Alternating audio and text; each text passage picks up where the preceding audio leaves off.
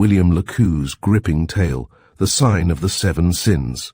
In this thrilling narrative, mystery weaves itself into every conversation, and each clue leads deeper into a labyrinth of deceit, betrayal, and hidden agendas. Set against a backdrop of international espionage and clandestine meetings, the story introduces us to a cast of characters whose motives are as enigmatic as the secrets they guard. As the tension mounts and the lines between ally and enemy blur, the reader is drawn into a relentless quest for truth, where every step could be fatal. Chapter 1 is purely personal. No, I dare not reveal everything here, lest I may be misjudged.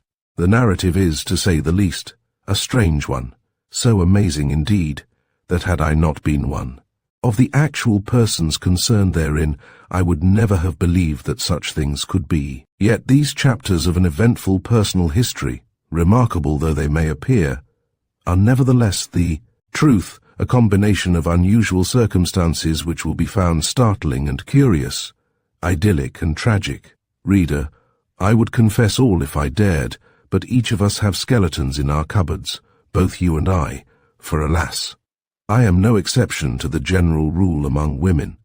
If compelled by natural instinct to suppress one single fact, I may also add that it has little or nothing to do with the circumstances herein related.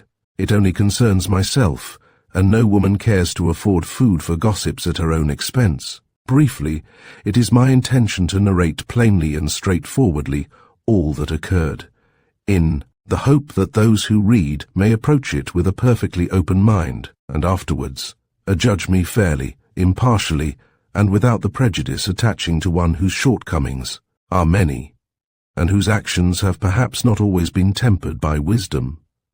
My name is Carmela Rosselli. I am of Italian extraction, 25 years of age last December, and already, yes, I confess it freely, I was utterly world-weary. I am an only child. My mother, one of the Burnetts of Washington, married Romolo Annibale, Marchese di Pistoia, an impecunious member of the Florentine aristocracy. And after a childhood at Washington, I was sent to the convent of San Paolo della Croce at Florence to obtain my education. My mother's money enabled the Marchesi to live in the reckless style befitting a gentleman of the Tuscan nobility, but unfortunately for me, both my parents died when I was 15, and left me in the care of a second cousin, a woman but a few years older than myself, kind-hearted. Everything that was most American and womanly, and everything most devoted to me. Thus it was that at the age of 18 I received the maternal kiss of the grave-eyed Mother Superior, Sumaiya, and all the good sisters in turn, and returned to Washington, accompanied by my guardian, Ulrica York. Like myself, Ulrica was wealthy, and being smart and good-looking, did not want for admirers.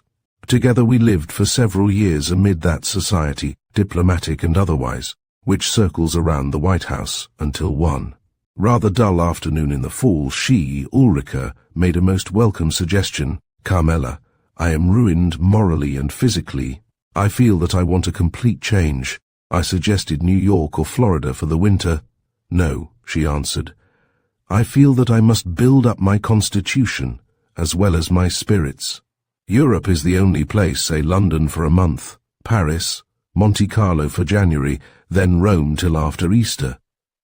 To Europe, I gasped. Why not? She inquired. You have money, what there is left of it, and we may just as well go to Europe for a year and enjoy ourselves as vegetate here. You are tired of Guy, I observed. She shrugged her well-formed shoulders, pursed her lips, and contemplated her rings. He has become too serious, she said simply. And you want to escape him? I remarked. Do you know, Ulrica, that I really believe he loves you? Well, and if he does, I thought you told me only a couple of months ago that he was the best-looking man in Washington, and that you had utterly lost your heart to him. She laughed. I've lost it so many times that I began to believe that I don't possess that very useful portion of the human anatomy. But, she added, you pity him, eh? My dear Carmela, you should never pity a man. None of them is really worth sympathy. 19 out of every 20 are ready to declare love to any good-looking woman with money. Remember your dearest Ernest. Mention of that name caused me a twinge. I have forgotten him, I cried hotly. I have forgiven. All is of the past. She laughed again. And you will go to Europe with me? She said. You will go to commence life afresh? What a funny thing life is, isn't it? I responded in the affirmative. Truth to tell, I was glad of that opportunity to escape from scenes which daily reminded me of the man whom I loved. Ulrika knew it, but she was careful to avoid all further mention of the grief that was wearing out my heart. We sailed from New York. Julie landed in Liverpool a week later, and the same night found ourselves at the Hotel Cecil in London. I knew little of the English metropolis, but we discovered some friends of Ulrika's living out at South Kensington. And the month we passed in the city of smoke and fog, for it was November, was quite the reverse of dreary. I had always believed London to be a sad second edition of New York, but was agreeably surprised at the many nice people we met in the circle into which Ulrika's friends introduced us. In continuation of our pilgrimage, we went to Paris, and after a month, there went south. We were in the salon of the Grand Hotel at Nice on the night of our arrival, when suddenly someone uttered my name. We both turned quickly, and to our surprise saw two men we knew quite well in Washington standing before us. One was Reginald Thorne, a dark-haired, more than usually good-looking youth of about 22 or so, while the other was Gerald Keppel, a thin, fair, mustached young man some 7 years his senior, son of old Benjamin Keppel, the well-known Pittsburgh millionaire. Gerald was an old friend, but the former I knew but slightly, having met him once, or twice at dances, for in Washington he was among the chief of the eligibles.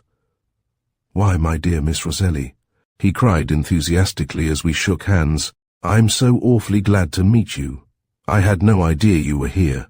Gerald was here dining with me, and we caught sight of you through the glass doors." "Then you're staying here?" I exclaimed. "Yes, Gerald's staying with his governor. He has a villa out at Fabron." "Have you been here long?" "We've arrived in Nice today," interposed Ulrika, "and we haven't found a single soul we knew until now. I feel sure you'll take pity upon our loneliness, Mr. Thorne, won't you?" "Of course," he laughed. "I suppose you go to Monte. You men think of nothing but roulette and dinners at the Paris," she responded reproachfully, adding, "But after all, should we be worse if we had no soul for gambling? Have you had any luck this season?" "Can't complain," he smiled. "I've been staying over there 10 days or so. Gerald has had quite a run of good fortune. The other night he won the maximum on the zero-trois 3 times. "Congratulations, my dear Gerald," exclaimed Ulrika approvingly. "You shall both take us over one day and let us try our fortune, if Mr. Thorne is agreeable." "Delighted, I'm sure," answered the latter, glancing at me, and by the look he gave me, I felt convinced that my suspicions aroused in Washington about a year before were not quite groundless. In brief, that he admired me. Chapter 2 tells something about love. The fault of us women is that we so often overesteem the value of our good looks. To my mind, the possession of handsome toilettes is quite as essential to a woman's well-being and man's contentment as our personal attractions. A woman, however beautiful she may be, loses half her charm to men's eyes if she dresses dowdily or without taste. Nobody ever saw a really beautiful Parisienne. For the most part they are thin-nosed, thin-lipped, scraggy-necked, yellow-faced, and absolutely ugly. Yet are they not, merely by reason of their chic in dress, the most attractive women in the world? I know that many will dissent from this estimate, but as my mirror tells me that I have a face more than commonly handsome, and as dozens of men have further endorsed the mute evidence of my toilet glass, I can only confess that all my success and all my harmless flirtations have had their commencements in the attraction exercised by the dainty creations of my couturière. We hear much complaining among women that there are not a sufficient number of nice men to go round. But after all, the woman who knows how to dress need have no lack of offers of marriage. American women can always be distinguished from the English, and it is certain that to their quiet smartness in frills and furbelows. Their success in the marriage mart is due. Yes, there was no doubt that Reggie Thorne admired me. I had suspected it on the night when we had waltzed together at the Pendymans and afterwards gossiped together over ices, but with a woman dance flirtations are soon forgotten, and truth to tell, I had forgotten him until our sudden and unexpected meeting. What awfully good luck we've met Gerald and Reggie, Ulrika said when half. An hour later we were seated together in the privacy of our sitting room. Gerald, poor boy, was always a bit gone on me in Washington, and as for Reggie, well, he'll make an excellent cavalier for you. Even if Mother Grundy is dead and buried, it isn't very respectable to be constantly trotting over to Monte Carlo without male escort. You mean that there'll be a couple of useful males, eh? Certainly. Their advent is quite providential. Some of Gerald's luck at the table may be reflected upon us. I should dearly like to make my expenses at Monte. So should I. There's no reason why we shouldn't, she went on confidently. I know quite a lot of people who've won enough to pay for the whole trip to Europe. Reggie has money, hasn't he? Of course. The old man was on Wall Street and died very comfortably off. All of it went to Reggie, with an annuity to his mother. Of course, he's spent a good deal since. A man doesn't live in Washington as he does, drive tandem, and all that sort of thing on nothing a year. They used to say that Gerald Keppel hadn't a dollar, only what the old man allowed him monthly, and a most niggardly allowance, I've heard. That's quite possible, my dear Carmela, she answered, but one's position might be a good deal worse than the only son of a millionaire. Old Benjamin is eccentric. I've met the old buffer several times. He's addicted to my pet abomination in a man, paper collars.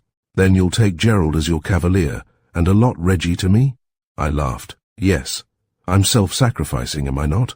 She was in high spirits, for she had long ago fascinated Gerald Keppel, and now intended to make use of him as her escort to that palace of delight which somebody has suggested might be known by the sign of the 7 sins.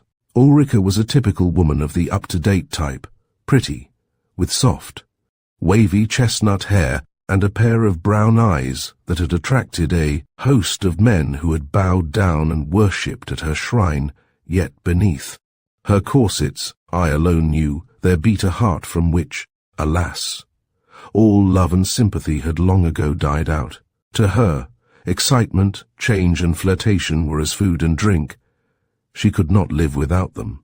Neither, indeed, could I, for, living with her ever since my convent days, I had imbibed her smart ideas and notions, stimulated by attacks of nerves.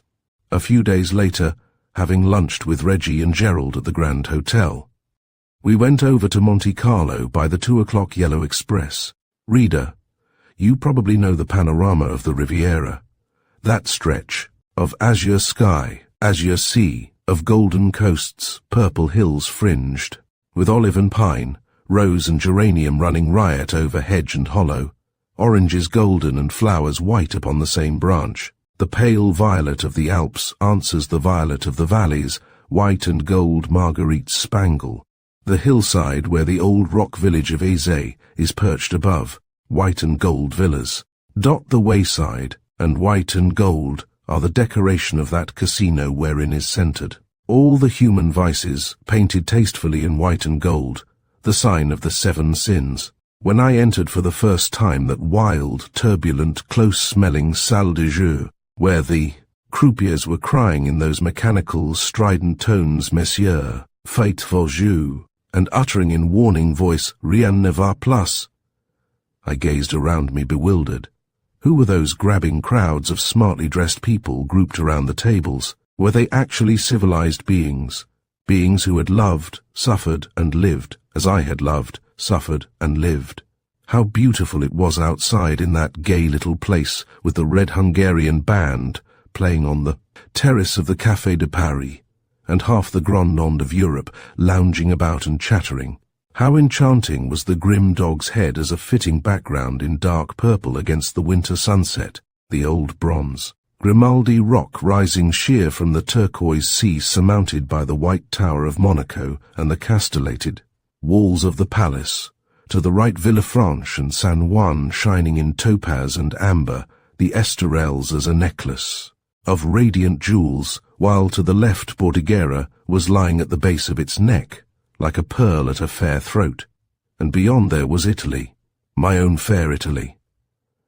Out in that flower-scented, limpid-air earth was a paradise within those stifling gilt saloons where the light of day was tempered by the thick curtains and the clink of gold mingled with the dull hum of the avaricious crowd. It was a veritable hell. Some years ago, now I am looking back, Ulrica is not at fault this time. No, I must not think. I have promised myself, in writing this narrative, not to think, but to try and forget all past unhappiness. Try.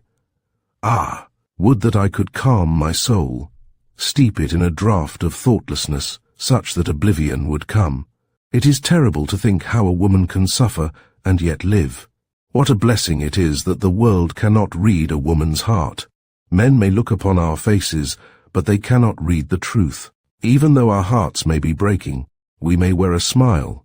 We can fold our sorrows as a bird folds its wings, for they are part of our physical being. We can hide our grief so completely that none can know the burden upon us. Endurance, resistance, patience, suffering, all are, alas, a woman's heritage. Even in the few years I have lived, I have had my share of them all.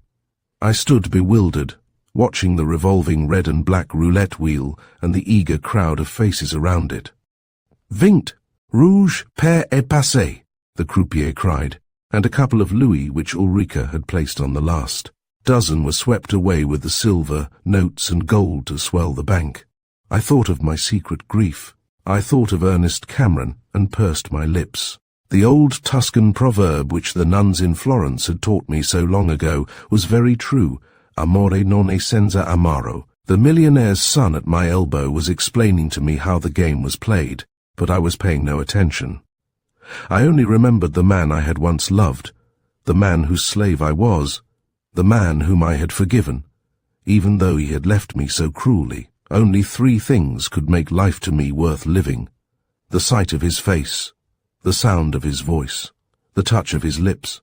But they could never be, alas. We were parted forever, forever. "Now, play this time," I heard Reggie beside me exclaim. "Where?" I inquired mechanically, his voice awakening me to a sense of my surroundings. "On the line, there, between the numbers 9 and 12. I took a louis from my purse and with the rake carelessly pushed it upon the line he had indicated. Then I turned to talk with Gerald. "Rien ne va plus," cried the croupier. 100 necks were craned to watch the result.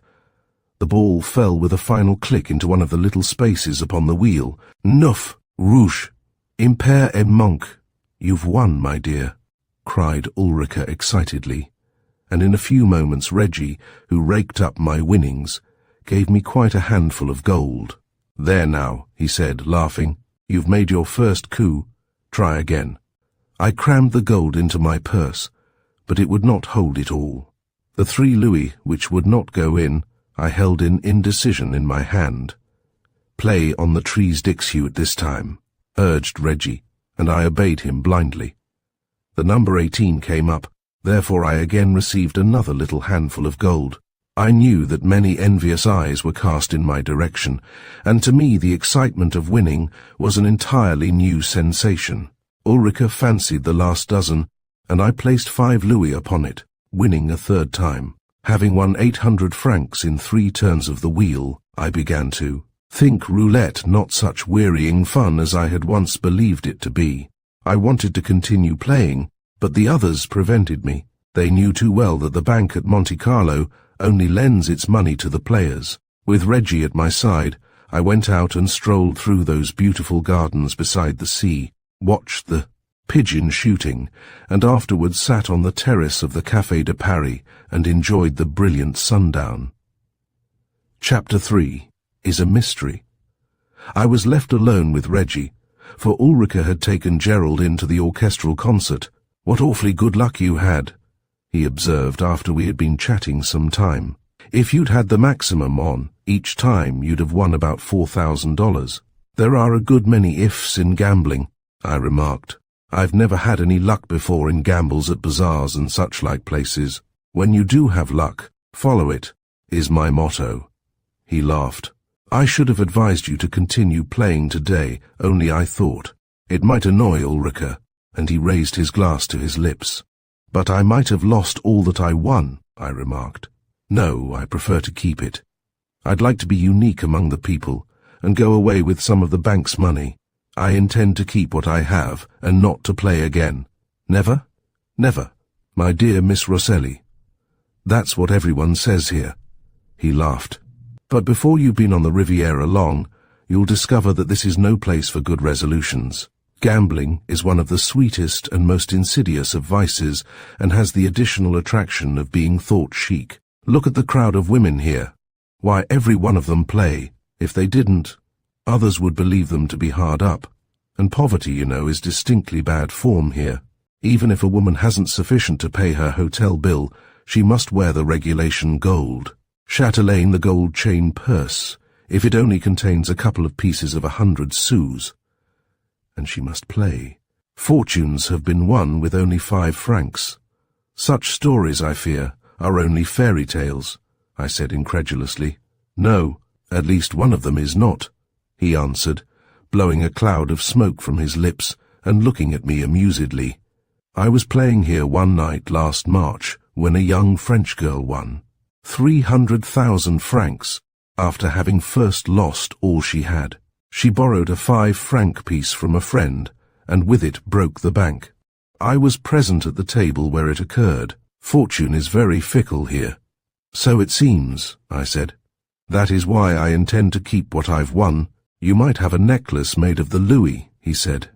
"Many women wear coins won at Monte Carlo attached to their bangles." "A happy thought," I exclaimed. "I'll have one put on my bangle tomorrow as a souvenir." "Are you staying on the Riviera long?" he inquired presently. "I really don't know. When Ulrika is tired of it, then we shall move down to Rome, I suppose." "When she's lost sufficient, you mean?" He smiled. "She's quite reckless when she commences. I remember her here several seasons ago. She lost very heavily. Luck was entirely against her." I too remembered her visit.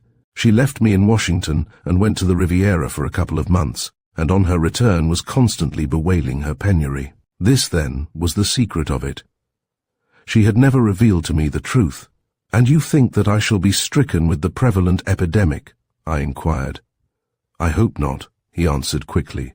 "But after all, the temptation is utterly irresistible.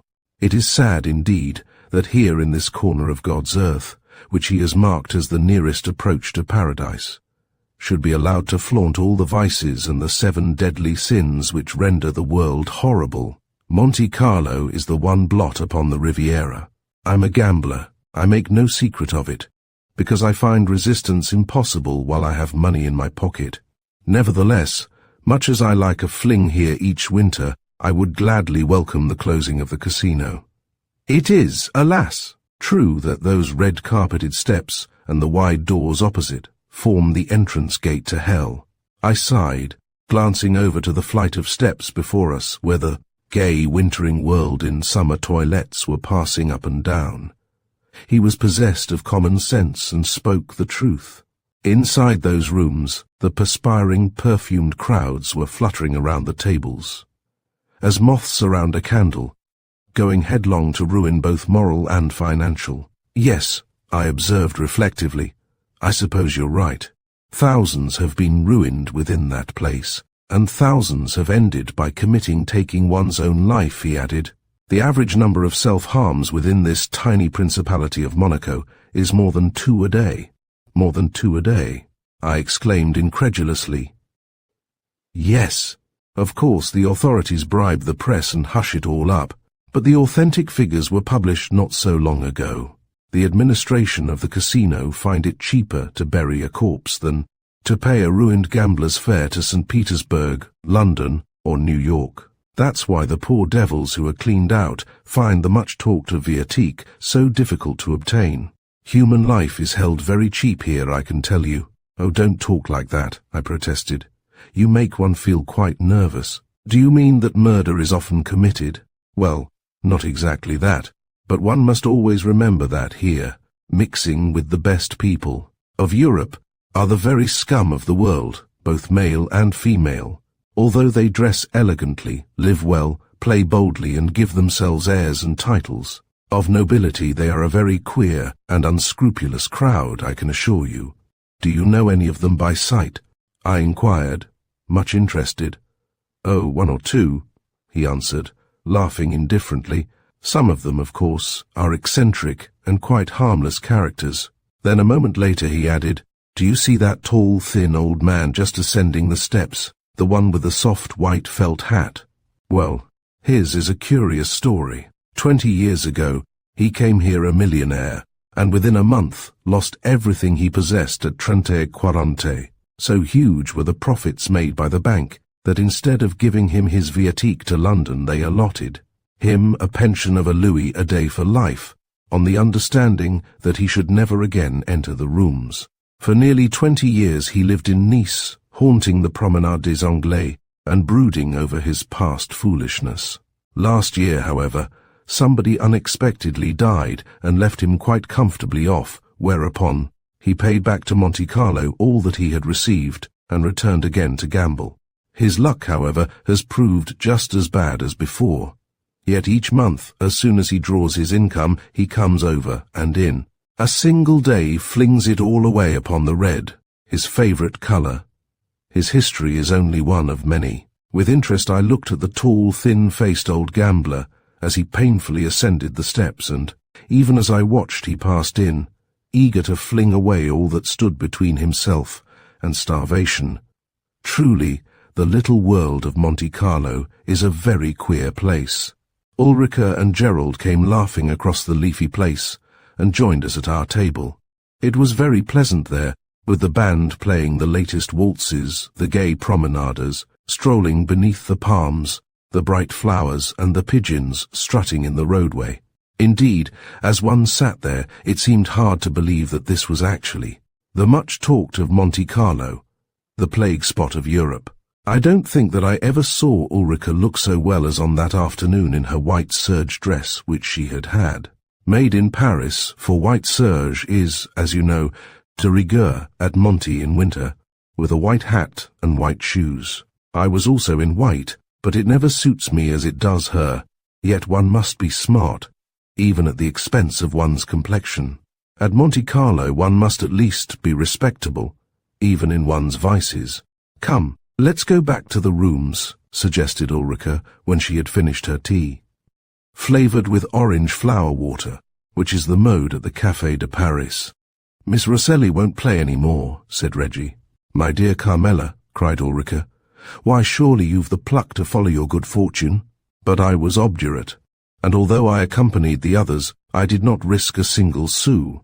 The place was crowded, and the atmosphere absolutely unbearable, as it always becomes about 5 o'clock. The administration appear afraid of letting in a little air to cool the heads of the players, hence the rooms are hermetically sealed.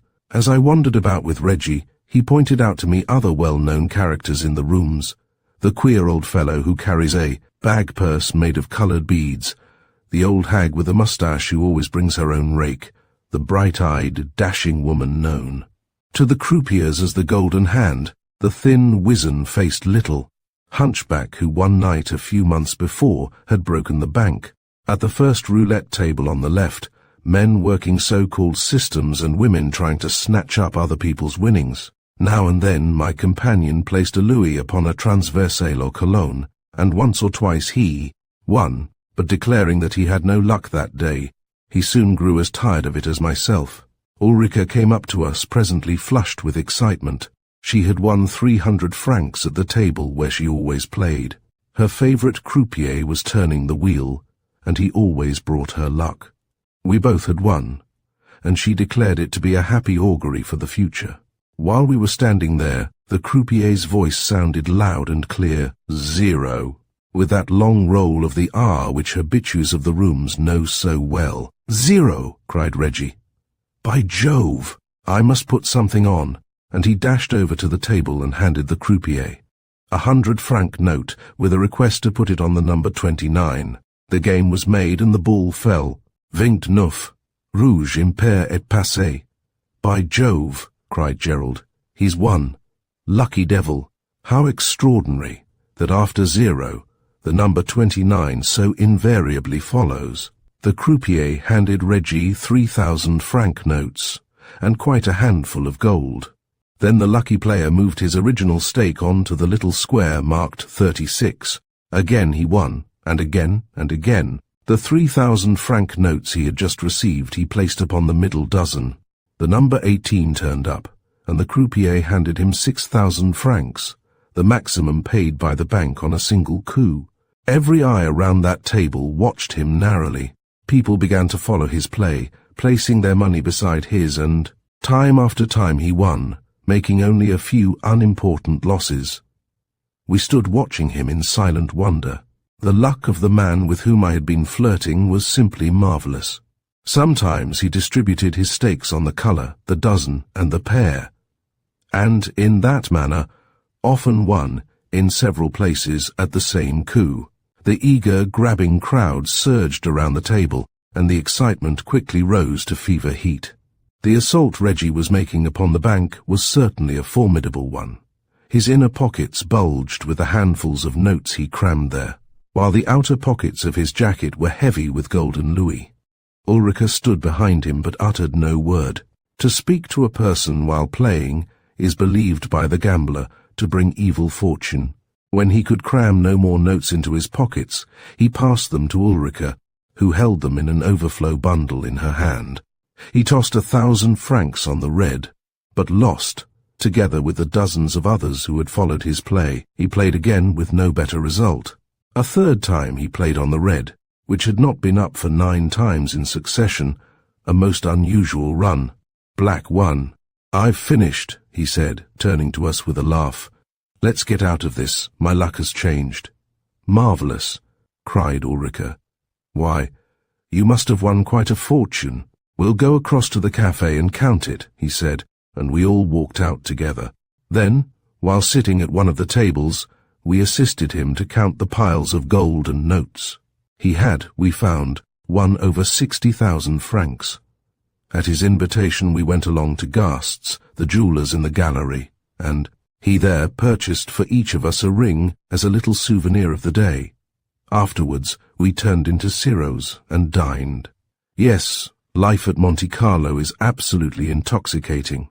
Now, however, that I sit here reflecting on the events of that day, when I first entered the sign of the 7 sins, I find that even though the display of such wealth as one sees upon the tables is dazzling, yet my first impression of it has never been altered. I hated Monte Carlo from the first. I hate it now. The talk at dinner was, of course, the argot of the rooms. At Monte Carlo, the conversation is always of play. If you meet an acquaintance, you do not ask after her health, but of her luck and her latest successes. The two bejewelled worlds, the monde and the demi-monde, ate, drank, and chattered in that restaurant of world renown. The company was cosmopolitan, the conversation polyglot, the dishes marvellous. At the table next us, there sat the Grand Duke Michael of Russia with his wife, and beyond a British earl, with a couple of smart military men. The United States ambassador to Germany was at another table with a small party of friends, while La Juniori, Derval, and several other well-known Parisian beauties were scattered here and there. I was laughing at a joke of Reggie's, when suddenly I raised my eyes and saw a pair of newcomers. The man was tall, dark, handsome, with a face a trifle bronzed, a face I knew, alas, too well. I started and must have turned pale, for I knew from Ulrika's expression that she noticed it.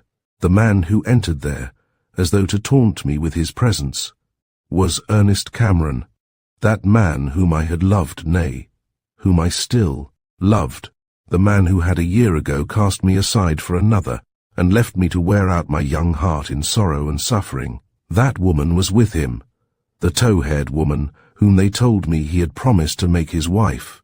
I had never seen her before. She was rather petite, with a fair fluffy coiffure, blue-grey eyes and pink and white cheeks. She had earned, I afterwards heard, a rather unenviable notoriety in Paris on account of some scandal or other, but the real truth of it I could never ascertain.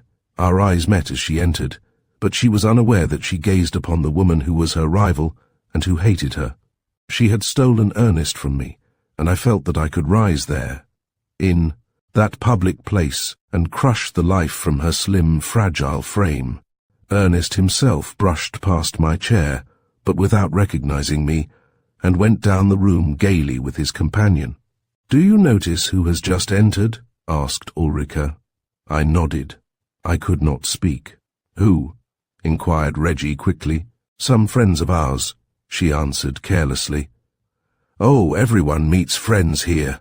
He laughed, and swallowed his champagne unsuspectingly.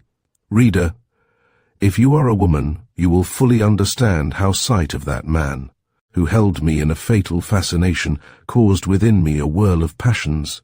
I hated and loved at the same instant. Even though we were parted, I had never ceased to think of him. For me, the world had no longer any charm, for the light of my life had now gone out, and I was suffering in silence, just as all women do who become the sport of fate. Yes, Ulrica's notion was, after all, very true. No man whom I had ever met was really worth consideration. All were egoists. The rich believed that woman was a mere toy, while the poor were always ineligible. Reggie spoke to me, but I scarcely heeded him. Now that the man I loved was near me, I felt an increasing desire to get rid of this male encumbrance. True, he was rich, and I knew by my own feminine intuition that he admired me, but for him I entertained no spark of affection. Alas, that we always sigh for the unattainable. For me, the remainder of the meal was a dismal function. I longed to get another glimpse of that dark bronzed face, and of the tow-haired woman whom he had preferred to me, but they were evidently sitting at a table in the corner, out of sight. Ulrica knew the truth, and took compassion upon me by hastening the dinner to its end. Then we went forth again into the cool, balmy night.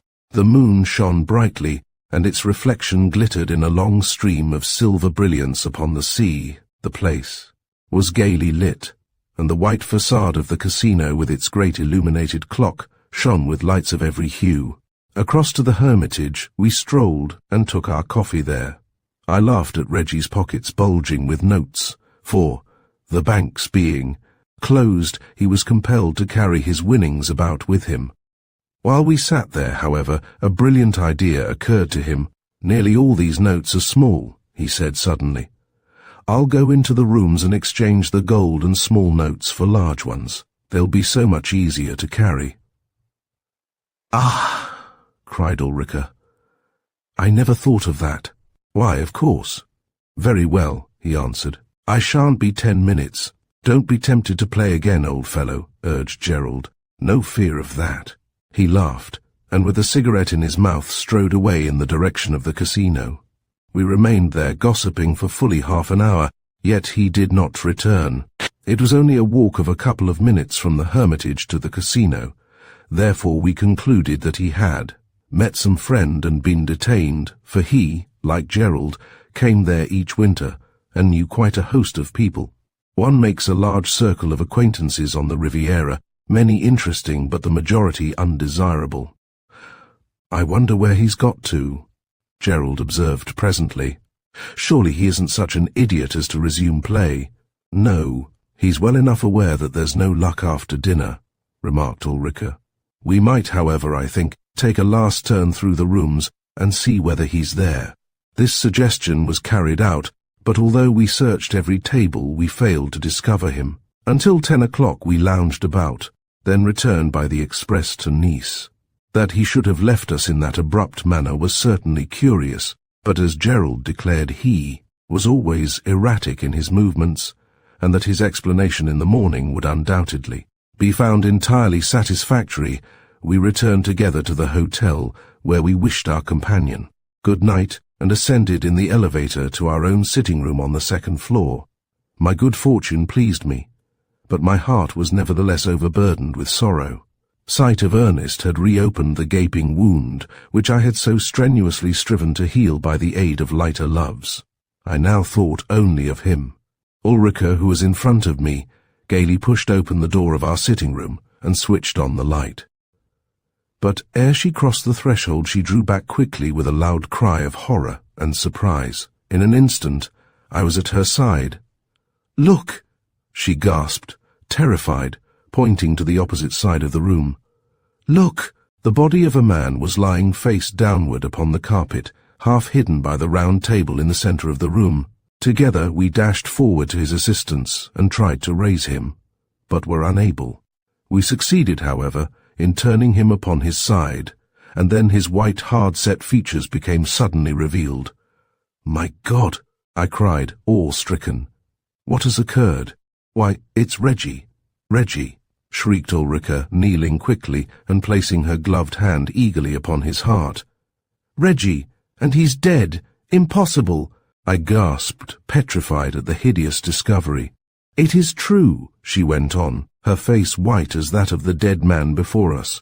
"Look, there's blood upon his lips. See, the chair over there is thrown down and broken.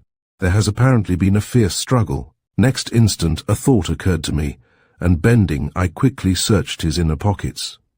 The banknotes were not there. Then the ghastly truth became entirely plain. Reginald Thorne had been robbed and murdered. Chapter 4 relates some astounding facts. The amazing discovery held us in speechless bewilderment. The favorite of fortune, who only a couple of hours before had been so full of life and buoyant spirits, and who had left us with a promise to return within 10 minutes, was now lying still and dead in the privacy of our own room. The ghastly truth was so strange and unexpected as to utterly stagger belief. A mysterious and dastardly crime had evidently been committed there. I scarce knew what occurred during the quarter of an hour that immediately followed our astounding discovery. All I remember is that Ulrika, with her face blanched to the lips, ran out into the corridor and raised the alarm. Then there arrived a crowd of waiters, chambermaids and visitors, everyone excitedly asking strings of questions, until the hotel manager came and closed the door upon them all. The discovery caused the most profound sensation, especially when the police and doctor arrived, quickly followed by 2 detectives. The doctor, a short, stout Frenchman, at once pronounced that poor Reggie had been dead more than half an hour. But the cursory examination he was enabled to make was insufficient to establish the cause of death. "Do you incline to a theory of death through violence?" one of the detectives inquired. "Ah! At present I cannot tell," the other answered dubiously. "It is not at all plain that Monsieur has been murdered." Both Ulrika and I quickly found ourselves in a most unpleasant position. First, a man had been found dead in our apartments, which was sufficient to cause a good deal of ill-natured gossip, and secondly, the police seemed to entertain some suspicion of us. We were both cross-questioned separately as to Reggie's identity, what we knew of him, and of our doings at Monte Carlo that day. In response, we made no secret of our movements, for we felt that the police might be able to trace the culprit, if indeed Reggie had been actually murdered. The fact that he had won that sum, and that he had left us in order to change the notes into larger ones, seemed to puzzle the police. If robbery had been the object of the crime, the murderer would, they agreed, no doubt have committed the deed either in the train or on the street. Why, indeed, should the victim have entered our sitting room at all? That really seemed the principal problem. The whole of the circumstances formed a complete and most puzzling enigma. But his visit to our sitting room was the most curious feature of all.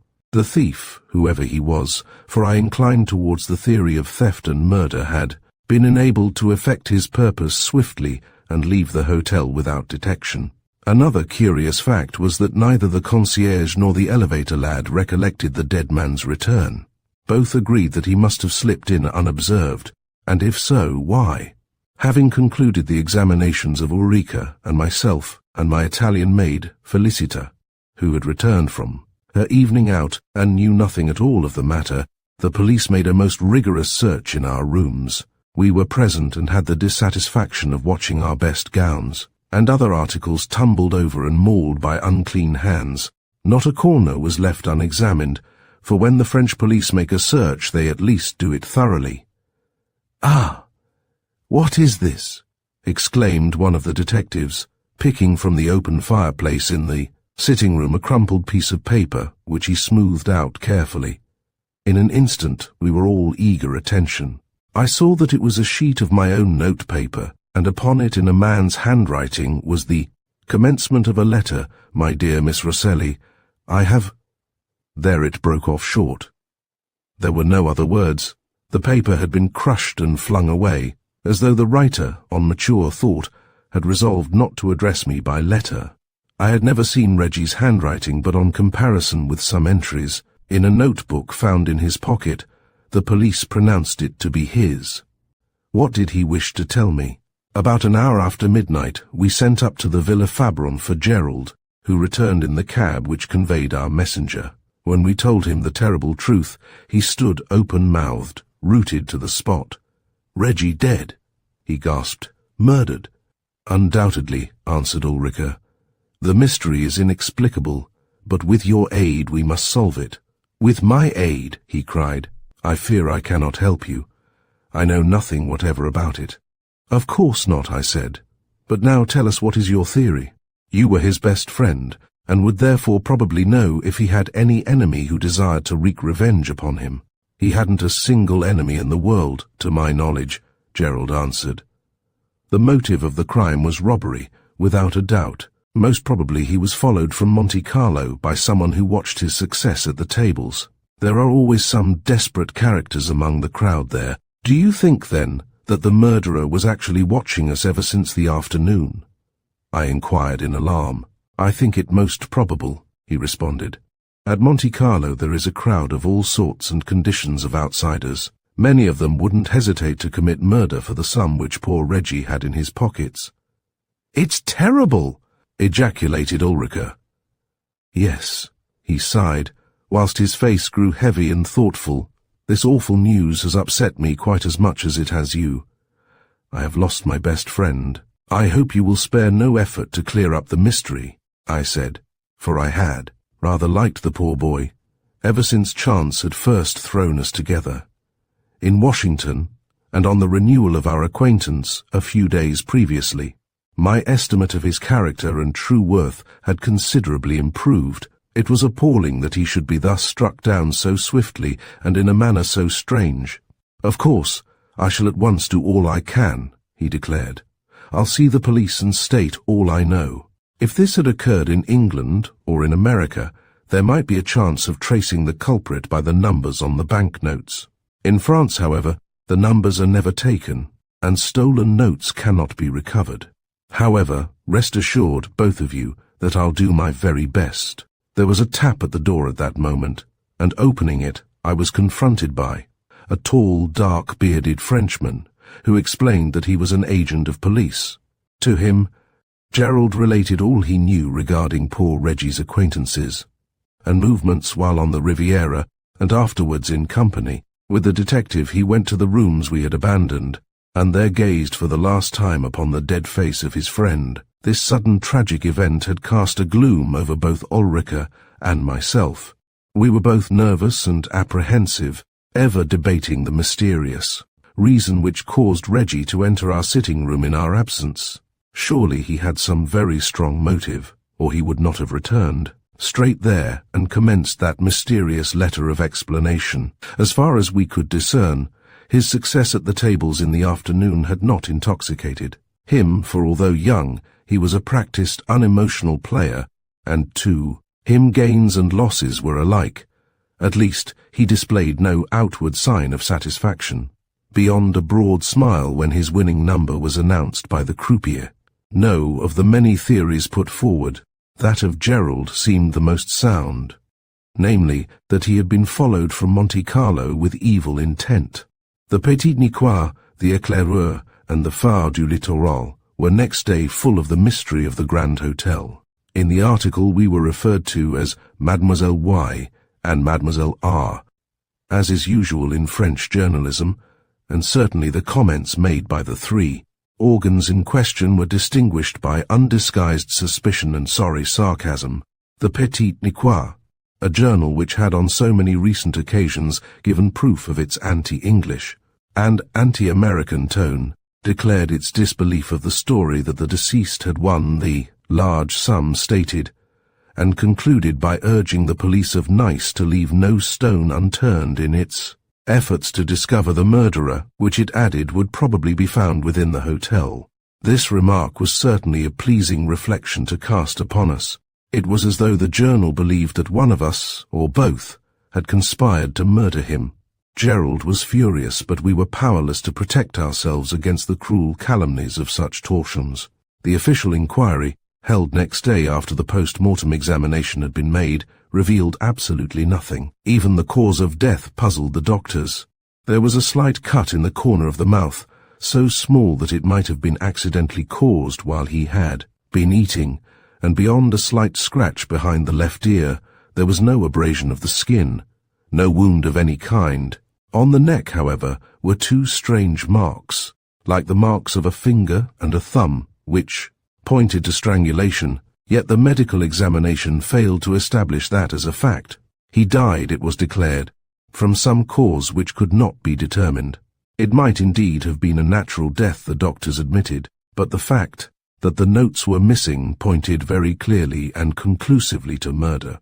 That same evening, as the winter sun was sinking behind the Esterels, we followed the dead man's remains to their resting place in the English cemetery up in the olive groves of Queux, perhaps one of the most beautiful and picturesque burial places in all the world. Winter and summer, it is always a blaze of bright flowers, and the view over the olive-clad slope and the calm Mediterranean beyond is one of the most charming in all the Riviera. The American chaplain performed the last rites, and then we turned sorrowfully away and drove back to Nice silently, full of gloomy thoughts. The puzzling incident had crushed all gaiety from our hearts. I suggested that we should leave and go on to Mentone, but Ulrika declared that it was our duty to remain where we were and give the police what assistance we could in aiding them to solve the inscrutable mystery. Thus, the days which followed were days of sadness and melancholy. We ate in our own room to avoid the gaze of the curious, for all in Nice now knew the tragic story, and as we passed in and out of the hotel we overheard many whisperings. As for myself, I had a double burden of sorrow. In those hours of deep thought and sadness, I reflected that poor Reggie was a man who might perhaps have become my husband. I did not love him in the sense that the average woman understands love. He was a sociable companion, clever, smart in dress and gait, and altogether one of those easy men of the world who appeal strongly to a woman of my own temperament. When I placed him in comparison with Ernest, however, I saw that I could never have actually entertained a real affection for him. I loved Ernest with a wild, passionate love, and all others were now, and would ever be, as naught to me. I cared not that he had forsaken me in favour of that ugly tow-haired witch. I was his. I felt that I must at all hazards see him again.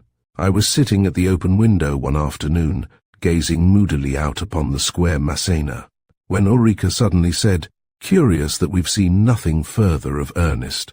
I suppose, however, you've forgotten him." "Forgotten him?" I cried, starting up. "I shall never forget him, never." In that instant I seemed to see his dark, handsome face before me, as of old. It was in the golden blaze of a summer sunset. I heard his rich voice in my ears. I saw him pluck a sprig of jasmine, emblem of purity, and give it to me, at the same time whispering words of love and devotion. Ah, yes, he loved me then. He loved me. I put up my hand to shut out the vision. I rose and staggered. Then I felt Ulrika's soft hand upon my waist. "Carmela! Carmela!" she cried. "What's the matter? Tell me, dear." "You know," I answered hoarsely, "you know, Ulrika, that I love him." My voice was choked within me, so deep was my distress. "And he is to marry that woman." "My dear, take my advice and forget him," she said lightly. "There are lots of other men whom you could love quite as well. Poor Reggie, for instance, might have filled his place in your heart. He was charming, poor fellow. Your Ernest treated you as he has done all women. Why make yourself miserable and wear out your heart regarding a past which it is quite unnecessary to recall? Live as I do for the future, without mourning over what must ever be bygones. Ah, that's all very well, I said sadly, but I can't help it. That woman loves him. Every woman loves him. You yourself admired him long ago. Certainly, I admire lots of men, but I have never committed the folly of loving a single one. Folly, I cried angrily. You call love folly? Why, of course, she laughed. Do dry your eyes, or you'll look an awful sight when Gerald comes. He said he would go for a walk with us on the promenade at 4, and it's already 3:30. Come, it's time we dressed. I sighed heavily. Yes, it was true that Ulrika was utterly heartless towards those who admired her. I had with regret noticed her careless attitude times without number. She was a smart woman who thought only of her own good looks, her own toilettes, and her own amusements. Men amused her by their flattery, and she therefore tolerated them. She had told me so long ago with her own lips, and had urged me to follow her example. Ulrika, I said at last, forgive me, but I am so unhappy. Don't let us speak of him again. I will try to forget. Indeed, I will try and regard him as dead. I forgot myself. Forgive me, dear. Yes, forget him, there's a dear, she said, kissing me. And now call Felicita, and let us dress. Gerald hates to be kept waiting, you know. Chapter 5 deals with a millionaire. One evening, about 10 days later, we dined at old Benjamin Keppel's invitation at the Villa Fabron. Visitors to Nice know the great white mansion. High up above the sea, beyond the Magnum Bridge, it stands in the midst of extensive grounds shaded by date palms, olives and oranges, approached by a fine eucalyptus avenue, and rendered bright with flowers, its dazzlingly white walls relieved by the green Persiennes, a residence magnificent even for Nice, the town of princes. Along the whole front of the great place there runs a broad marble terrace, from which are obtained marvellous views. Of Nice, on the left, the gilt-domed Jetée Promenade, jutting out into the azure bay, the old chateau, Montboron, and the snow-capped Alps, while on the right lies the valley of the Var and that romantic chain of dark purple, mountains which lie far away beyond Cannes, a panorama almost as magnificent as that from the higher Corniche. The interior was, we found, the acme of luxury and comfort. Everywhere was displayed the fact that its owner was wealthy, yet none on entering there would believe him to be so simple in tastes and curiously eccentric in manner. Each winter he came to Nice in his splendid steam yacht, the Vespera, which was now anchored as usual in Villefranche harbour, and with his sister, a small, wizen-faced old lady, and Mr. Barnes, his secretary. He lived there from December until the end of April. Ulrika had met him several times in New York, and he greeted us both very affably. He was, I found, a queer old fellow. Report had certainly not lied about him, and I could hardly believe that this absent-minded, rather ordinary-looking old gentleman, with disordered grey hair and beard and dark, deep-set eyes, was Gerald's father, the great Benjamin Keppel of Pittsburgh. Dinner, even though a stately affair, was quite a pleasant function, for the old millionaire was most unassuming and affable. One of his eccentricities displayed itself in his dress. His dining jacket was old and quite glossy about the back and elbows. He wore a paper collar.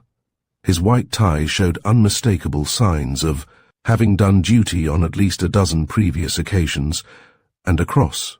His vest was suspended an albert, not of gold but of rusty steel. There had never been any pretence about Ben Keppel in his earlier days as all the world knew, and there was certainly none in these days of his affluence. He had amassed his fabulous fortune by shrewdness and sheer hard work, and he despised the whole of that chattering little ring which calls itself society. Ere I had been an hour in this man's society, I grew to like him for his honest, plain-spokenness. He possessed none of that sarcastic arrogance which generally characterizes those whose fortunes are noteworthy. but in conversation spoke softly, with a carefully cultivated air of refinement. Not that he was refined in the least. He had gone to the States as an emigrant from a little village in Norfolk, and had succeeded by reason of several striking inventions in the manufacture of steel in amassing the third largest fortune in the United States. He sat at the head of the table in his great dining room, while Ulrika and myself sat on either hand. As a matter of course, our conversation turned upon the mysterious death of poor Reggie, and both of us gave him the exact version of the story. Most extraordinary, he ejaculated. Gerald has already explained the painful facts to me. There seems no doubt whatever that the poor fellow was murdered for the money. Yet to me, the strangest part of the whole affair is why he should have left you so suddenly at the Hermitage. If he changed the money for large notes, as we may suppose he did, why didn't he return to you? Because he must in the meantime have met someone, I suggested. That's just it, he said. If the police could but discover the identity of the friend, then I feel convinced that all the remainder would be plain sailing. But, my dear governor, the police hold the theory that he did not meet anyone until he arrived in Nice, Gerald observed. The police here are a confounded set of idiots, cried the old millionaire.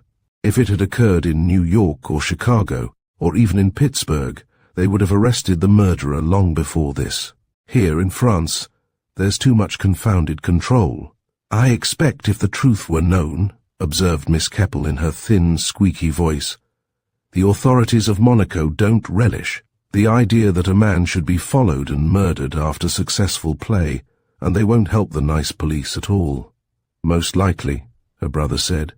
The police of the Prince of Monaco are elegant blue and silver persons who look as though they would hesitate to capture a prisoner for fear of soiling their white kid gloves. But surely, Miss Rosselli, he added, turning to me, the nice police haven't let the affair drop, have they? I cannot say, I responded. The last I saw of any of the detectives was a week ago. The man who called upon me then admitted that no clue had so far been obtained. Then all I have to say is that it's a public scandal, Benjamin Keppel cried angrily. The authorities here entertain absolutely no regard for the personal safety of their visitors. It appears to me that in Nice, year by year, prices have increased until hotel charges have become unbearable, and people are being driven over the frontier to Bordighera and San Remo. During these past 2 years, absolutely no regard has been paid by the Nice authorities to the comfort of the visitors who bring them their wherewithal to live. The governor's disgusted, laughed Gerald across to me. He's taken like this sometimes. Yes, my boy, I am disgusted. All I want in winter is quiet, sunshine, and good air. That's what I come here for. And I can get all that at San Remo, for the air is better even than here. But it isn't so fashionable, I observed. To an old man like me, it does not matter whether a place is fashionable or not, my dear Miss Rosselli, he said with a serious look. I leave all that sort of thing to Gerald. He has his clubs, his horses, his fine friends, and all the rest of it. But all the people know Ben Keppel of Pittsburgh. Even if I belong to the most swagger of the clubs and mixed in good society, among lords and ladies of the aristocracy, I mean, I'd still be the same. I couldn't alter myself as some of them try to and do. We laughed. The old man was so blunt that one could not help admiring him. He had the reputation of being niggardly in certain matters, especially regarding Gerald's allowance. But, as Ulrika remarked, there were no doubt plenty of people who would be anxious to lend money to the millionaire.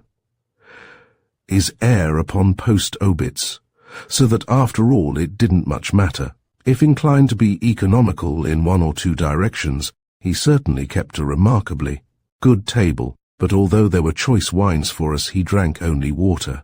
When, with Gerald, he joined us in the great drawing-room, he seated himself near me and suddenly said, I don't know, Miss Rosselli, whether you would like to remain here and gossip, or whether you'd like to stroll round the place. You are a woman, and there may be something to interest you in it. I shall be delighted, I'm sure, I said, and together we went forth to wander about the great mansion which all the world on the Riviera knows as the home of the renowned Steel King. He showed me his library, the boudoirs which were never occupied, the gallery of modern French paintings, the Indian tea room, and the great conservatory, whence we walked out upon the terrace and looked down upon the lights of the gay winter city lying at our feet, and that flash of white brilliance, which ever and anon shoots across the tranquil sea and marks the dangerous headland at Antibes. The night was lovely, one of those dry, bright, perfect nights which occur so often on the Riviera in January. At sundown the air is always damp and treacherous, but when darkness falls it is no longer dangerous even to those with the most delicate constitutions. "How beautiful!" I ejaculated, standing at his side and watching the great white moon slowly rising from the sea. "What a fairyland!" "Yes, it is beautiful. The Riviera is, I believe, the fairest spot that God has created on this earth," and then he sighed as though world-weary. Presently, when we had been chatting a few minutes, he suggested that we should re-enter the house, as he feared that I, being in décolleté, might catch a chill. "I have a hobby," he said, "the only thing which prevents me from becoming absolutely melancholy. Would you care to see it?" "Oh, do show it to me," I said, at once interested. "Then come with me," he exclaimed, and led me through 2 long passages to a door which he unlocked with a tiny master key upon his chain. "This is my private domain," he laughed. "No one is allowed here, so you must consider yourself very privileged." "That I certainly do," I responded, and as he entered he switched on the electric light, displaying to my astonished gaze a large place fitted up as a workshop with lathes, tools, wheels, straps, and all sorts of mechanical contrivances. "This room is a secret," he said with a smile. "If the fine people who sometimes patronize me with visits thought that I actually worked here, they'd be horrified." "Then do you actually work?" I inquired, surprised. "Certainly. Having nothing otherwise to occupy my time when I severed myself from the works, I took to turning. I was a turner by trade years ago, you know." I looked at him in wonderment. People had said he was eccentric, and this was evidently one of his eccentricities. He had secretly established a great workshop within that princely mansion. "Would you like to see how I can work?" he asked, noticing my look of wonder. "Well, watch. Excuse me." And he threw off his jacket, and having raised a lever which set one of the lathes at work, he seated himself at it, selected a piece of ivory, and placed it in position. "Now," he laughed, looking towards me, "what shall I make you?" "Ah, I know. An object useful to all you ladies is a box for your powder puff, eh? You seem to be fully aware of feminine mysteries, Mr. Keppel." I laughed. "Well, you see, I was married once," he answered. "But in those days my poor Mary didn't want face powder, bless her."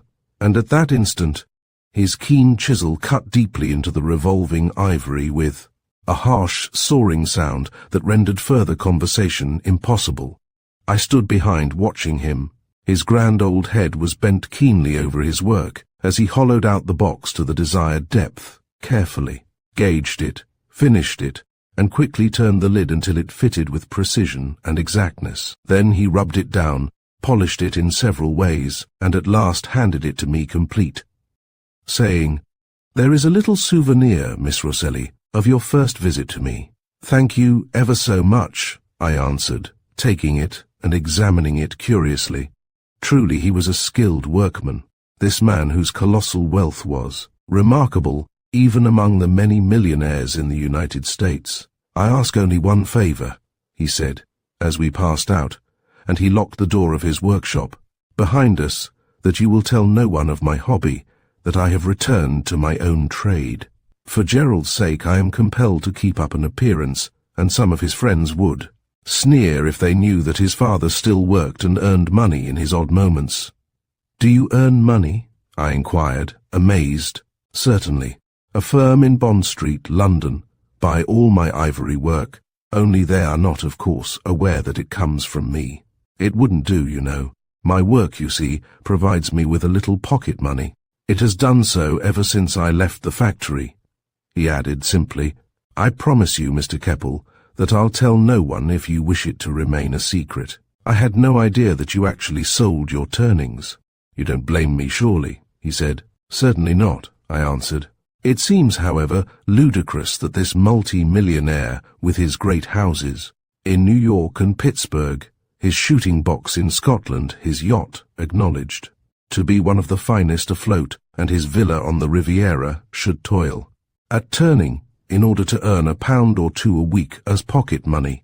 When I worked as a turner in England in the old days, I earned 16 shillings a week making butter and bread plates, wooden bowls, salad spoons, and such like, and I earn about the same today when I've paid for the ivory and the necessary things for the shop, he explained.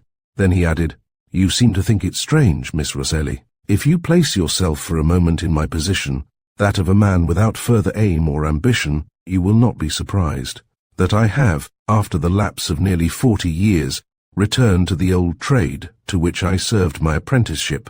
I quite understand, I responded, and I only admire you that you do. Not, like so many other rich men, lead a life of easy indolence. I can't do that, he said. It isn't in me to be still. I must be at work, or I'm never happy. Only I have to be discreet for Gerald's sake. And the old millionaire smiled. Rather sadly, I thought. Chapter 6 places me in a predicament. Day by day, for many days, we went over to Monte Carlo. Why, I can scarcely tell. All visitors to Nice drift there as if by the natural law of gravitation, and we were no exception.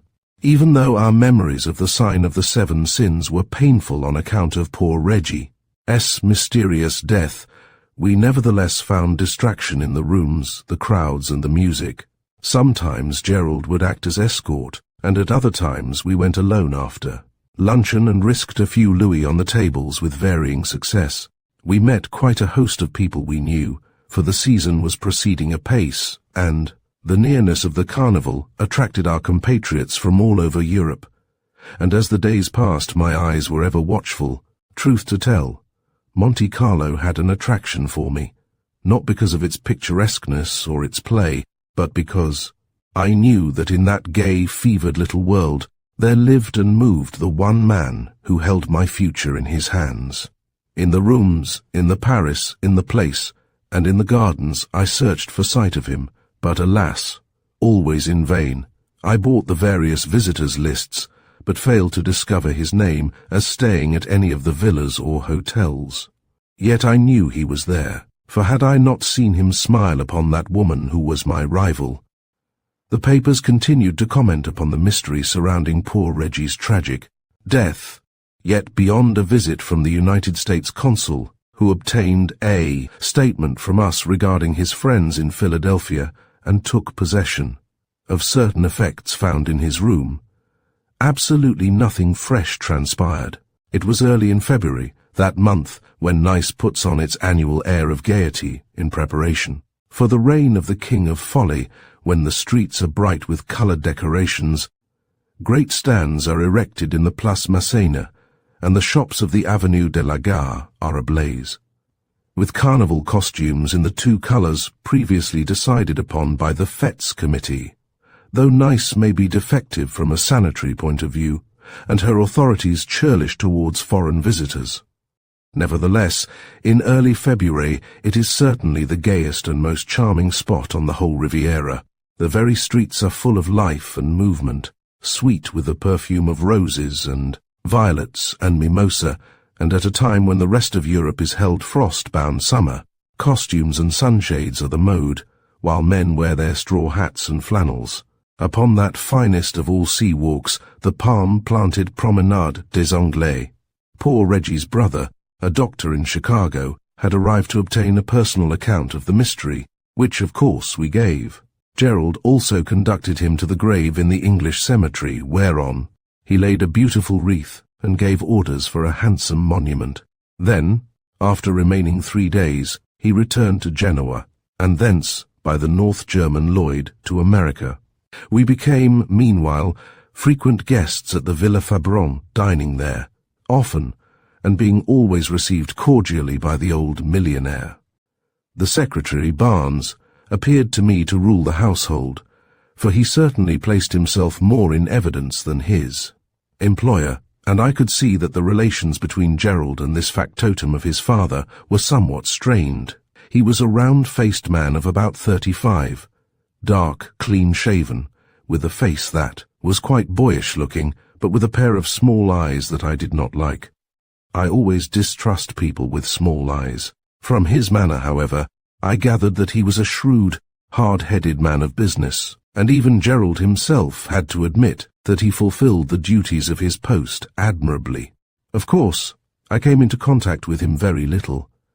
Now and then we met on the promenade or in the Quai Saint-Jean-Baptiste, and he raised his hat in passing, or he would encounter us at the villa, when we visited there, but beyond that I had not spoken with him a dozen words. He has the face of a village idiot with eyes like a Scotland Yard detective, was Ulrika's terse summary of his appearance, and it was an admirable description. On the Sunday afternoon, when the first battle of confetti was fought, we went forth in our satin dominoes of mauve and old gold, the colours of that year, and had glorious fun pelting all and sundry with paper confetti, or whirling serpentines among the crowd in the Avenue de la Gare. Those who have been in Nice during Carnival know the wild gaiety of that Sabbath, the procession of colossal cars and grotesque figures, the ear-splitting bands, the ridiculous costumes of the maskers, the careless, buoyant fun, and the good humour of everybody in that huge cosmopolitan crowd. Gerald was with us, as well as another young American named Fordyce, whom we had known at home and who was now staying at the Metropole over at Cannes, with our sacks containing the confetti slung over our shoulders and the hoods of our bright dominoes drawn over our heads, and wearing half masks of black velvet. We mixed with the gay crowd the whole of that afternoon, heartily participating in the fun. I confess that I enjoyed, and shall always, I hope, enjoy, the Nice Carnival immensely. Many constant visitors condemn it as a tawdry tinsel show, and leave Nice for a fortnight, in order to escape the uproar and boisterous fun, but after all, even though the air of recklessness would perchance shock some of the more puritanical in our own land, there is, nevertheless, an enormous amount of harmless, healthy fun to be derived from it. It is only soured spinsters and the gouty who really object to Carnival. The regular visitor to the Riviera condemns it merely because it is good form to condemn anything vulgar. They once enjoyed it, until its annual repetition became wearisome. After the fight with confetti, during which our hair and dominoes got sadly tumbled, we struggled through the crowd to the hotel, and while Gerald went along to the cafe outside the casino to wait for us, we dressed. Quite a host of people dined at the Villa Fabron that evening, including several pretty English girls. A millionaire never lacks friends. Old Benjamin Keppel was something of a recluse, and it was not often that he sent out so many invitations, but when he gave a dinner, he spared no expense, and that in honour of Carnival was truly a gastronomic marvel. The table was decorated with mauve and old gold, the Carnival colours, and the room draped with satin of the same shades, presented a mass of blended hues particularly striking. The old millionaire headed the table, and in his breezy, open-hearted manner made everyone happy at once. Both Ulrika and I wore new frocks, which we considered were the latest triumphs of our nice couturière. They certainly ought to have been if they were not, for their cost was ruinous, and there were also quite a number of bright dresses and good-looking men. As I sat there amid the gay chatter of the table, I looked at the spare, grey-bearded man at its head and fell into reflection. How strange it was that this man, worth more millions than he could count upon his fingers, actually toiled in secret each day at his lathe to earn a few shillings a week from an English firm as pocket money. All his gay friends who sat around his table were ignorant of that fact. He only revealed it to those in whom he placed trust, and I was one of the latter. After dinner, we all went forth into the gardens, which were illuminated everywhere with coloured lights and lanterns, wandering beneath the orange trees, joking and chattering. A rather insipid young prig was at first my companion, but presently I found myself beside old Mr. Keppel, who walked at my side far down the hill until we came to the dark belt of olives which formed the boundary of his domain. Villas on the Riviera do not usually possess extensive grounds, but the Villa Fabron was an exception, for the gardens ran right down almost to that well-known White Sea Road that leads along from Nice to the mouth of the Var. "How charming!" I exclaimed, as, turning back, we gazed upon the long terrace hung with Japanese lanterns and the moving figures, smoking, taking their coffee and chattering. "Yes." The old man laughed. "I have to be polite to them now and then, but after all, Miss Rosselli, they don't come here to visit me, only to spend a pleasant evening. Society expects me to entertain, so I have to, but I confess that I never feel at home among all these folks, as Gerald does." "I fear you are becoming just a little world-weary," I said, smiling. "Becoming? Why, I was tired of it all years ago," he answered, glancing at me with a serious expression in his deep-set eyes. It seemed as though he wished to confide in me, and yet dared not do so. Why not try a change? I suggested, "You have the Vespera lying at Villefranche. Why not take a trip in her up the Mediterranean? Would you like to go on a cruise in her?" he asked suddenly. "If you would, I should be very pleased to take you. I might invite a party for a run, say, to Naples and back." "I should of course be delighted," I answered enthusiastically, for yachting was one of my favorite pastimes, and on board such a magnificent craft, one of the finest private vessels afloat, life would be most enjoyable. "Very well, I'll see what I can arrange," he answered, and then we fell to discussing other things. He smoked thoughtfully as he strolled beside me, his mind evidently much preoccupied. The stars were bright overhead, the night balmy and still, and the air was heavy with the scent of flowers. It was hard to believe that it was actually midwinter. "I fear," he said at last, "I fear, Miss Rosselli, that you find me a rather lonely man, don't you?" "You have no reason to be lonely," I responded. "Surrounded by all these friends, your life might surely be very gay if you wished." "Friends? Bah!" he cried in a tone of ridicule. "There's an attraction in money that is irresistible. These people here, all of them, bow down before the golden calf. Sometimes, Miss Rosselli, I have thought that there's no real honesty of purpose in the world." "I'm afraid you are a bit of a cynic," I laughed. "And if I am, may I not be forgiven?" he urged.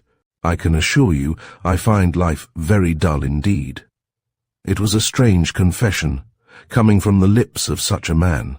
If only I had a 16th part of his wealth, I should, I reflected, be a very happy woman, unless the common saying were actually true, that great wealth only created unbearable burdens. "You are not the only one who finds life wearisome," I observed frankly. "I also plead guilty to the indictment on frequent occasions." "You," he cried, halting and regarding me in surprise. "You, young, pretty, vivacious, with ever so many men in love with you, and you are tired of it all, tired of it while still in your 20s. Impossible." Chapter 7 mainly concerns the owl. Ulrika was that night wildly hilarious at my expense. She had noticed me walking tete-a-tete with old Mr. Keppel and accused me of flirting with him. Now, I may be given to harmless frivolities with men of my own age, but I certainly have never endeavored to attract those of maturer years. Elderly men may have admired me, that I do not deny, but assuredly that has been through no fault of my own. A woman's gowns are always an object of attention among the sterner sex. If, therefore, she dresses smartly, she can at once attract a certain section of males, even though her facial expression may be the reverse of prepossessing. Truth to tell, a woman's natural chic, her taste in dress, and her style of coiffure are by far the most important factors towards her well-being. The day of the healthful, buxom pink and white beauty is long past. The woman rendered artistic by soft chiffons, dainty blouses, and graceful tea gowns reigns in her stead. Old Mr. Keppel walked with me because he wanted company, I suppose, I protested. I had no idea such a misconstruction would be placed upon our conversation, Ulrika. Why, my dear, everyone noticed it and remarked about it. He neglected his guests and walked with you a whole hour in the garden. Whatever did you find to talk about all that long time? Nothing, I responded simply. He only took me round the place. I don't think he cares very much for the people he entertains, or he wouldn't have neglected them in that manner. No, but I heard some spiteful things said about yourself, Ulrika remarked. By whom? By various people. They all said that you had been angling after the old man for a long time, that you had followed him to Nice, in fact. Oh, Ulrika, I cried indignantly. How can they say such things? Why, you know that it was yourself who introduced us. I know, she answered rather curtly, but I didn't expect that you would make such a fool of yourself as you have done tonight. Have you already forgotten Ernest? Ah, I cried, you have no heart. Would that I had none. Love within me is not yet dead. Would to God it were. I might then be like you, cold and cynical, partaking of the pleasures of the world without a thought of its griefs. As I am, I must love. My love for that man is my very life. Without it I should die. No, no, my dear, she said quickly in a kindly tone. Don't cry, or your eyes will be a horrid sight tomorrow. I didn't mean anything, you know, and she drew down my head and kissed me tenderly on the brow. I left and went to my room, but her words rang constantly in my ears. The idea that the old millionaire had been attracted by me was a novel one. The whole theory was ridiculous. It had been started by some lying, ill-natured woman, for want of something else to gossip about. Therefore, why should I heed it? I liked him, it was true, but I could never love him. Never. Reader, you may think it strange that we two young women were wandering about Europe together without any male relative. The truth is that that personage so peculiarly British, and known as Mrs. Grundy, is dead. It is primarily her complete downfall in this age of emancipation, bicycles and bloomers. That makes the modern spinster's lot in many respects an eminently attractive one. We were discussing it over our coffee on the following morning, when Ulrika, referring to our conversation on the previous night, said formally, "Girls married in order to gain their social liberty, now they more, often remain single to bring about that desirable consummation." Certainly I acquiesced. If we are permitted by public opinion to go to college, to live alone, to travel, to have a profession, to belong to a club, to wear divided skirts, not that I approve of them, to give parties, to read and discuss whatsoever seems good to us, to go to theatres, and even to Monte Carlo without masculine escort, then we have most of the privileges and several others thrown in for which the girl of 20 or 30 years ago was ready to sell herself to the first suitor who offered himself and the shelter of his name. I'm very glad, my dear, that at last you are becoming so very sensible, she answered approvingly. Until now, you have been far too romantic and too old-fashioned in your ideas. I really think that I shall convert you to my views of life in time, if you don't marry old Keppel. Kindly don't mention him again, I protested firmly. To a certain extent, I entirely agree with you regarding the emancipation of woman. A capable woman who has begun a career and feels certain of advancement in it is often as shy of entangling. Herself matrimonially as ambitious young men have ever shown themselves to be in like circumstances. Without doubt, the disadvantage of marriage to a woman with a profession is more obvious than to a man, and it is just the question of maternity, with all its duties and responsibilities, which is occasionally the cause of many women forswearing the privileges of the married state. Well, Ulrika, I said, speak candidly. Would you marry if you had a really good offer? Marry? Certainly not. She answered with a laugh, as though the idea was perfectly preposterous. Why should I marry? I have had a host of offers, just as every woman with a little money always has. But why should I renounce my freedom? If I married, my husband would forbid this and forbid that, and you know I couldn't. I'd live without indulging in my little pet vices of smoking and gambling. Wouldn't your husband's love fill the void? I queried. It would be but a poor substitute, I'm afraid. The most ardent love nowadays cools within 6 months, it seems, and more often even wanes with the honeymoon. I have really no patience with you, I said hastily. You are far too cynical. She smiled, sighing slightly, She looked so young in her pale pink peignoir. Contact with the world has, alas, made me what I am, my dear. Well, I said, to be quite candid, I don't think that the real cause why so many women nowadays remain single is to be found in the theories we have been airing to one another. The fact is that after all, we are only a bundle of nerves and emotions, and once our affections are involved, we are capable of any heroism. You may be one of those, my dear, was her rather grave response. I am afraid, however, that I am not. I didn't pursue the subject further.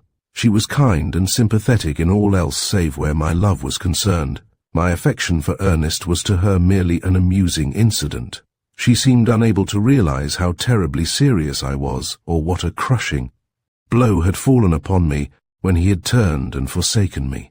Gerald called at 11, for he had arranged to accompany us over to the Farrells at Beaulieu. "Miss Rosselli," he cried as he greeted me, "you are a brick, that you are." "A brick," I echoed. "Why?" "Why, you've worked an absolute miracle with the governor. Nobody else could persuade him to set foot on the Vispera except to return to New York. Yet you've induced him to arrange for a cruise up the Mediterranean. What's more, we are going to leave that Queux Barnes behind. Are you glad?" I asked. "Glad? I should rather think so. We shall have a most glorious time. He intends asking the Farrells, Lord Eldersfield, Lord and Lady Stoneborough, and quite a lot of people. We've got you to thank for it. No power on earth would induce him to put to sea except yourself, Miss Rosselli. The Carnival Bal Masque at the casino, the great event of the King Carnival's reign, took place on the following Sunday night, and we made to a party to go to it. There were 7 of us, and we looked a grotesque crowd as we assembled in the vestibule of the Grand attired in our fantastic garbs and wearing those mysterious masks of black velvet which so effectively concealed our features. Ulrica represented a Watteau shepherdess with wig and crook complete, while I was, en bibi, a more simple costume surmounted by a sunbonnet of colossal proportions. One of the women of the party was a Queen of Folly, and another wore a striking Louis XV dress, while Gerald represented a demon and wore pins in his tail in order to prevent others pulling that dorsal appendage. The distance from the hotel to the casino is only a few hundred yards, therefore. We walked, a merry, laughing group, for the novelty of the thing was sublime. Among our party, only Gerald had witnessed a previous carnival ball, and he had led us to expect a scene of wildest merriment. Certainly we were not disappointed. Having run the gauntlet of a crowd who smothered us with confetti, we entered the great winter garden of the casino, and found it a blaze of colour, the 2 colours of carnival. Suspended from the high glass roof were thousands of bannerets of mauve and old gold, while the costumes of the revellers were of the self-same shades. Everywhere were coloured lights of similar hue, and the fun was already fast and furious. The side rooms, which, as most readers will remember, are ordinarily devoted to gambling, for gambling in a mild form is permitted at Nice, were now turned into handsome supper rooms, and in the winter garden and the theatre beyond the scene was perhaps one of the liveliest and most animated in the whole world. All had gone there to enjoy themselves. In the theatre there was wild dancing. The boxes were filled by the grand monde of Europe, princes and princesses, grand dukes and duchesses, counts and countesses, noted actresses from Paris and London, and well-known people of every nationality, all enjoying the scene of uproarious merrymaking. We viewed it first from our own box, but at length someone suggested that we should descend and dance, an idea which was promptly acted upon. Masked as everyone was, with a little piece of black lace tacked to the bottom of the black velvet loop in order to conceal the lower part of the features, it was impossible to recognize a single person in that huge whirling crowd. Therefore immediately we descended to the floor of the theatre, we at once became separated from one another. I stood for a few minutes bewildered. The blaze of colour made one's head reel. People in all sorts of droll costumes, false heads and ugly masks were playing various kinds of childish antics. Out in the winter garden, clowns and devils were playing leapfrog and sylphs and angels. joining. Hands were whirling round and round in huge rings, playing some game and screaming with laughter. Almost everyone carried miniature representations of Punch with bells attached, large, rattles or paper flowers, which when blown elongated to a ridiculous extent. Never before in all my life had I been amid such a merry, irresponsible crowd. The ludicrousness of carnival reaches its climax in the ball at the casino, and whatever may be said of it, it is without doubt one of the annual sights of Europe. I have heard it denounced as a disgraceful exhibition by old ladies who have been compelled to admit that they had never been present, but I must say that from first to last, although the fun was absolutely unbridled, I saw nothing whatever to offend. I was standing aside, watching the dancers, when suddenly a tall man, dressed in a remarkable costume representing an owl, approached, and, bowing, said in rather good English, in a deep but not unmusical voice, "Might I have the pleasure of this dance with mademoiselle?" I glanced at him in suspicion. He was a weird-looking creature in his bird dress of mauve and old gold, and the strange mask with two black eyes peering out at me. Besides, it was not my habit to dance with strangers. "Ah," he laughed, "you hesitate because we have not been introduced. Here in Nice at Carnival one introduces one's self." "Well, I've introduced myself, and now I ask you what is your opinion of my marvelous get-up? Don't you think me a really fine bird?" "Certainly," I laughed. "You're absolutely hideous. Thanks for the compliment," he answered pleasantly. "To unmask is forbidden, or I would take off this terrible affair, for I confess I am half stifled. But if I'm ugly, you are absolutely charming. It is a case of beauty in the bird. Aren't my wings fetching?" "Very. I knew you were American. Funny how we Frenchmen can always spot Americans. How did you know that I was American?" I inquired. "Ah, now that's a secret," he laughed. "But hark, it's a waltz. Come under my wing, and let's dance. I know you dearly love a turn round. For this once throw the introduction fast to the winds, and let me take you round. The owl is never a ferocious bird, you know." For a moment I hesitated, then, consenting, I whirled away among the dancers with my strange, unknown partner. "I saw you up in that box," he said presently. "I waited for you to come down." "Why?"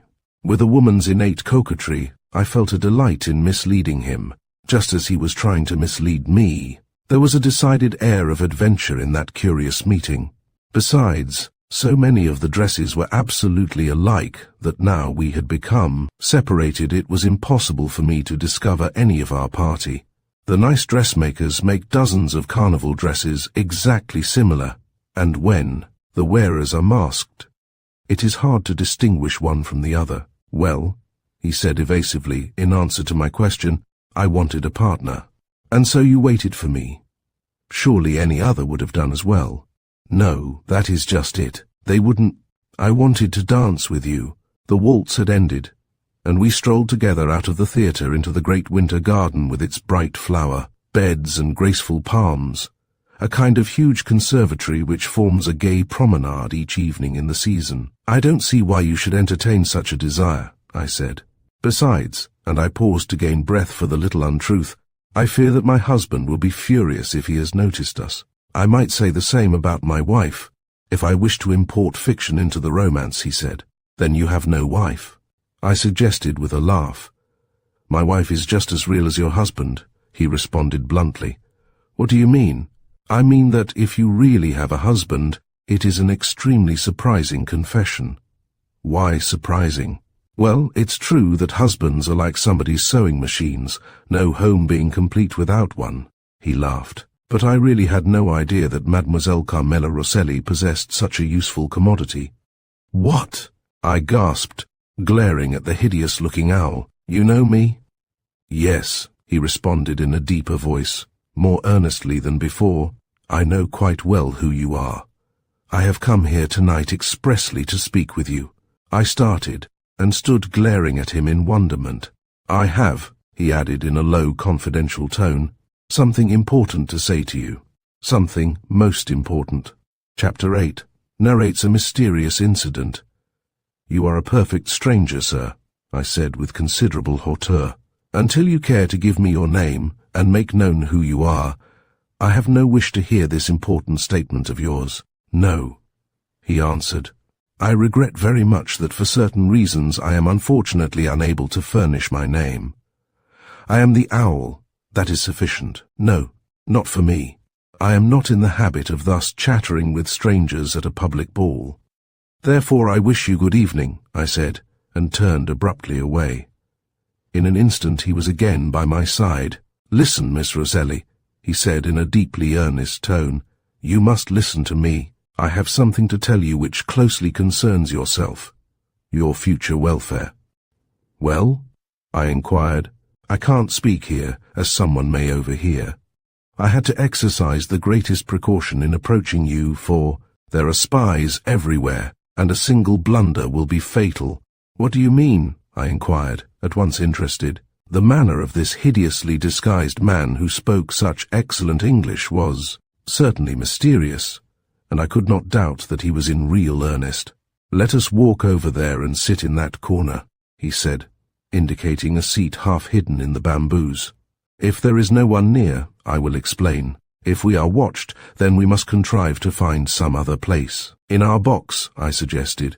We can sit at the back in the alcove where no one can see us. Excellent, he answered. I never thought of that.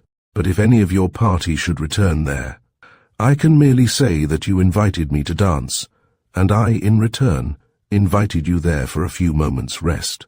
Then let's go, he said, and a few minutes later we were sitting far back in the shadow of the box on the second tier, high above the music and gay revelry. Well? I inquired eagerly when we were seated. And why did you wish to see me tonight? First, I have knowledge, which you will not, I think, deny, that you loved a man in Washington, one Ernest Cameron. Well? And at this moment there is a second man who, although not your lover, is often in your thoughts. The man's name is Benjamin Keppel. Am I correct?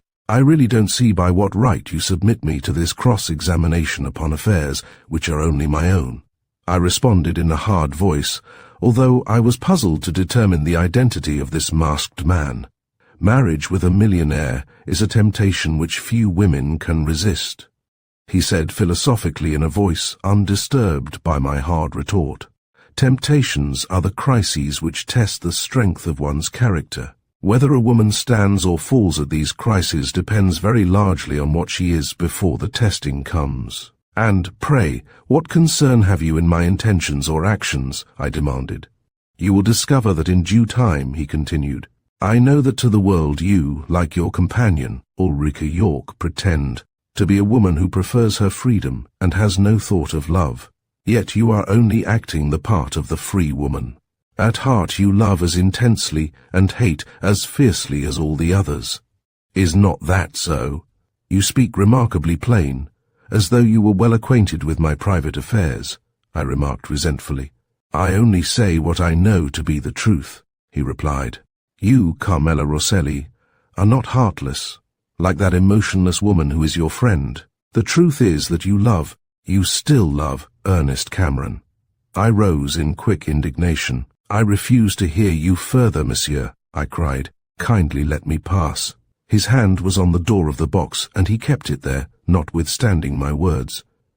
No, he said quite coolly, you must hear me. Indeed, you shall hear me. I have heard you, I answered. You have said sufficient. I have not concluded, he replied. When I have done so, you will, I think, only be anxious for me to proceed. And he added quite calmly, if you will kindly be seated so as not to attract attention, I will go on. I sank back into my seat without further effort to arrest his words.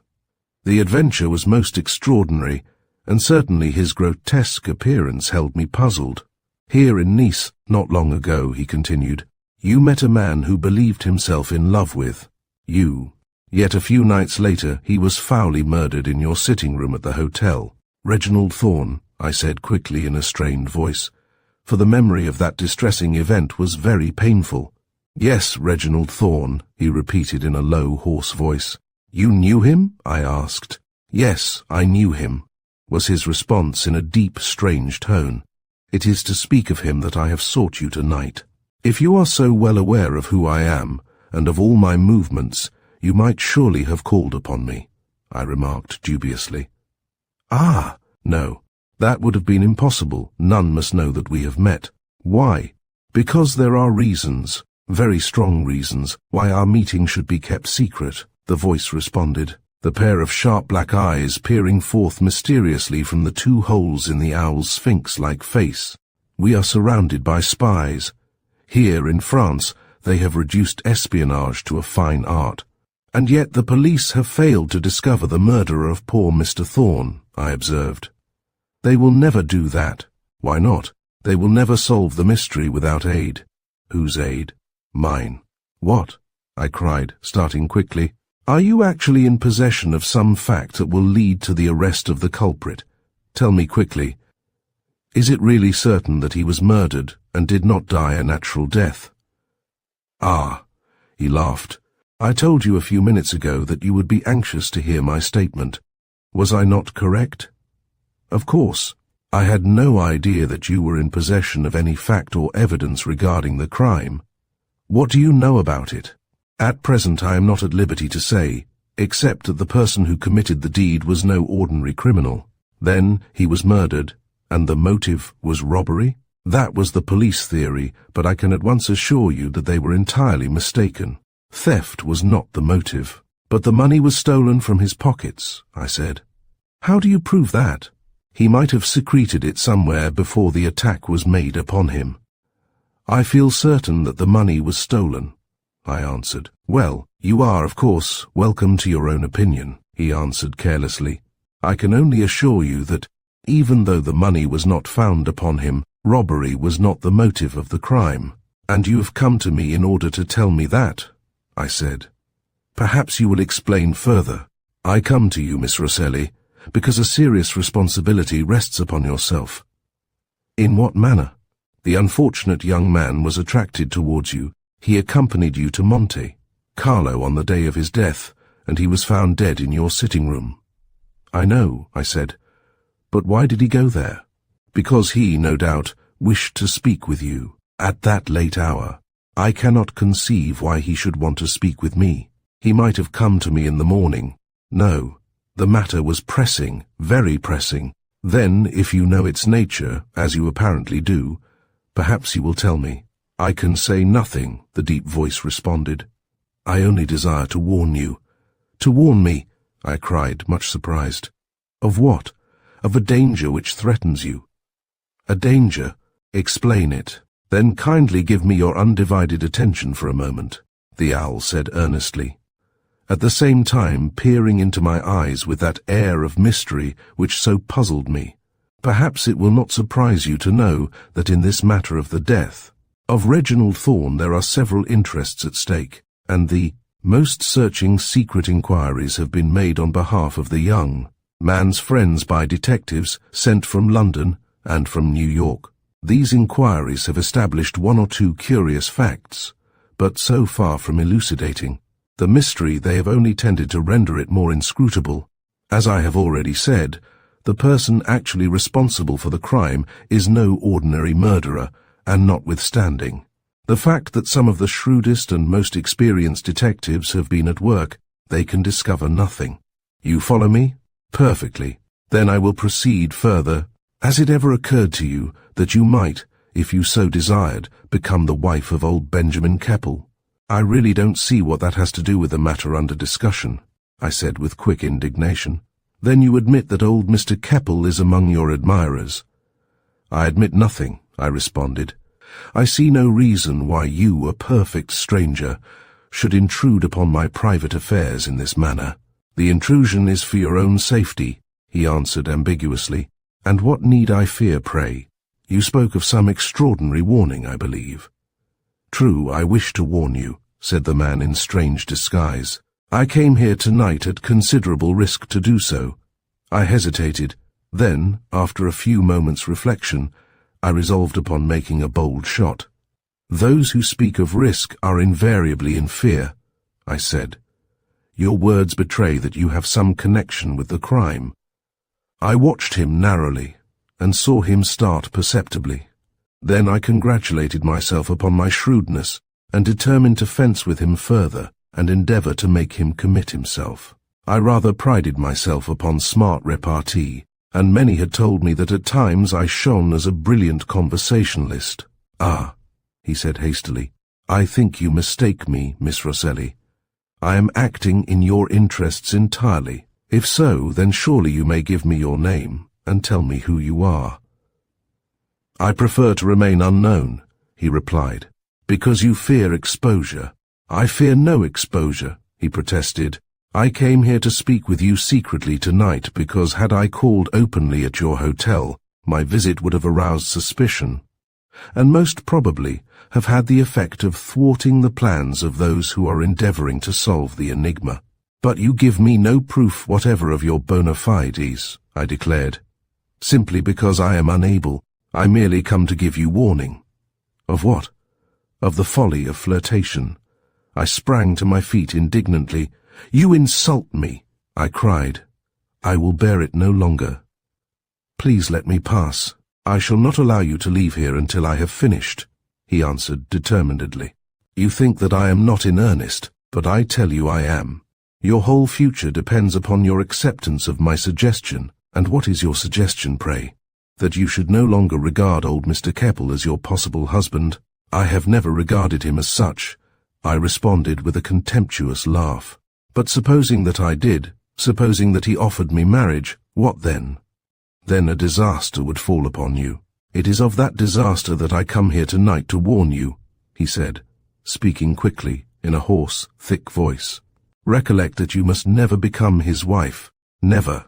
If I did, what harm could possibly befall me?" I inquired eagerly, for the stranger's prophetic words were, to say the least, curious. He was silent for a moment, then said slowly, "Remember the harm that befell Reginald Thorne." "What?"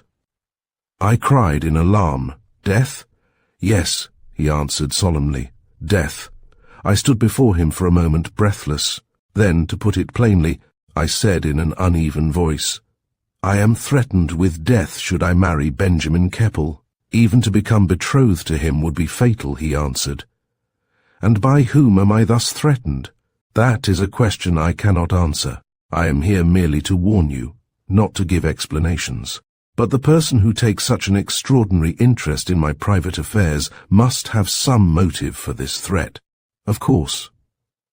"What is it? How can I tell?" "It is not myself who is threatening you. I have only given you warning. There is a reason, then, why I should not marry Mr. Keppel. There is even a reason why you should in future refuse to accept his." "Invitations to the Villa Fabron," my strange companion replied. "You have been invited to form one of a party on board the Vispera, but for your personal safety I would presume to advise you not to go." "I shall assuredly please myself," I replied. "These threats will certainly not deter me from acting just as I think proper. If I go upon a cruise with Mr. Keppel and his son, I shall have no fear of my personal safety. Reginald Thorne was young and athletic. He had no fear, but he disobeyed a warning, and you know the result. Then you wish me to decline Mr. Keppel's invitation and remain in Nice. I urge you for several reasons to decline his invitation, but I do not suggest that you should remain in Nice. I am the bearer of instructions to you. If you carry them out, they will be distinctly to your benefit." "What are they?" "Today," he said, "is the 18th of February. Those who have your welfare at heart desire that you should, after the Riviera. Season is over. Go to London, arriving there on the 1st of June next. You are familiar with London, of course?" "Yes," I replied. This stranger seemed vastly well informed regarding my antecedents. "Well, on arrival in London, you will go to the Hotel Cecil and there receive a visitor on the following day, the 2nd. You will then be given certain instructions which must be carried out." "All this is very mysterious," I remarked. "But I really have no intention of going to London. By June I shall probably be in New York again." "I think not," was his cold reply. "Because when you fully consider the whole circumstances, you will keep the appointment in London and learn the truth." The truth regarding the death of Reginald Thorne? I cried. Cannot I learn it here? No, he replied. And further, you will never learn it unless you take heed of the plain words I have spoken tonight. You tell me that any further friendship between Mr. Keppel and myself is forbidden, I exclaimed, laughing. Why, the whole thing is really too absurd. I shall, of course, just please myself as I always do. In that case disaster is inevitable, he observed with a sigh. You tell me that I am threatened with death if I disobey. That is certainly extremely comforting. You appear to regard what I have said very lightly, Miss Roselli, said the unknown. It would be well if you regarded your love for Ernest Cameron just as lightly. He has nothing whatever to do with this matter, I said quickly. I am mistress of my own actions, and I refuse to be influenced by any threats uttered by a person who fears to reveal his identity. As you will, he replied with an impatient movement. I am unknown to you, it is true, but I think I have shown an intimate knowledge of your private affairs. If, as you assure me, you are acting in my interests, you may surely tell me the truth regarding the mystery surrounding poor Reginald's death, I suggested. That is, unfortunately, not within my power, he responded. I am in possession only of certain facts, and have risked much in coming here tonight and giving you warning. But how can my affairs affect anyone? I queried. What you have told me is, if true, most extraordinary. It is true, and it is, as you say, very extraordinary. Your friend Mr. Thorne died mysteriously. I only hope, Miss Roselli, that you will not share the same fate. I paused to look at the curious figure before me, in order to avoid doing so. Then, I am to hold aloof from Mr. Keppel, remain in Europe until May, and then travel to London, there to meet some person unknown. Exactly. But there is still one thing further. I am charged to offer for your acceptance a small present, as some little recompense, for the trouble you must be at in waiting here in the south and in journeying to London. And he drew from beneath his strangely grotesque dress a small box some 4 or 5 inches square wrapped in paper. This he held out to me. I did not take it. There was something uncanny about it all. Do not hesitate, or we may be observed, he urged. Take it quickly. Do not open it until you return to your hotel, and he thrust it into my hand. Remember what I have said, he exclaimed, rising quickly. I must be gone, for I see that suspicion is aroused in those who are watching. Act with prudence, and the disaster against which I have warned you will not occur. Above all, keep the appointment in London on the 2nd of June. But why? Because for your own safety it is imperative, he responded, and with a low bow he opened the door of the box. And the next instant I was alone with the little packet the stranger had given me resting in my hand. Chapter 9. Shows the bird's talons. For some little time after my mysterious companion had left, I sat forward in the box, gazing down at the wild revelry below, and hoping that one or other of the party would recognize me. So great a crowd was there, and so many dresses exactly similar, that to distinguish Ulrica or Gerald, or indeed any of the others, proved absolutely impossible. They might of course be in one or other of the supper rooms, and I saw from the first that there was but little chance of finding them. Leaning my elbows on the edge of the box, I gazed down upon the scene of reckless merriment. But my thoughts were full of the strange words uttered by the mysterious masker. The packet he had given me I had transferred to my pocket, and with pardonable curiosity, I longed to open it and see what it contained. The warning he had given me was extremely disconcerting and worried me. No woman likes to think that she has unknown enemies ready to take her life. Yet that was apparently my position.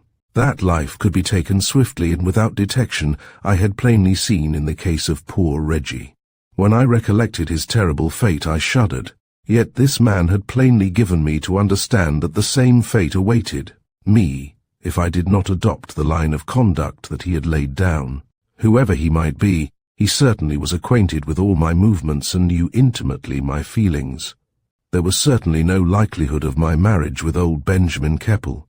I scouted the idea, yet he knew quite well that the old millionaire had become attracted by, me and reposed in me a confidence that he did not extend to others. The more I reflected, the more I became convinced that the stranger's fear of being recognized arose from the fact that he himself was either the murderer or an accessory to the murder of poor Reggie. What did the demand that I should return to London denote? It could only mean one thing, namely that my assistance was required. Whoever were my enemies, they were, I argued, enemies likewise of old Mr. Keppel. The present which the stranger had pressed upon me was nothing less than a bribe to secure either my silence or my services. Try how I would, I could discover absolutely no motive whatever in it all. It was certain that this man, so cleverly disguised that I could not distinguish his real height, much less his form or features, had come there, watched for a favorable opportunity to speak with me, and then had warned me to sever my friendship with the millionaire. Leaning there, gazing blankly down upon the crowd screaming with laughter at the Parisian quadrilles and antics of Clown and Columbine, I coolly analyzed my own feelings towards the blunt, plain-spoken old gentleman with the melancholy eyes. I found, as I had believed all along, that I admired him for his honest good nature, his utter lack of anything approaching, side, his strenuous efforts to assist in good works, and his regard for appearances only for his son's sake. But I did not love him. No. I had loved one man. I could never love another, never in all my life. Yet perhaps he was there disguised beneath a mask and dress of party-coloured satin. Perhaps he was down there among the dancers, escorting that woman who had usurped my place. The thought held me in wonder. Suddenly I was brought back to a due sense of my surroundings by the opening of the door of the box and the entry of one of the theatre attendants, who, addressing me in French, said, "I beg Mademoiselle's pardon, but the direction would esteem it a favour if Mademoiselle would step down to the bureau at once." "What do they want with me?" I inquired quickly with considerable surprise. "Of that I have no knowledge, Mademoiselle. I was merely told to ask you to go there without delay." Therefore, in wonder, I rose and followed the man downstairs and through the crowd of revellers, to the private office of the direction, close to the main entrance of the casino. In the room I found the director, an elderly man with short, stiff grey hair, sitting at a table, while near him stood two men dressed as Pierrots, with their masks removed. When the door was closed, the director, courteously offering me a seat, apologized for disturbing me, but explained that he had done so at the request of his two companions. "I may as well at once explain," said the elder of the two in French, "that we desire some information which you can furnish." "Of what nature?" I inquired with considerable surprise. "In the theatre, an hour ago, you were escorted by a masker wearing a dress representing an owl. You danced with him, but were afterwards lost in the crowd. Search was made through all the rooms for you, but you could not be found. Where have you been?" "I have been sitting in the box in conversation with the stranger." "All the time?" "Yes, he took precautions against being seen." "Who was he?" "I have no idea," I responded, still puzzled at the man's demand. "I had better perhaps explain at once to Mademoiselle that we are agents of police," he said with a smile, "and that the movements of the individual who met you and chatted with you so affably are of the greatest interest to us." "Then you know who he is?" I exclaimed quickly. "Yes, we have discovered that." "Who is he?" "Unfortunately, it is not our habit to give details of any case on which we are engaged until it is completed. The case in question is the murder of Mr. Thorne at the Grand Hotel, is it not?" Mademoiselle guesses correctly. "She was a friend of the unfortunate gentleman's, if I mistake not." "Yes," I replied. "Well," he said in a confidential tone, while his companion, a slightly younger man, stood by regarding me and tugging at his moustache, "we should esteem it a favour if you would kindly relate all that has transpired this evening. When we saw him meet you, we were not certain of his identity. His disguise was puzzling. Afterwards there could be no doubt, but he had then disappeared." "I had thought that the police had relinquished their inquiries," I said, nevertheless gratified to know that they were still on the alert. It is when we relax our efforts slightly that we have the better chance of success, the detective replied. Did the man give you any name? No. He refused to tell me who he was. And what was his excuse for accosting you and demanding a tete-a-tete? He said he wished to warn me of an impending peril. In brief, he told me that my life was in jeopardy. Ah, the man ejaculated and exchanged a meaning glance with his companion, and his pretense was to give you warning of it. Did he tell you by whom your life was threatened? No. He refused any details, but he made certain suggestions as to the course I should pursue. That sounds interesting. What did he suggest? I hesitated for a few moments. Then, reflecting that the stranger was evidently under the observation of the police, and that the latter were still trying to bring poor Reggie's assassin to justice, I resolved to reveal all that had passed between us. Therefore I gave a brief outline of our conversation, just as I have written it in the foregoing pages.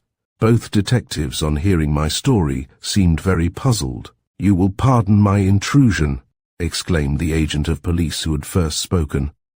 "But as you will see, this is a clue which must be thoroughly investigated. Will mademoiselle forgive me for asking whether there is any truth in the man?" "Surmise that you were about to become engaged to marry Monsieur Keppel." "None whatever," I answered frankly. "I can only suppose that some unfounded gossip has arisen, as it so often does, and that it has reached his ears. Yet he threatens, or at least warns you of peril, if you should become the wife of this wealthy monsieur. Ah, there seems some very deep motive, but what it really is we must seek to discover. When we have found it we shall have, I feel confident, a clue to the murderer of Monsieur Thorne. But there is still another rather curious fact," I went on, now determined to conceal nothing. "He declared that it was necessary for my well-being that I should return to London, and there meet some person who would visit me on the 2nd of next June." "Ah! And you intend keeping that appointment, I presume?" "I intend to do nothing of the kind," I replied with a laugh. "The affair is a very ugly one, and I have no desire whatever that my name should be linked further with it. Of course, I quite understand the annoyance caused to mademoiselle. It is sufficient to have one's friend murdered in that unaccountable manner, without being pestered by mysterious individuals who mask themselves and prophesy all sorts of unpleasant things if their orders are not obeyed. Did you promise to go to London?" "I said I would consider the advisability of doing so." "You were diplomatic, eh?" he said with a laugh. "It is unfortunate this fellow has slipped through our fingers so cleverly, very unfortunate. But if he is known to you, there will surely not be much difficulty in rediscovering him." "Ah, that's just the question, you see. We are not absolutely certain as to his identity." Then, after a slight pause, he glanced at me and asked suddenly, "Mademoiselle has a friend, or had a friend, named Cameron, a Monsieur Ernest Cameron. Is that so?" I think I must have blushed beneath the pieces of black velvet that hid my cheeks. "That is correct," I stammered. "Why?" "The reason is unimportant," he answered carelessly. "The fact is written in the papers concerning the case, and we like always to verify facts in such a case as this, that's all. But he has no connection with the tragic affair," I hastened to declare. "I haven't spoken to him for nearly 2 years. We have been apart for quite that time." "Of course," said the man reassuringly. "The fact has nothing to do with the matter. I merely referred to it in order to gain confirmation of our information. You mentioned something of a proposed yachting cruise. What did this mysterious individual say regarding that?" "He warned me not to go on board the Vispera." "The Vispera?" he interrupted. "The owner of the yacht is Monsieur the millionaire, is he not?" I responded in the affirmative. "And this Monsieur Keppel has invited you to go with others on a cruise to Naples?" "Yes." "But how did you know that it was to Naples?" I inquired. "All yachts sailing from Nice eastward go to Naples," he answered, laughing. "I suppose the program includes a run to the Greek islands, Constantinople, Smyrna, and Tunis, eh?" "I think so, but I have not yet heard definitely." "You have accepted the invitation, I take it?" I nodded. "And that, of course, lends colour to the belief that Monsieur the millionaire is in love with you, for it is well known that although he has that magnificent yacht, he never goes on a pleasure cruise. I can't help what may be thought by gossips, I said hastily. Mr. Keppel is a friend of mine, nothing further. But this friendship has apparently caused certain apprehensions to arise in the minds of some persons of whom your mysterious companion was the mouthpiece, the people who threatened you with death should you disobey them. Who are those people, do you imagine? I inquired, deeply in earnest, for the matter seemed to grow increasingly serious. Ah, he answered with a shrug of his shoulders. If we knew that we should have no difficulty in arresting the assassin of Monsieur Thorn. Well, what do you consider my best course? I asked, utterly bewildered by the mysterious events of the evening. I should advise you to keep your own counsel and leave the inquiries to us, was the detective's rejoinder. If this man again approaches you, make an appointment with him later and acquaint us with the time and place at once. But I don't anticipate that I shall see him again. Then, determined to render the police agents every assistance, even though they had been stupidly blind. To allow the stranger to escape, I drew from my pocket the small packet which he had given me. This, I said, he handed to me at the last instant, accompanied by a hope that I would not fail to keep the appointment in London. What is it? I don't know. Will you permit us to open it? He inquired, much interested. Certainly, I responded. I am anxious to see what it contains. The detective took it and cut the string with his pocket knife. Then, while his subordinate and the director of the casino craned their necks to investigate, he unwrapped paper after paper until he came to a square jewel case covered in dark crimson leather. An ornament, I suppose? Exclaimed the detective. Then he opened the box, and from its velvet-lined depths something fell to the ground, which caused us to utter a loud cry of surprise in chorus. The detective bent and picked it up. I stood dumbfounded and aghast. In his hand was a bundle of folded French banknotes, each for 1,000 francs. They were the notes stolen from Reginald Thorn by his assassin. Chapter 10. Makes one point plain. Extraordinary, ejaculated the detective, whose habitual coolness seemed utterly upset by the unexpected discovery. This adds an entirely new feature to the case. What, I wonder, could have been the motive in giving the notes to mademoiselle? Queried his companion. How can we tell? Said the other. It at least proves one thing, namely, that the man in the owl's dress is the individual we suspected. Do you then believe him to be the actual assassin? I asked. But the detectives, with the aid of the director of the casino, were busy counting the stolen notes. There were 60, each for 1,000 francs. They examined the leather jewelry case, but found no mark upon it, nor upon the paper wrappings. The box was such as might have once contained a bracelet, but the raised velvet-covered spring in the interior had been removed, in order to admit of the introduction of the banknotes, which, even when folded, formed a rather large packet. They are undoubtedly those stolen from Monsieur Thorn, the detective said. In these circumstances, it is our duty to take possession of them as evidence against the criminal. I shall lodge them with the prefect of police until we have completed the inquiry. Certainly, I answered. I have no desire to keep them in my possession. The history connected with them is far too gruesome. But whatever motive could there be in handing them to me? Ah, that we hope to discover later, the detective responded, carefully folding them, replacing them in the case and taking charge of the wrappings, which it was believed might form some clue. At present it would seem very much as though the assassin handed you the proceeds of his crime in order to convince you that robbery was not the motive. Then you do believe that the man in the owl's dress was the real culprit? I cried eagerly. If so, I have actually danced tonight with poor Reggie's murderer. I gasped. It is more than likely that we shall be able to establish that fact, the subordinate observed in a rather uncertain tone.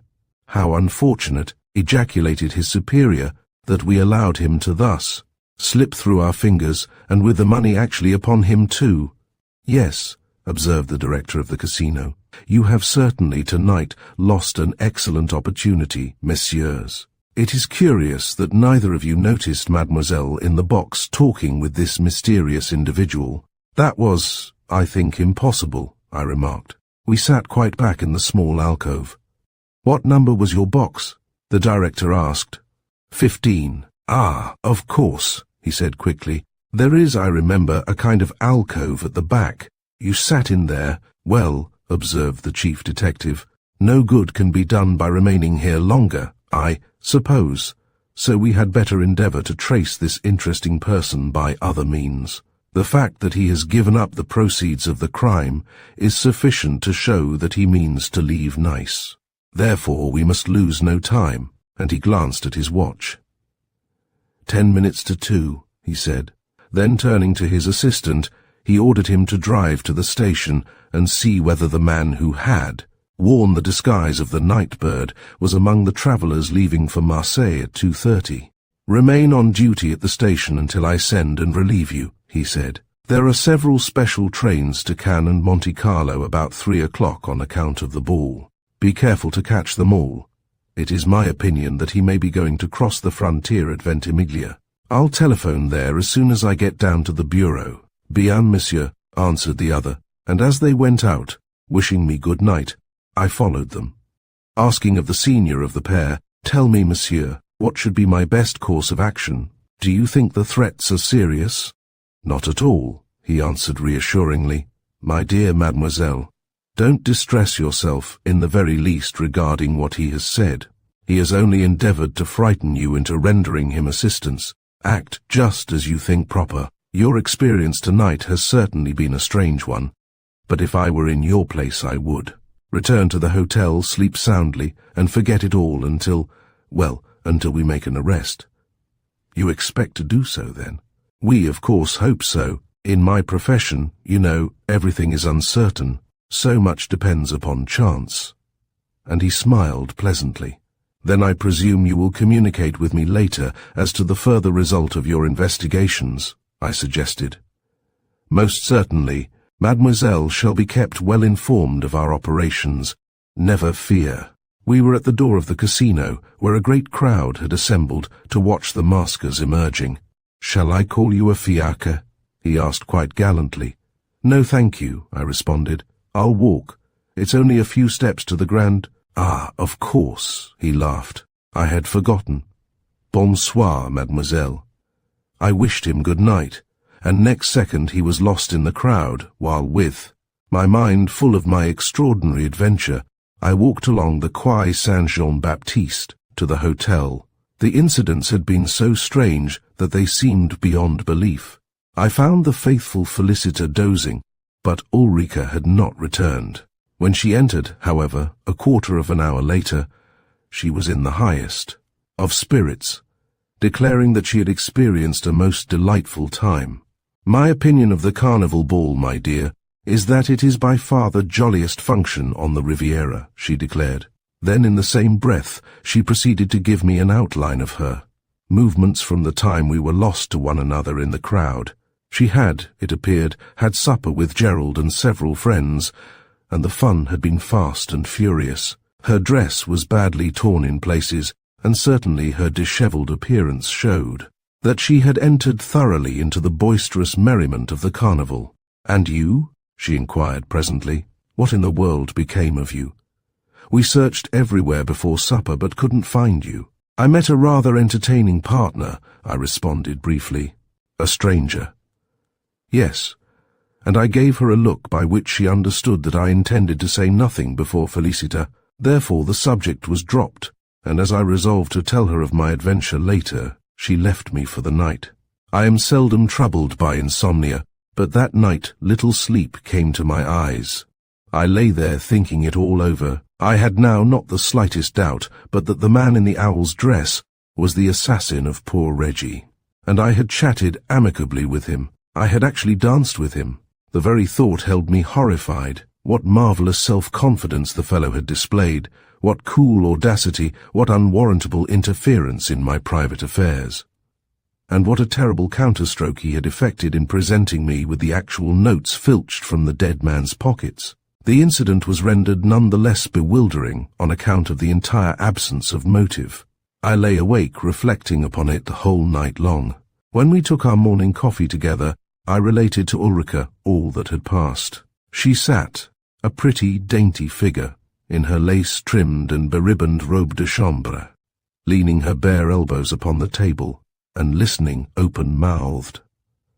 "And the police actually allowed him to escape scot-free?" she cried indignantly. "Yes.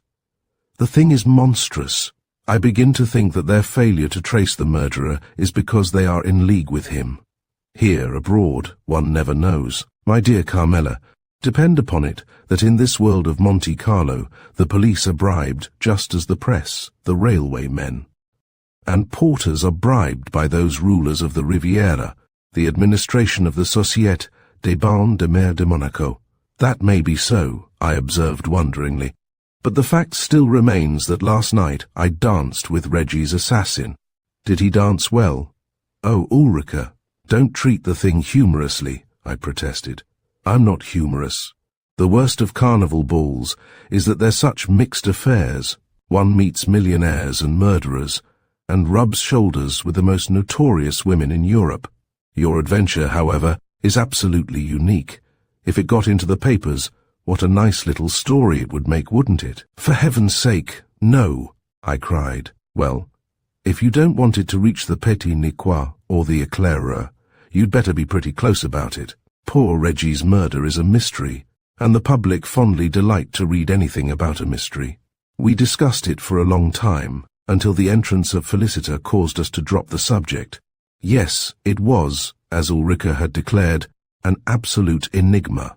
About 4 o'clock in the afternoon, when we had both dressed ready to go out, for we had accepted an invitation to go on an excursion in automobile up to Tourette, the waiter entered with a card, which Ulrika took and read. "Oh," she sighed. "Here's another detective. Don't let him keep us, dear. You know the Allens won't wait for us. They said 4 o'clock sharp, opposite Vaugard's." "But we can't refuse to see him," I said. "Of course not," she replied, and turning to the waiter, ordered him to show the caller up. "There are 2 gentlemen," he explained. "Then show them both up," answered Ulrika. "Be sharp, please, as we are in a hurry." "Yes, madame," responded the waiter, a young Swiss, and went below. "I suppose they are the pair I saw last night," I said. "The police on the continent seem always to hunt in couples. One never sees a single gendarme, either in France or Italy. One goes to keep the other cheerful, I believe," Ulrika remarked, and a few moments later the 2 callers were shown in. They were not the same as I had seen in the director's room at the casino. "I regret this intrusion," said the elder, a dark, bearded, rather unwholesome-looking individual with lank black hair. "I have, I believe, the honor of addressing Mademoiselle Rosselli." "That's me," I responded briefly, for I did not intend them to cause me to lose a most enjoyable trip in that most chic of latter-day conveyances, an automobile. "We are police agents, as you have possibly seen from my card, and have called merely to ask whether you can identify either of these photographs," and he pulled forth 2 cabinet pictures from his pocket and handed them over to me. One was a prison photograph of an elderly, sad-eyed convict, with baldish head and scraggy beard, while the other was a well-taken likeness of a foppishly dressed young man of about 28, the upward trend of his moustache giving him a foreign appearance. Both were strangers to me. I had never seen either of them in the flesh, at least to my knowledge, and Ulrika was also agreed that she had never seen anyone bearing the slightest resemblance to either. "Mademoiselle is absolutely certain?" the detective asked of me. "Absolutely," I responded. "Will Mademoiselle have the kindness to allow her memory to go back for one moment to the day of the unfortunate gentleman's death?" asked the detective with an amiable air. "At the time, Monsieur Thorne was at the table at Monte Carlo and playing. With success there were, I believe, many persons around him. Yes, a crowd, and near him, almost at his elbow." "You did not see this man?" he inquired, indicating the bearded convict. I shook my head. "I really do not recollect any face of that excited crowd," I responded. "He may have been there, but I certainly did not see him." "Nor did I," chimed in Ulrika. "Then I much regret troubling you," he said, bowing politely. In this affair we are, as you of course know, making very searching inquiries on account of representations made by the ambassador of the United States in Paris. We intend, if possible, to solve the mystery. And the man who accosted me at the ball last night, I said, do you suspect him to be the original of that photograph? At the ball last night? I do not follow, mademoiselle, but I made a statement of the whole facts to 2 agents of your department. At an early hour this morning, before I left the casino, he looked puzzled, and his dark face broadened into a smile. Pardon, but I think mademoiselle must be under some misapprehension. What occurred at the ball? Anything to arouse your suspicion? To arouse my suspicion? I echoed. Why, a man attired in the garb of an owl accosted me, gave me a strange warning, and actually placed in my hands the 60,000 francs in notes stolen from the dead man. Impossible, gasped the detective, amazed. Where are the notes? You should have given us information instantly. I handed the notes to 2 police agents who were waiting in the director's room, and to whom I made a statement of the whole affair. What? He cried loudly. You have parted with the money? Certainly. Then mademoiselle has been most cleverly tricked, for the men to whom you handed the proceeds of the robbery were certainly not agents of the police. They were impostors. Chapter 11 describes a meeting and its sequel. His words staggered me. Not agents of police, I cried, dumbfounded. Why, they were fully cognizant of every detail of the affair. It was the director of the casino who presented them. Then monsieur the directeur was tricked, just as you were, he answered gravely. You say that you actually received from the hands of someone who wore an effective disguise the sums stolen from the unfortunate monsieur. Kindly explain the whole circumstances of your meeting, and what passed between you. My dear Carmela, exclaimed Ulrica, this fresh complication is absolutely bewildering. You not only danced and chatted with the murderer, but you were the victim of a very clever plot. That is quite certain, observed the officer. The 2 individuals to whom mademoiselle inadvertently gave the notes upon the representations that they were agents of the police were evidently well acquainted with the murderer's intention to give up the proceeds of the robbery, and had watched you narrowly all through the evening. But kindly give us exact details. In obedience to his demand, I recounted the whole story.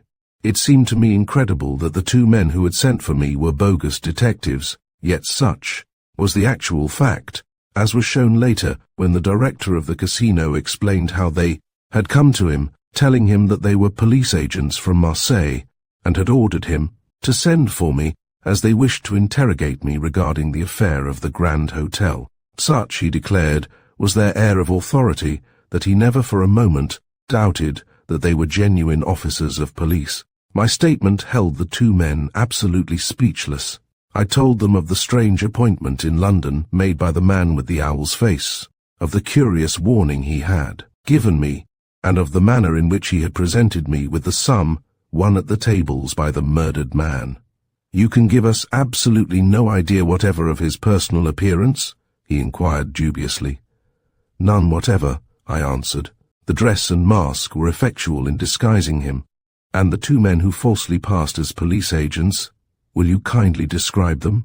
And he took out a well-worn pocket-book and scribbled in it. I described their personal appearance as closely as I could, while on his part he took down my statement very carefully. This is most extraordinary, Ulrica observed, standing near me in wonder. The pair who said they were detectives were exceedingly clever, and are evidently aware of all that has transpired. Marvellous, exclaimed the man reflectively. Only a very clever thief would dare to walk into the bureau of the casino and act as they did. Have they any connection with the actual assassin, do you think? I'm inclined to believe so, he responded. It was a conspiracy on their part to obtain possession of the money. Of course I gave it up in entire innocence, I said. I never dreamed that such a plot could exist. Ah, mademoiselle, observed the detective, in this affair we have evidently to deal with those who have brought crime to a fine art. There seems something remarkable regarding the appointment in London on the 2nd of June. It seems as though it were devised to gain time with some secret object or another. I am absolutely bewildered, I admitted. My position in this tragic affair is anything but enviable. Most certainly, all this must be most annoying and distressing to Mademoiselle. I only hope we shall be successful in tracing the real perpetrators of the crime. You think there was more than one? That is most probable, he replied. At present, however, we still remain without any tangible clue, save that the proceeds of the crime have passed from one person to another through the agency of yourself. Their audacity was beyond comprehension. I cried.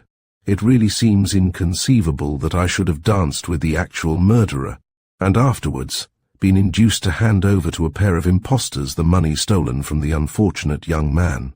I feel that I am to blame for my short-sightedness. Not at all, mademoiselle, not at all, declared the detective with his suave Gallic politeness.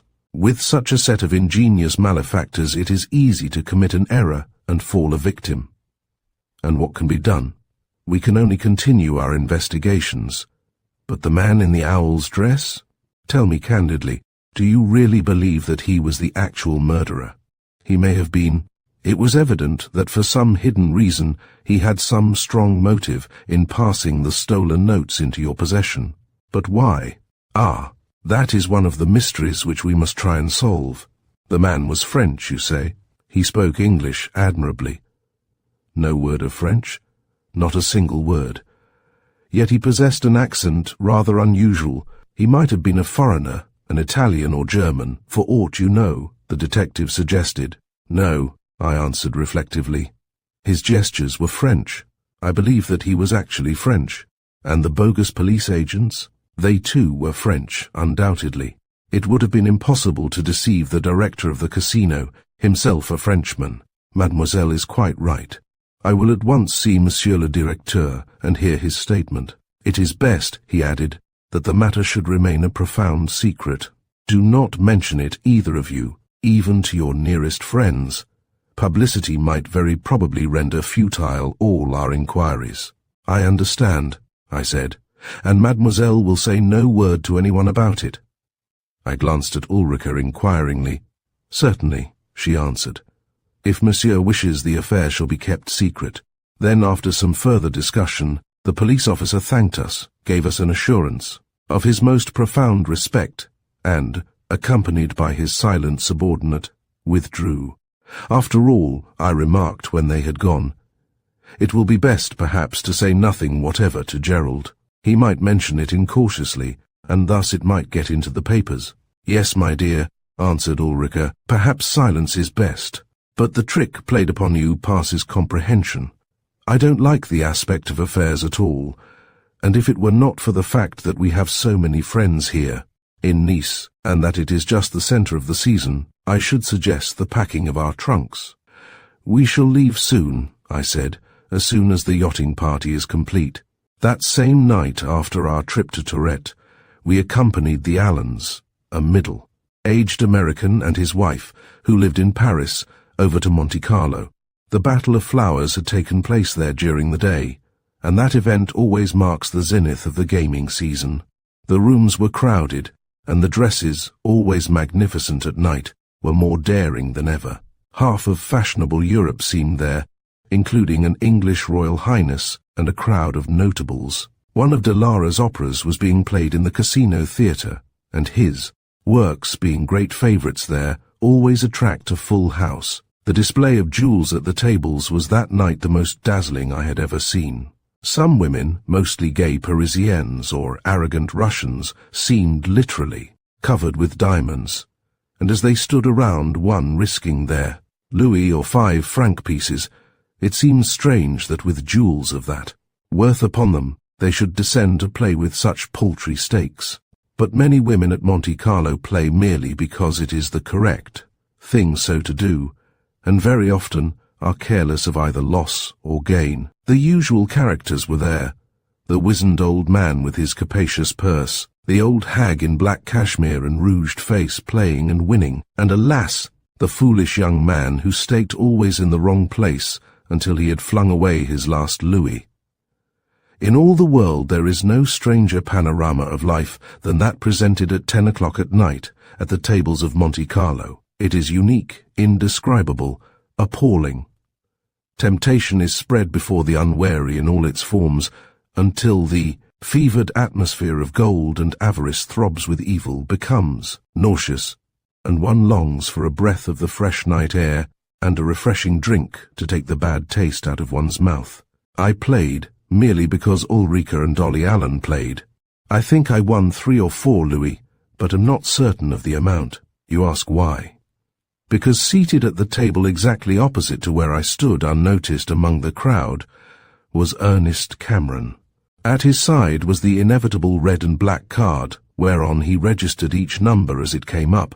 Before him were several little piles of louis and a few notes, while behind him, leaning now and then over his chair and whispering, "Was that woman?" At frequent intervals he played, generally upon the dozens, and even then rather uncertainly, but he often lost. Once or twice he played with fairly large stakes upon a chance that appeared practically certain, but he had no luck, and the croupier raked them in. For fully a dozen times he staked 2 louis on the last 12 numbers, but with that perversity, which sometimes seems to seize the roulette ball, the numbers came up between 1 and 24. Suddenly, the tow-haired woman, who had replaced me in his affections, leaned over, and said in a voice quite audible to me, "Put the maximum on number 6. With blind obedience he counted out the sum sufficient to win the maximum, of 6,000 francs, and pushed it upon the number she had named. "Rien ne va plus," cried the croupier next instant, and there, sure enough, I saw the ball drop into the number the witch had prophesied. The croupier counted the stake quickly, and pushed with his rake towards the fortunate player. Notes for 6,000 francs folded in half, with the simple words, "En plein." "Enough," cried the woman, prompting him.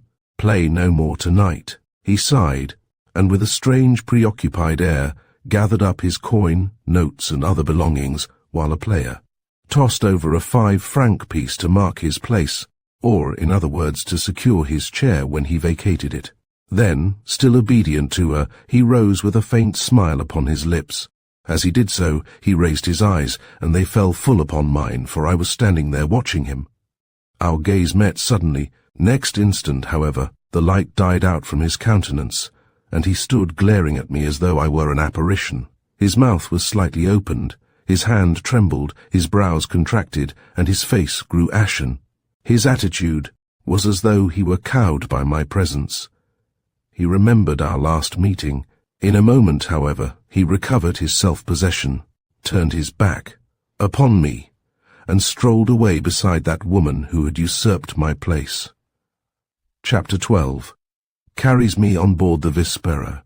Faces, even expressions, may lie, but eyes lie never. A man may commit follies, but once cured, those follies expand his nature. With a woman, alas, follies are always debasing. It was, I knew, a folly to love him. Life is always disappointing. The shattering of our idols, the revelation of the shallowness of friendship, the losing faith in those we love, and the witnessing of their fall from that pedestal whereon we place them in our own exalted idealization. All is disappointing. I stood gazing after him, as he strode down the great room with its bejeweled, excited crowd, where the chevalier d'industry and the déclasse woman jostled with the pickpocket, the professional thief, and the men who gamble at Aix, Ostend, Namur, or Spa as the seasons come and go. That strange assembly of courteous Italians, bearded Russians, well-groomed Englishmen, and women painted, powdered, and perfumed, those reckless beings qui peccanta Freud, who sin not through the senses, but through indifference. I held my breath. My heart beat so violently that I could hear it above the babble of voices about me. I suffered the most acute agony. Of late I had been always thinking of him, asleep, dreaming, always dreaming of him. Always the same pang of regret was within my heart, regret that I had allowed him to go away without a word, without telling him how madly, despairingly, I loved him. Life without him was a hopeless blank, yet it was all through my vanity, my wretched pride, my invincible self-love. I was now careless, indifferent, inconsequential, my only thought being of him. His coldness, his disdain, was killing me. Yes, when his eyes had met mine in surprise, they were strange, sphinx-like, and mysterious. Yet at that moment, I did not care what he might say to me. I only wished to hear him speaking to me, to hear the sound of his voice, and to know that he cared enough for me to treat me as a human being. Ah! I trembled when I realized how madly I loved him, and how fierce was my hatred of that woman who issued her orders and whom he obeyed. I turned away with the Allens, while Ulrika cried delightedly that she had won on 16, her favorite number. But I did not answer. My heart had grown sick, and I went forth into the bright night air and down the steps towards the ascenseurs.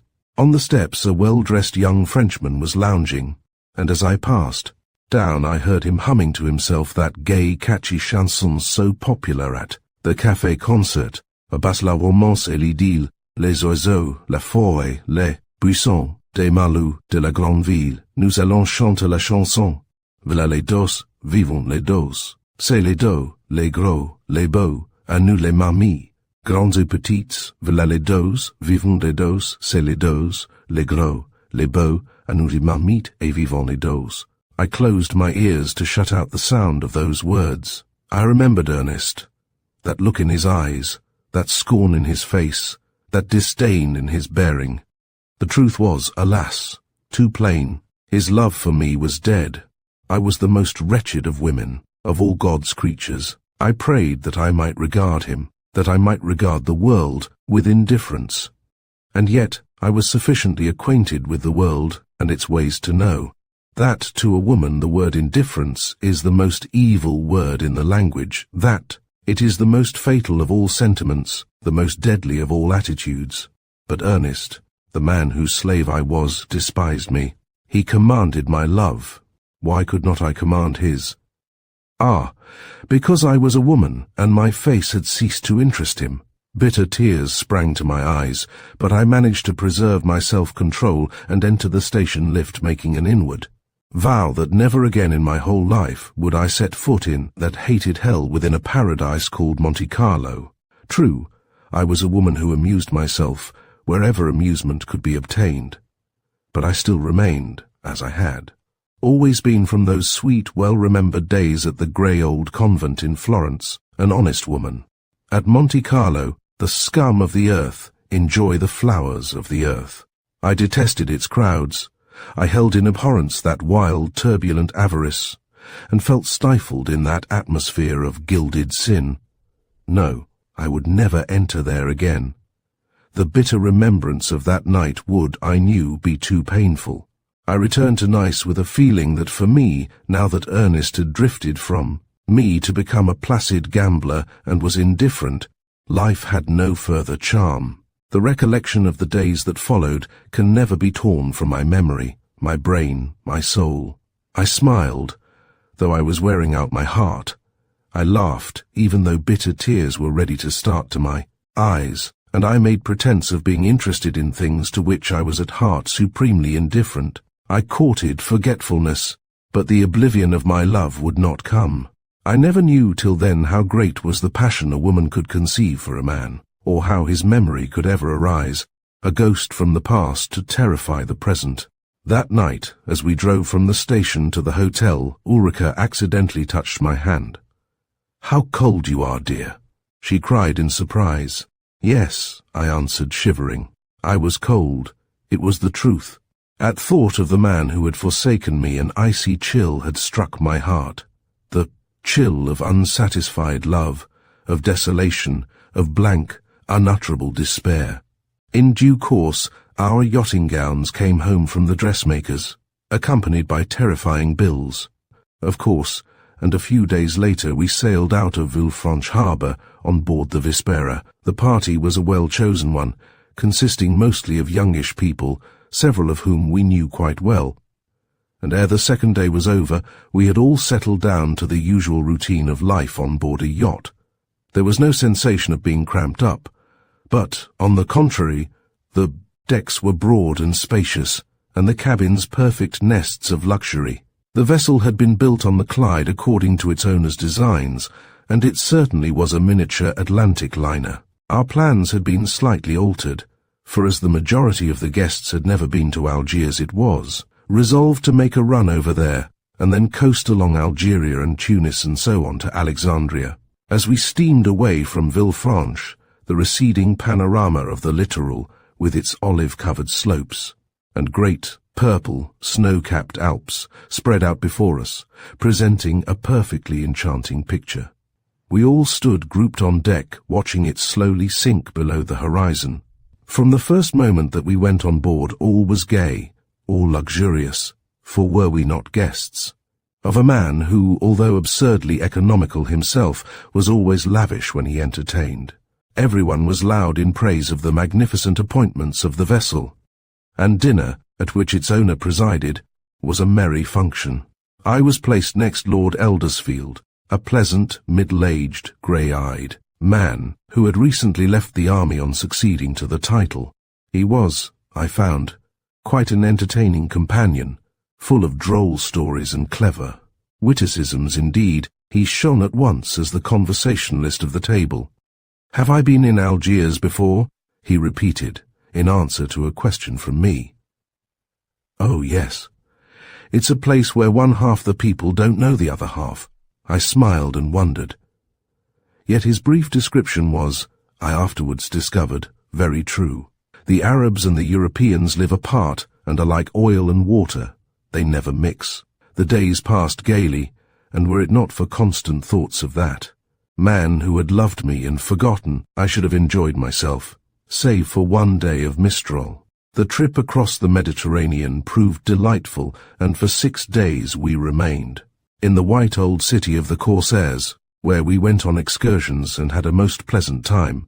We visited the Kasbah, drove to the Jardin d'Essai, and to the pretty village of St. Eugene, while several of the party went to visit friends who were staying at the big hotels up at Mustafa. Life in Algiers was, I found, most interesting after the Parisian artificiality and glitter of Nice and Monte Carlo, and with Lord Eldersfield as my cavalier, we saw all that was worth seeing.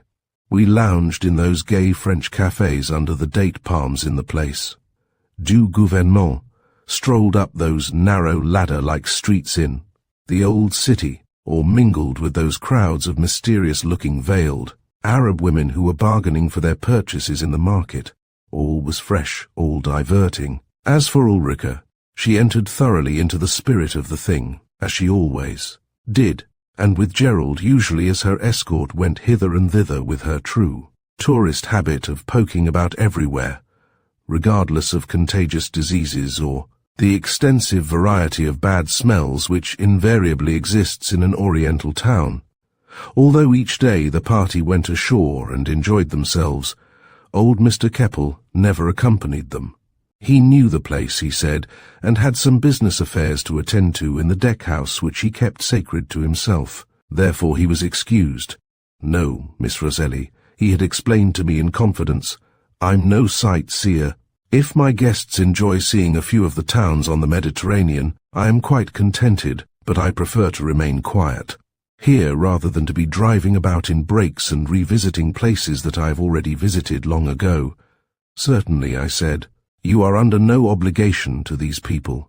They accept your kind hospitality, and the least they can do is to allow you to remain in peace when you wish." "Yes," he sighed. "I leave them in Gerald's charge. He knows how to look after them," and his face seemed sad and anxious, as though he were utterly forlorn.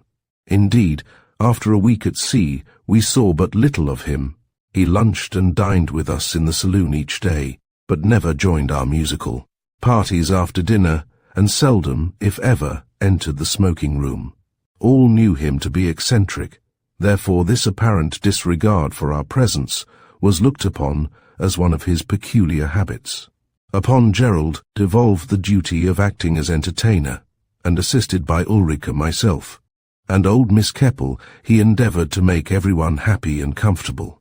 Fortunately, the ubiquitous Barnes had, by Gerald's urgent desire, been left behind at the Villa Fabron.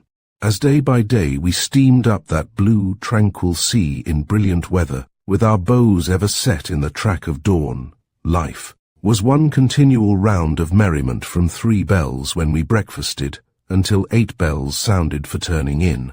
A yachting cruise is very apt to become monotonous, but on the Vespera one had no time for ennui. After Algiers we put in for a day at Cagliari, then visited Tunis, the Greek islands, Athens, Smyrna, and Constantinople. We had already been 5 weeks cruising, and 5 weeks in the Mediterranean in spring are delightful, when one night an incident occurred which was both mysterious and disconcerting. We were on our way from Constantinople, and in the first dog watch had sighted one of the rocky headlands of Corsica. That evening, dinner had been followed by an impromptu dance which had proved a most successful affair. The men were mostly dancers, except Lord Stoneborough, who was inclined to obesity, and with the piano, and a couple of violins played by a pair of rather insipid sisters. The dance was quite a jolly one.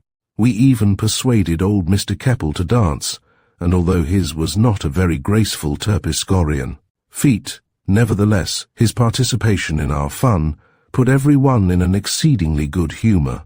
Of course, the time had not passed without the usual gossip and tittle-tattle which are inseparable from a yachting cruise. On board a yacht people become quickly inventive, and the most astounding. Fictions about one's neighbours are whispered behind fans and books. I had heard whispers regarding Ulrica and Gerald Keppel. Rumour had it that the old gentleman had actually given his consent to their marriage, and as soon as they returned to America, the engagement would be announced. Certain of the guests, with an air of extreme confidence, took me aside and questioned me regarding it, but I merely responded that I knew nothing and greatly doubted the accuracy of the rumour. More than once that evening I had been asked whether it were true, and so persistent seemed the rumour that I took Ulrica into my cabin and asked her point blank. "My dear," she cried, "have you really taken leave of your senses? How absurd! Of course there's nothing whatever between myself and Gerald. He is amusing, that's all. You might do worse than marry him," I laughed. "Remember, you've known him a long time. 4 years, isn't it? Marry him? Never. Go and tell those prying persons, whoever they are, that when I'm engaged I'll put a paragraph in the papers all in good time." "But don't you think, Ulrica," I suggested, "don't you think that if such is the case Gerald is rather too much in your society? I can't help him hanging around me, poor boy." She laughed. "I can't be rude to him. That night I turned and turned in my narrow berth, but could not sleep. The atmosphere seemed stifling in spite of the ventilators, and I dare not open the port hole, fearing a sudden douche, for a wind had sprung up, and we were rolling heavily.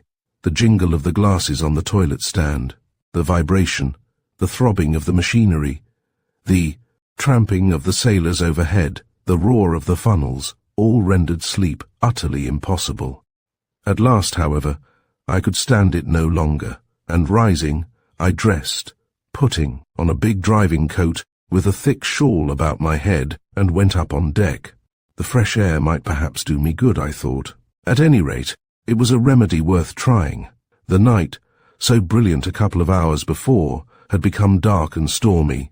The wind was so boisterous that I walked with difficulty, and the fact that the awnings had been reefed showed that Davis, the skipper, anticipated a squall. The deck was deserted. Only on the bridge could I see, above the strip of sheltering canvas, 2 shadowy figures in oilskins keeping watch ahead. Save for those heads, I was utterly alone. On my way towards the stern, I passed the small deck-house which old Mr. Keppel reserved as his own den. The green silk blinds were always drawn across the portholes, and the door always remained locked. No one ever entered there, although many had been the speculations regarding the private cabin when we had first sailed. The millionaire himself had, however, given an explanation one day at luncheon. I always reserve, both in my houses and here on board the Vespera, one room as my own. I hope all of you will excuse me this. As you know, I have a good many affairs to attend to, and I hate to have my papers thrown into disorder. Personally, I suspected him of having a lathe there and of pursuing his hobby of ivory turning, but the majority of The guests accepted his explanation that this deck house was his study, and that he did not wish them to pry there. More than once Ulrika had expressed to me wonder regarding the reason. The cabin remained always closed and its curtains always drawn. Every woman dearly loves a mystery, and like myself, Ulrika, when she discovered anything suspicious, never rested until she had formed some theory or other. She had one day mentioned the fact to Gerald, who in my presence had given what appeared to me the true explanation. It's merely one of the governor's eccentricities. The fact is that on the outward voyage from New York, he bought some antique Moorish furniture and ivory carving in Tangier, and has it stored in there until we return. I've seen it myself. Beautiful things. He says he intends to sell them at a profit to a dealer in London, whereat we laughed. Knowing how the old gentleman practiced economy sometimes, I had accepted this as the truth, but as, gripping the rail to prevent being thrown down by the rolling of the ship, I passed along the side of the deck house, I was surprised to see a light within. The curtains of green silk were still drawn, but the light could, nevertheless, be seen through them, and it seemed to me strange that anyone should be there at that hour of the night. I placed my face close to the screwed-down porthole, but the curtain had been so well drawn that it was impossible to see within. Then, moving quietly, I examined the other 3 round brass-bound windows, but all were as closely curtained as the first. I fancied I heard voices as I stood there and tried to distinguish the words, but the roar of the funnels and howling of the wind drowned every other sound. What if my host caught me prying? His private affairs were surely no business of mine, therefore I was about to turn away when, suddenly I experienced an extraordinary desire to peep inside that forbidden chamber. I walked around it again stealthily, for fortunately I was in thin slippers. While standing there in hesitation, I noticed that upon the low roof was a small ventilator, which had been raised to admit air. What if I could get a peep down there? It was an adventurous climb for a woman hampered by skirts as I was, but I searched for means to mount, and found them in a low iron staple to which some cords of the rigging were attached, and a brass rail which afforded rather insecure foothold. After some effort, I succeeded in scrambling to the top, but not before. I found myself beneath the eye of the officer on the bridge. Fortunately, I was behind him, but if he had occasion to turn towards the stern, he must discover me. Having risked so much, however, I was determined to make further endeavours, and leaning across the small roof, I placed my face close to the open ventilator and peered down into the locked cabin. Next second I drew back with a start, holding my breath. A loud exclamation of dismay escaped me, but the sound was swallowed up in the noises of the boisterous night. The sight I witnessed below me in that small deck house held me rigid as one petrified. Chapter 13 discloses a millionaire's secret. So heavily was the yacht rolling that I was compelled to hold firmly, lest I should lose my balance and roll down upon the deck. My foothold was insecure, and the sight which presented itself as I peered within was so unexpected and startling, that in the excitement of the moment I loosened my grip, and narrowly escaped being pitched down headlong. From my position, I unfortunately could not obtain a view of the entire interior, the ventilator being open only a couple of inches, but what I saw was sufficient to unnerve any woman. The cabin was brilliantly lit by electricity, but the walls, instead of being panelled in satinwood, as were most of the others, were decorated in a manner more rich and magnificent than in any other part of the vessel. They were of gilt, with white ornamentation in curious arabesques, while upon the floor was a thick Turkey carpet with a white ground and pattern of turquoise blue. The effect was bright and glaring, and at the first moment it occurred to me that the place was really a lady's boudoir. There was another aft, it was true, but this one had evidently been intended as a lounge for female guests. As I looked down, old Benjamin Keppel himself passed into that part of the cabin within the zone of my vision. His hat was off, displaying his scanty grey hair, and as he turned I caught a glimpse of his face. His countenance, usually so kind and tranquil, was distorted by abject fear. His teeth were set, his cheeks hard and bloodless. Both anger and alarm were depicted upon his rugged countenance. His appearance was mysterious, to say the least, but it was a further object. I saw within that place which held me in speechless wonderment, beside where he stood, lying in a heap at his feet, was a dark-haired, handsome woman of mature age who was dressed in a white serge robe, a stranger. The old millionaire, with sudden movement, flung himself upon his knees and touched her face caressingly. Next instant he drew back his hand. "Dead," he gasped, in the thick voice of a man grief-stricken. "Dead, and she did not know, she did not know. It is murder," he gasped in a terrified whisper. "Murder!" The wind howled about me weirdly, tearing at my clothes as though it would hurl me beyond into the raging sea. While the yacht, steaming on, rose and plunged, shipping huge seas each time her bows met the angry waves. For some moments the strange old man bent over the woman in silence. I was puzzled to discover her identity. Why had she been kept prisoner in that gilded cabin during the cruise? Why had we remained in total ignorance of her presence? I alone knew our host's secret. We had a dead woman on board. Keppel touched the woman again, placing his hand upon her face. When he withdrew it, I saw that blood was upon it. He looked at it, and shuddering, wiped it off upon his handkerchief. At the same instant a voice, that of a man, sounded from the opposite side of the cabin, saying, "Don't you see that ventilator is open up above? Shut it, or somebody may see us. They can see down here from the bridge." "Think of her," the old man exclaimed in a low voice. "Not of us." "Of her? Why should I?" inquired the gruff voice of the unseen. "You've killed her, and must take the consequences." "I," gasped the old man, staggering unevenly to his feet, and placing both hands to his eyes as though to shut out from view that hideous evidence of his crime. "Yes," he cried in an awe-stricken tone, "she is dead." "And a good job too," responded the man unseen in a hard, pitiless tone. "No," cried Keppel angrily, "at least respect her memory. Remember who she was." "I shall remember nothing of this night's work," the other responded. "I leave all memories of it as a legacy to you." "You coward!" cried Keppel, turning upon the speaker, his eyes flashing. "I have endeavoured to assist you, and this is your gratitude." "Assist me," sneered his companion.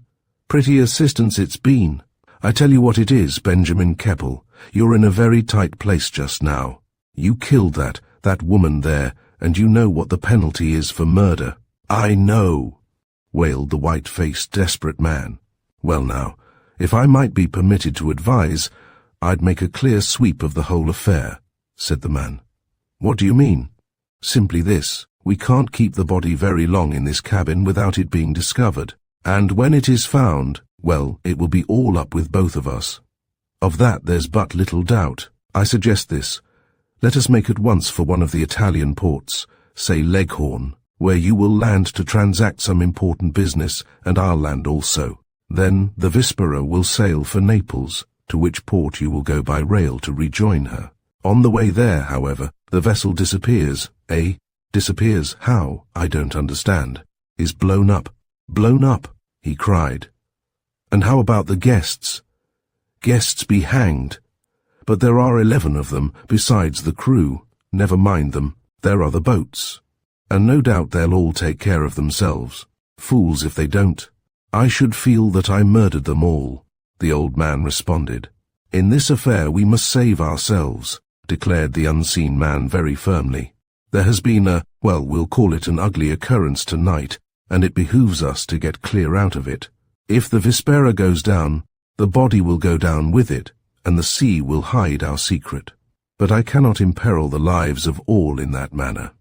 Besides, by what means do you suggest destroying the ship? By perfectly simple means. Just give orders to Davis in the morning to put in at Leghorn with all possible speed, and leave the rest to me. I'll guarantee that the Vispera will never reach Naples. Then he added, "But just shut that infernal ventilator. I don't like it being open." Old Keppel, staggering, reached the cord, and in obedience to his companion's wish, closed the narrow opening with a sudden bang. The woodwork narrowly escaped coming into contact with my face, and for some moments I remained there, clutching at my unstable supports and being rudely buffeted by the gale. At any moment I might be discovered. Therefore, after some difficulty, I succeeded in lowering myself again to the deck and making my way back to my own cabin. I had been soaked to the skin by the rain and spray, but still in my wet things. I sat pondering over the mysterious crime I had discovered. Who was that unseen man? Whoever he was, he held old Benjamin Keppel in his power, and to his diabolical plot would be due the destruction of the Vespera, and perhaps the loss of every soul on board. He had suggested an explosion. He no doubt intended to place on board some infernal contrivance which, after the lapse of a certain number of hours, would explode and blow the bottom out of the yacht. Whoever that man was, he was a crafty villain. Providentially, however, I had been led to the discovery of the scheme, and I did not mean that.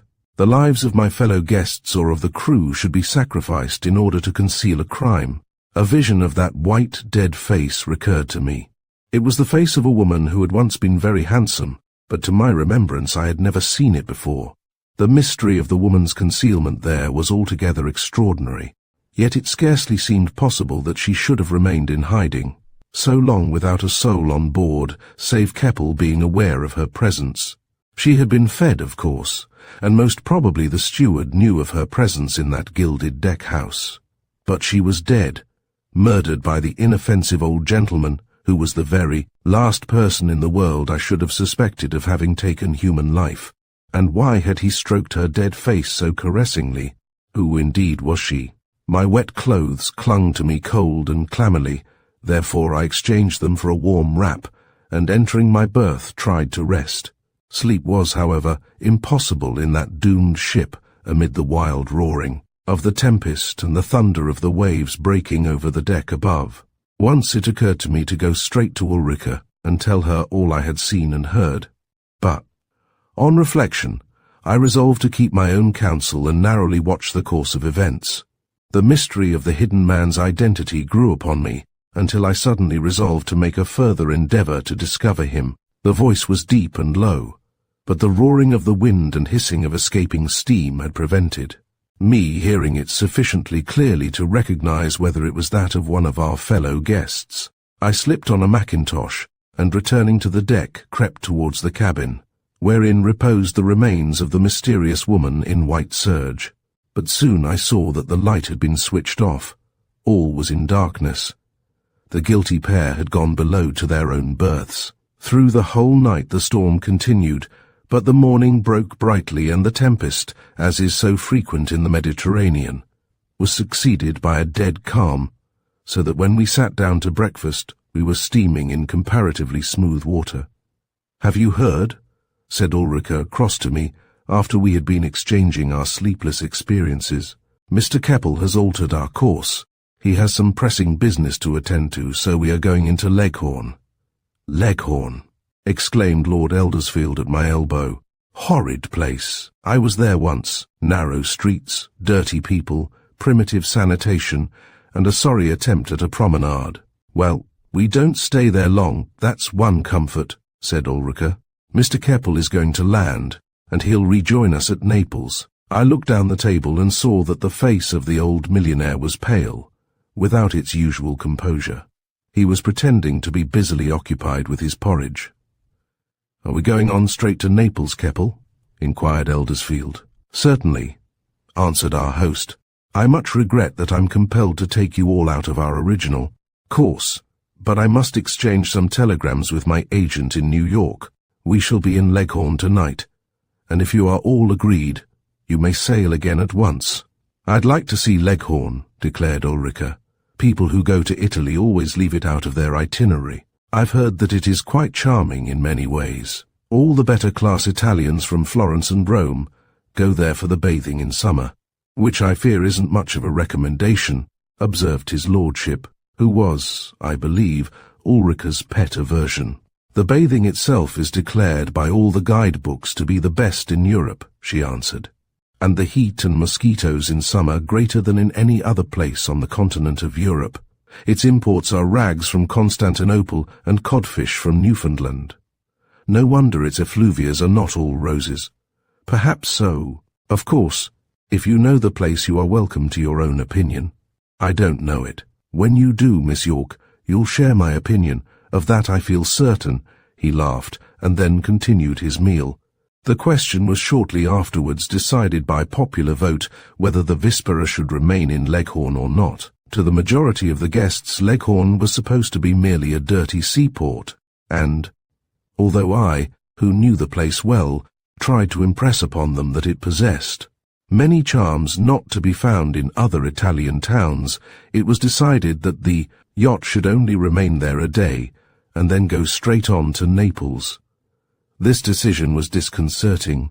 I had to prevent the trip southward, and the problem of how to do so, without arousing suspicion, was an extremely difficult one to solve. If the vessel sailed from Leghorn, then she was doomed, with every soul on board. Chapter 14, in which I make a resolve. The great broad plain which lies between marble-built old Pisa and the sea was flooded by the golden Italian sunset, and the background of the serrated Apennines loomed a dark purple in the distance as we approached. The long breakwater which protects Leghorn from the sea. Leaning over the rail, I gazed upon the white, sun-blanched Tuscan town, and recognized the gay passaggio with its avenue of dusty tamarisks, its long rows of high white houses with their green persiennes, and Pancaldi's and the other baths, built out upon the rocks into the sea. Years ago, when at the convent, we had gone there each summer, a dozen or so girls at a time, under the kindly care of Suor Angelica, to obtain fresh air and escape for a fortnight or so the intolerable heat of July in the Lily City. How well I remembered that long promenade, the Viale Regina Margherita, but known to those happy, light-hearted, improvident Livornesi by its ancient name, the Passeggio, and what long walks we girls used to have over the rocks beyond Antignano, or scrambling climbs up to the shrine of the miracle-working Virgin at Montenero. Happy, indeed, were those summer days with my girlfriends, girls who had now, like myself, grown to be women, who had married and had experienced all the trials and bitterness of life. A thought of her who was my best friend in those past days recurred to me, pretty, black-haired, unassuming Annetta Seriani, from Arezzo. She had left the college the same week as myself, and our parting had been a very hard one. In a year, however, she had married, and was now a princess, the wife of Cesare Sigismondo, Prince Ragello, who, to give him all his titles, was Principe Romano, Principe di Pinerolo, Marchese di Casentino, Conte di Lucca, Nobile di Montecatina. Truly the Italian nobility do not lack titles. But poor Annetta, her life had been the reverse of happy, and the last letter I had received from her, dated from Venice, contained the story of a woman heart-broken. Yes, as I stood there on the deck of the Vispera, approaching the old sun, whitened Tuscan port, many were the recollections of those long past, careless days which crowded upon me, days before I had known how weary was the world, or how fraught with bitterness was woman's love. Already the light was shining yellow in the high, square old lighthouse, although the sun had not altogether disappeared. Half a dozen fine cruisers of the British Mediterranean squadron were lying at anchor in line, and we passed several boats full of sun-tanned liberty men on their way to the shore for an evening promenade, for the British man-o'-warsman is always a welcome guest in Leghorn.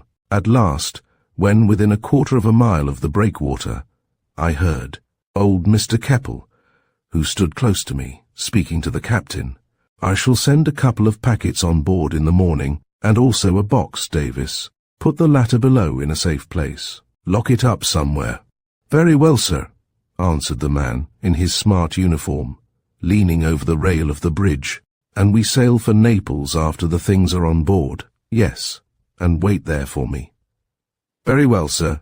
And then he turned to give some directions to the helmsman. The situation was becoming desperate. How was I to act? At least I should now ascertain who had been the old man's companion in the deck cabin on the previous night, for they would no doubt go ashore together.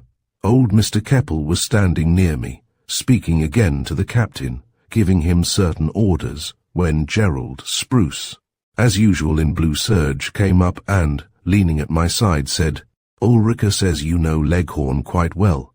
You must be our guide. We're all going ashore after dinner. What is there to amuse one in the evening?" "The gay season hasn't commenced yet," I responded. "But there is opera at the Goldoni always. One pays only $1 for a box to seat 6. "Impossible." He laughed incredulously. "I shouldn't care to sit out music at that price." "Ah, there I must differ," I replied. "It is as good as any you'll find in Italy. Remember, here is the home of opera.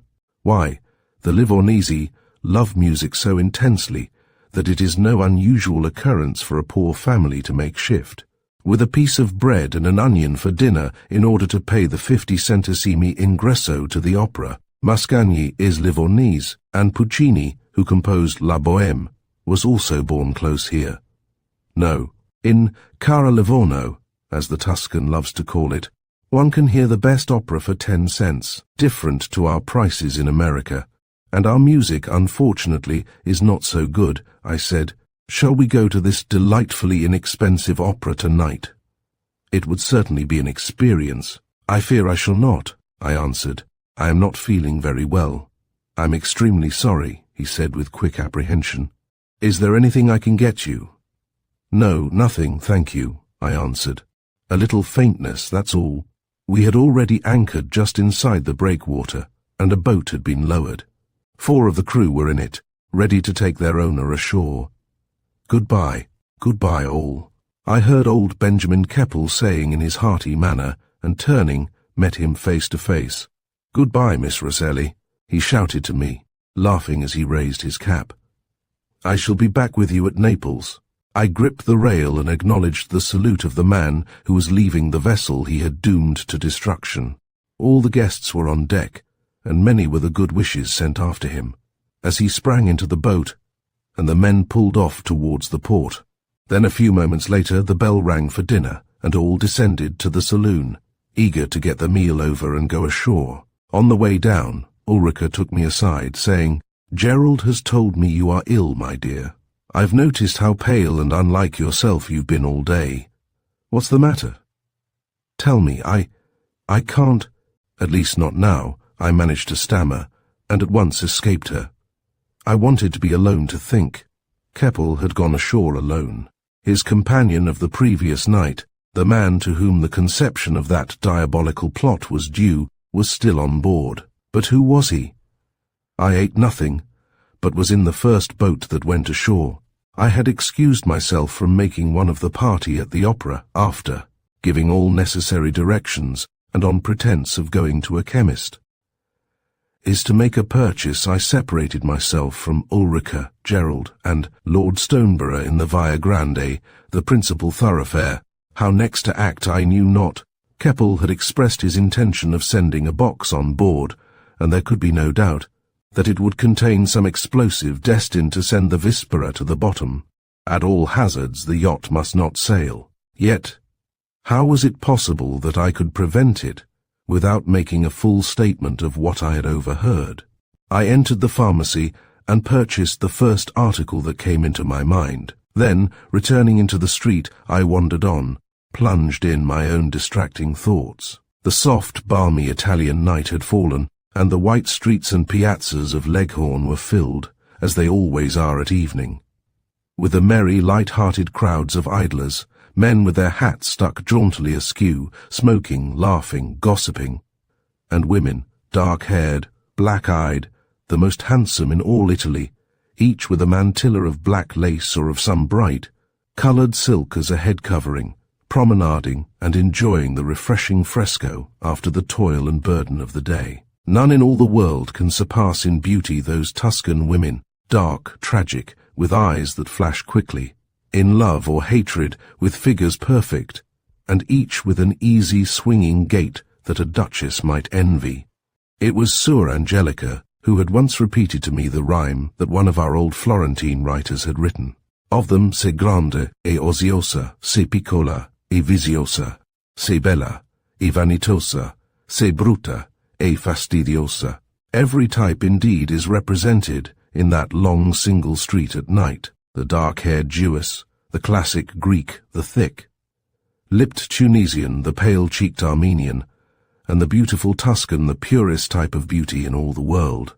Once again, after those years, I heard, as I walked onward, the soft sibilations of the Tuscan tongue about me, the gay chatter of that city of sun and sea, where, although half the population are in a state of semi-starvation, their hearts are still as light as in the days when Cara Livorno was still prosperous. But alas, it has sadly declined. Its manufactures, never very extensive, have died out.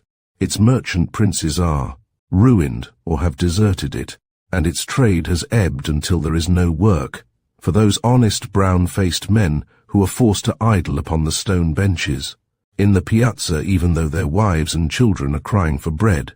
The splendid band of the Bersaglieri was playing in the great Piazza Vittorio, in front of the British consulate, where the consular flag was waving because the warships were in the port. The music was there in acknowledgement of the fact that the British Marine band had played before the prefecture on the previous evening.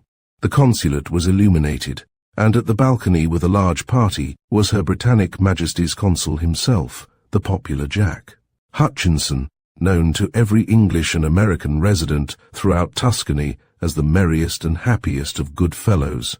But I hurried on across the great square, feeling that no time should be lost, yet not knowing what to do. The mysterious assassination of poor Reggie and the curious events which followed, coupled with this startling discovery I had made on the previous night, had completely unnerved me.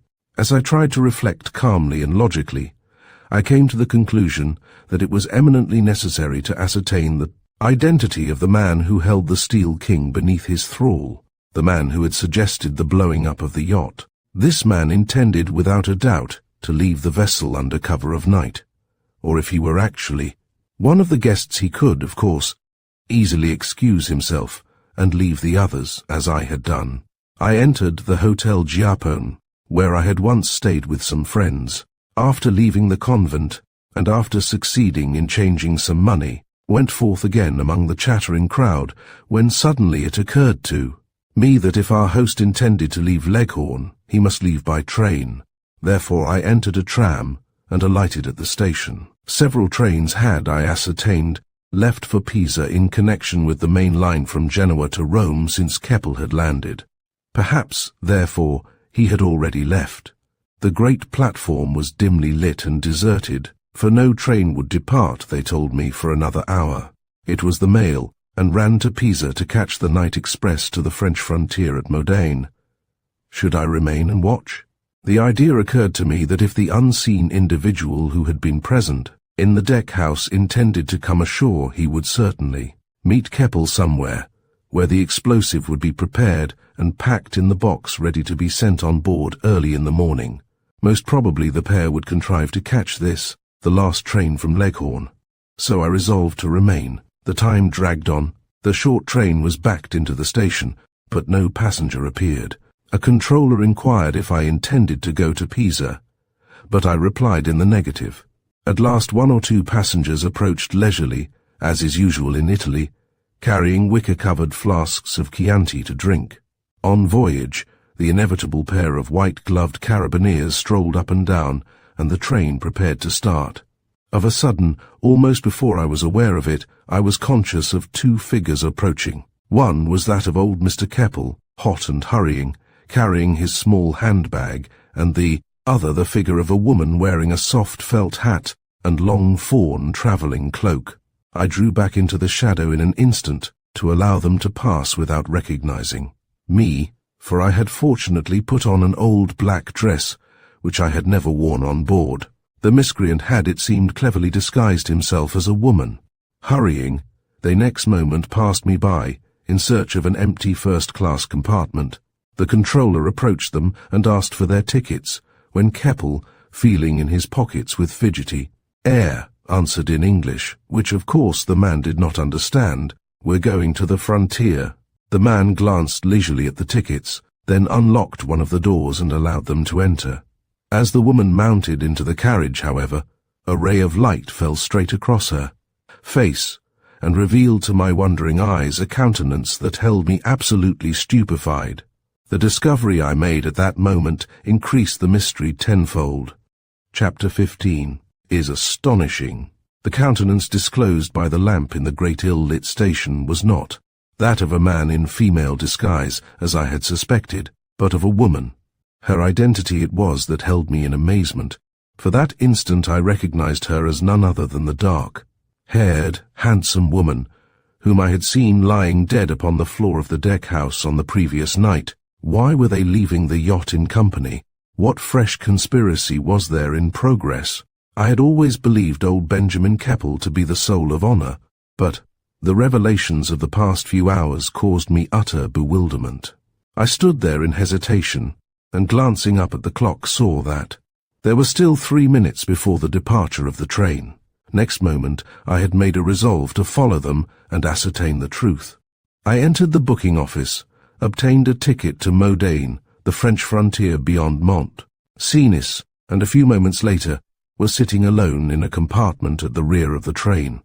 I had no luggage, nothing whatever except the small travelling reticule suspended from my waist belt, and I had set out for an unknown destination. The train moved off, and soon we were tearing through the night across that wide plain which was the sea bottom in the medieval days when the sculptured town of Pisa was a prosperous seaport, the envy of both Florentines and Genoese, and past the spot marked by a church where St. Peter is said to have landed. Well, I knew that wide Tuscan plain, with its fringe of high vine-clad mountains, for in my girlhood days I had wandered over it hither and thither in the royal forest and through the smiling vinelands. At last, after 3/4 of an hour, we ran into the busy station of Pisa, that point so well known to every tourist who visits Italy. It is the highway to Florence, Rome, and Naples, just as it is to Genoa, Turin, or Milan, therefore as the traveller in Switzerland must at some time find himself at Bale, so does the traveller in Italy always find himself at Pisa.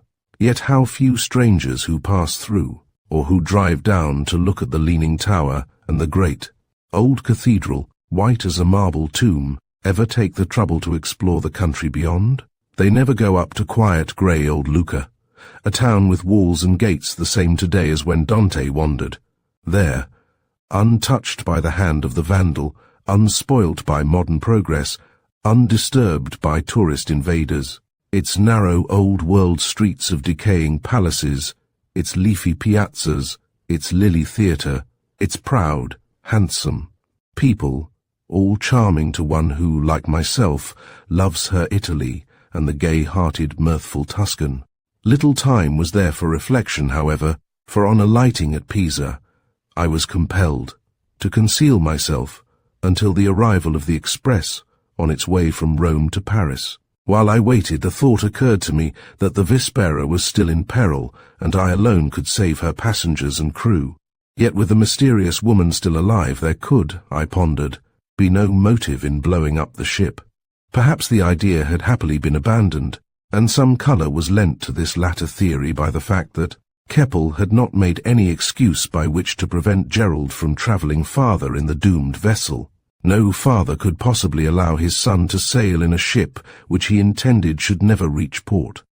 Nevertheless, the non-appearance of the individual whose voice I had heard, but whom I had not seen, was disconcerting.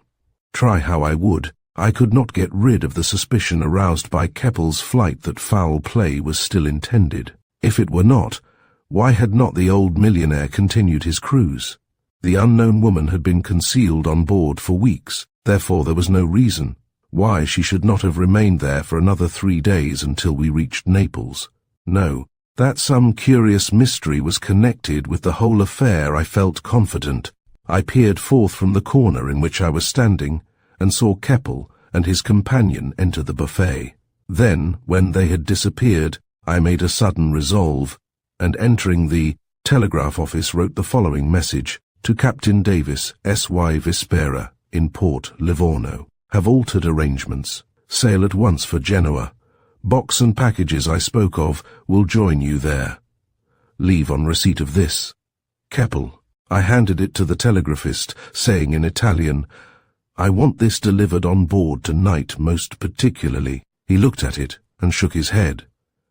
I fear, Signorina, he answered with grave politeness, that delivery is quite impossible. It is after hours, and the message will remain in the office and be delivered with letters in the morning. But it must reach the captain tonight, I declared. The man elevated his shoulders slightly and showed his palms, the Tuscan gesture of regret.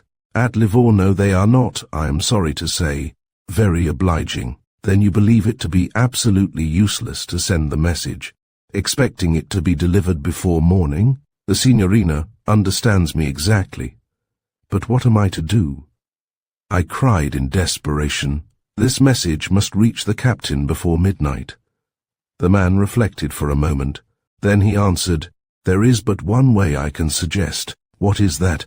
I cried anxiously, for I heard a train approaching, and I knew it must be the Paris Express. To send a special messenger to Livorno. A train starts in half an hour, and the message can then be delivered by 11:30. Could you find me one? I asked. I'm willing to bear all expenses. My son will go, if the Signorina so wishes, he responded.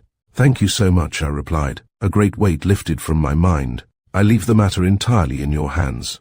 If you will kindly see that this message is delivered, you will be performing, not only myself, but a number of other persons, a very great service. The Signorina's instruction shall be obeyed, he answered, and having placed some money to cover expenses upon the counter, I again thanked him and left, feeling that, although I had been guilty of forgery, I had nevertheless saved the yacht from destruction. The train with its glaring headlights swept into the station from its long journey across Maremma marshes, but I saw with considerable dismay that there was but one sleeping car, the only through car for the frontier.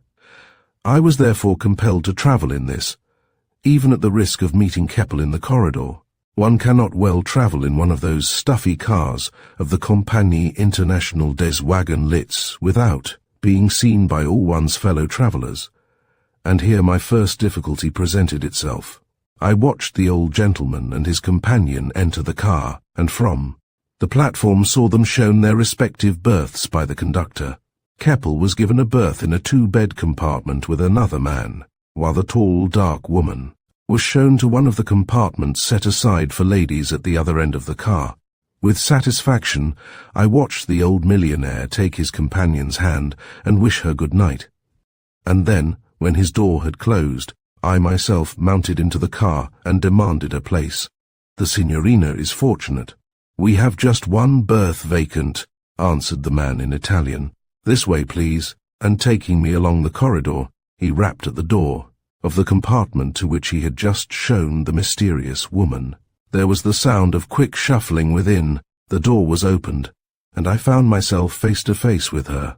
I left it to the conductor to explain my presence, and entering, closed and bolted the door behind me. I regret that I have been compelled to disturb you, but this is the only berth vacant, I said in English in a tone of apology, for I noticed that her black eyes flashed inquiringly at me, and therefore deemed it best to be on friendly terms with her. Don't mention it, she answered quite affably. I'm pleased that you're English. I feared some horrid foreign woman would be put in to be my travelling companion. Are you going far? To the frontier, I responded vaguely.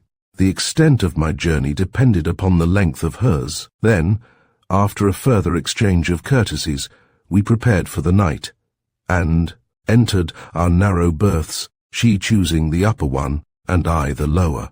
As far as I could judge, she was nearly 50, still extremely handsome, her beauty being of the southern type, and her black hair and coiffure, with huge tortoise-shell comb, giving her a Spanish appearance. She wore several beautiful rings, and I noticed that on her neck, concealed by day by her bodice, was some tiny charm suspended by a thin golden chain. Her voice and bearing were those of an educated woman, and she was buxom without being beefy. The roar of the train and the grinding of the wheels as we whirled through those 70-odd tunnels that separate Pisa from Genoa rendered sleep utterly impossible, so by mutual consent we continued our conversation. She seemed like the ancient mariner, needing someone to whom she could tell her story. She needed an audience who could realize the fine points of her play. From the first she seemed bursting with items about herself, little dreaming that I was acting as spy upon her. I secretly congratulated myself upon my astuteness and proceeded to draw her out. Her slight accent puzzled me, but it was due, I discovered, to the fact that her mother had been Portuguese. She seemed to label everything with her own intellectual acquirements. To me, a perfect stranger, she chatted during that night journey about her fine figure and her power. Over men, about her ambitions and her friends, but her guardian interfered with her friends. He, her guardian, was an old man and jealous, had her money invested in America, and would not allow her to look at a man. If she did look at men, she received no money. She was not 40, she told me, and he, her guardian, who was also in the train, was over 70. When she was not telling me the story of her loves and her father, mother, and stepfather, she filled in the time by telling me about some man whom she called Frank, who had a pretty-faced wife addicted to the illicit consumption of brandy. Trouble? She wandered on. Oh, I've had such lots and lots of it that I'm beginning to feel very old already. Troubles, I always think, are divided into two classes, one controlled by a big-horned, cloven, hoofed devil, and the other by the snippy little devil that flashes in and out of our hearts. The big devil is usually placed upon us by others. I laughed, admitting that there was much truth in her words. And the other, the little imp? I asked. The other? This insane perversity of human nature gets hold of us whether we will or not. It makes us for the time ignore all that is best in ourselves and in others. It is part of us. Though we know well it is all within ourselves, it will cause our tears to flow and our sorrows to pile up. It is all a fictitious substance with possibly a mint of happiness lying below. We are conscious of it all, but the insanity makes us ignore it for so long that the little imp completes its work and the opportunity is lost. But why are we moralizing? She added. Let's try and get to sleep, shall we? To this I willingly acquiesced, for, truth to tell, I did not give credence to a single word of the rather romantic story she had related regarding herself, her friends, and her jealous guardian. I had met women of her stamp many times before. The only way to make them feel is to tell them the truth, devoid of all flattery. She struck me as a woman with a past. Her whole appearance was of such. Now, a woman with a checkered past and an untrammeled present is always more or less interesting to women as well as men. She is a mystery. The mystery is that men cannot quite believe that a smart woman with knowledge cut loose from all fetters is proof against flattery. She queens it while they study her. Interest in a woman is only one step from love for her, a fact of which we of the fairer sex are very well aware. Ulrica had once expressed an opinion that pasts were not so bad if it were not for some of the memories that cling to them. Not, of course, that the past of either of us had been anything out of the ordinary. Memories that cling to others, or the hint of a past, certainly make you of interest to others, especially to men, and a menace to the imagination of other women. But the memories that hover about yourself are sometimes like truths, brutal memories.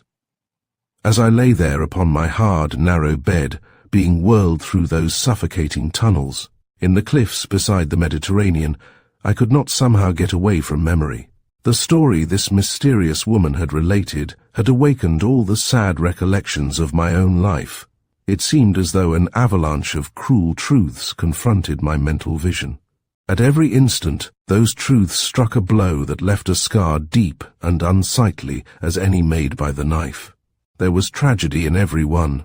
The first that came to me was of a day long ago. Ah, me! I was young then, a child in years, a novice in experience. On that day when I admitted to Ernest my deep and fervent affection, how brief it all had been.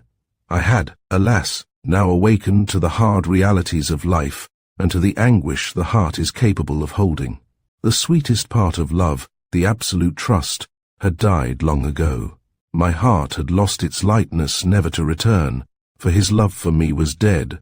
His fond tenderness of those bygone days was, alas, only a memory.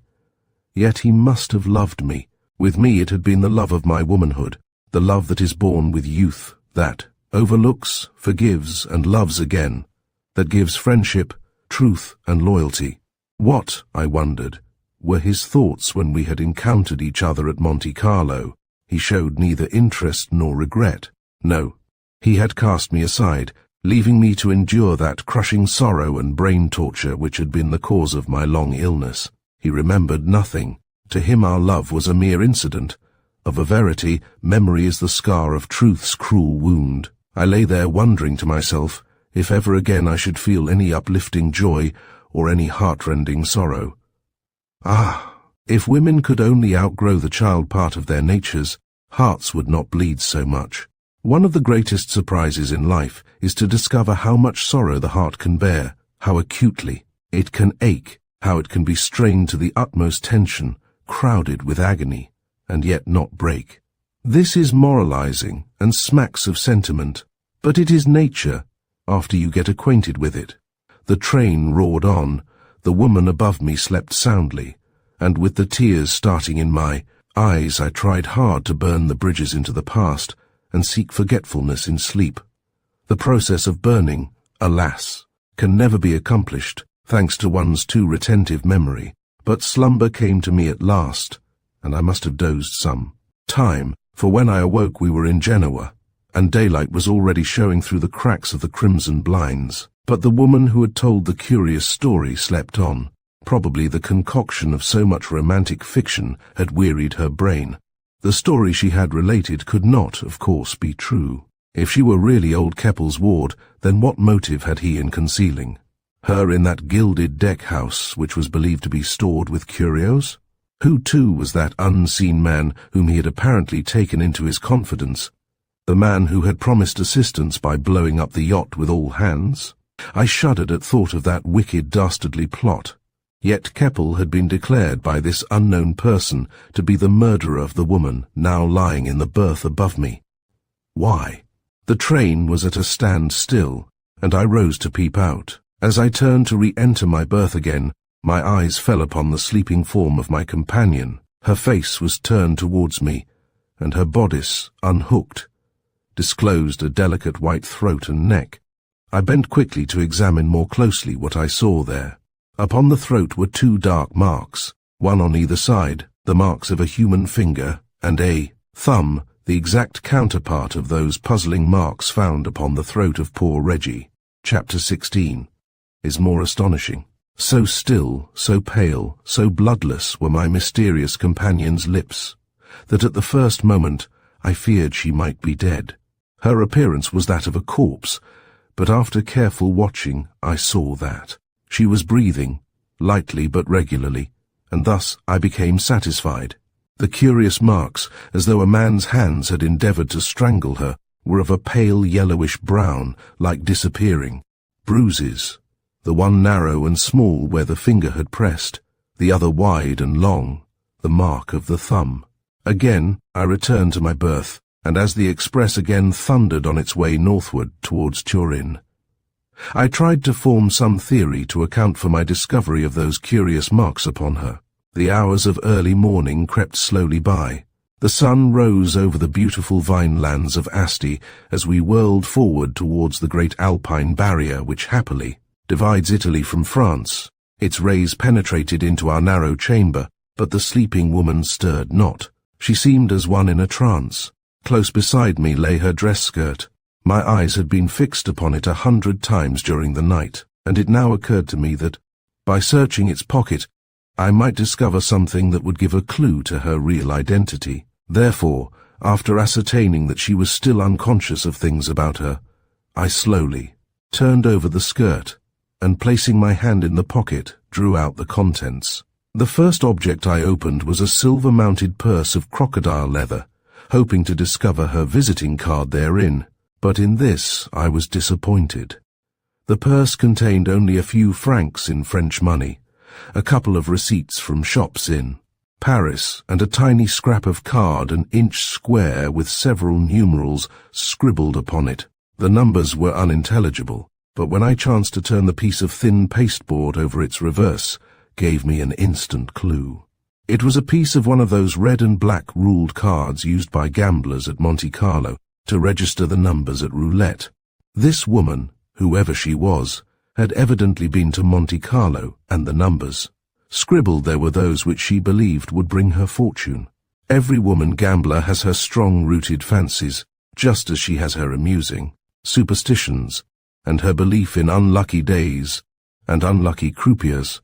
2 facts were plain. First, that she bore marks upon her which were the exact counterpart of those found on poor Reggie. Secondly, that she herself had been to Monte Carlo. Her handkerchief was of fine lawn, but bore no mark, while the crumpled piece of paper, without which no woman's pocket is complete, proved on examination to contain only an address of some person in Brussels. I therefore carefully replaced them all, having failed to ascertain her name, and then dozed again. She was already up and dressed when I awoke. "Ah," she laughed. "I see you've been sleeping well. I've had a famous night. I always sleep well when I travel. But I have a secret. A doctor friend of mine gave me some little tabloids of some narcotic. I don't know its name, and if I take one I sleep quite well for 6 or 7 hours at a stretch. I awoke once, and you were quite sound asleep." "Oh, yes," she laughed. "But I wonder where we are." I looked forth and recognized the name of some small station through which we dashed. "We're nearing Turin," I responded, then suddenly recollecting that in an hour or so I should be compelled to face old Keppel. In the corridor, I resolved on a plan upon which I immediately proceeded to act. "I don't feel at all well this morning," I added. "I think I shall go to sleep again. I've some smelling salts here," she said, looking at me with an expression of sympathy, and she took out a small silver-mounted bottle from her little reticule. I took it and sniffed it gladly with a word of thanks. If I did not wish to meet Keppel, I should be obliged to remain in that stuffy little den for another 20 hours or so. That is, if they intended to go on to Paris. The prospect was certainly not inviting, for a single night in a continental, sleeping car over a badly laid line gets on one's nerves terribly. Compelled, however, to feign illness, I turned in again at Turin, and while my companion went forth and rejoined, the man who had been my host, the conductor, brought me the usual glass of hot coffee and a roll. "I am not well," I explained to the man when he handed it to me. "Are you going through to Paris?" "Si, signorina." "Then will you see that I'm not disturbed, either at the frontier or anywhere else?" "Certainly, if the signorina has the keys of her baggage." "I have no baggage," I responded. "Only see that I get something to eat, and buy me a novel, Italian, French, anything will do, and also some newspapers." "Si, signorina." And the door was closed. 5 minutes later, just as the train was gliding out of Turin, the man returned, with a couple of novels and half a dozen of those 4-paged badly printed Italian newspapers, and with them I managed to while away the long, tedious hours as we sped through Susa and the beautiful alpine valleys. From time to time my companion looked in to see how I was, offering to do anything for me that she could. Then she returned to old Keppel, who was sitting on one of the little flap seats in the corridor smoking. "The woman in with me is rather young and quite charming," I heard her say to him. "She's been taken queer this morning. I expect the heat has upset her, poor thing. The berths here are very hot and close." "Horribly. I was nearly asphyxiated," he answered. Then, about half an hour later, I recognized his voice again. He was evidently standing with his companion close to the door of my compartment. "We shall be in Paris about 8:30 tomorrow morning, it seems," he said. "And the Vispera will be awaiting you at Naples?" She laughed. "Davis is quite used to my erratic movements," he answered. "A reputation for eccentricity is very useful sometimes. But shall you rejoin her?" He hesitated, "I think it is most unlikely," he responded. "I've had enough of cruising. You too must be very tired of it." "Tired?" she cried. "Imprisoned in that cabin all day long, with the windows closed and curtained. I felt that if it lasted much longer, I must go mad. Besides, it was only by a miracle that I was not discovered a dozen times.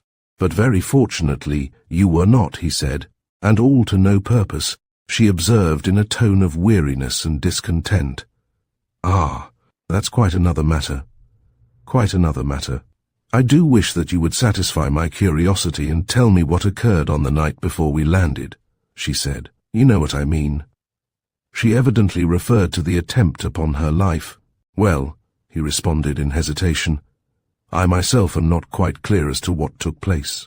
I entered the cabin, you know, and found you lying unconscious." "Yes, I know. I was thrown violently down by a sudden lurching of the ship, and must have struck my head against something," she replied.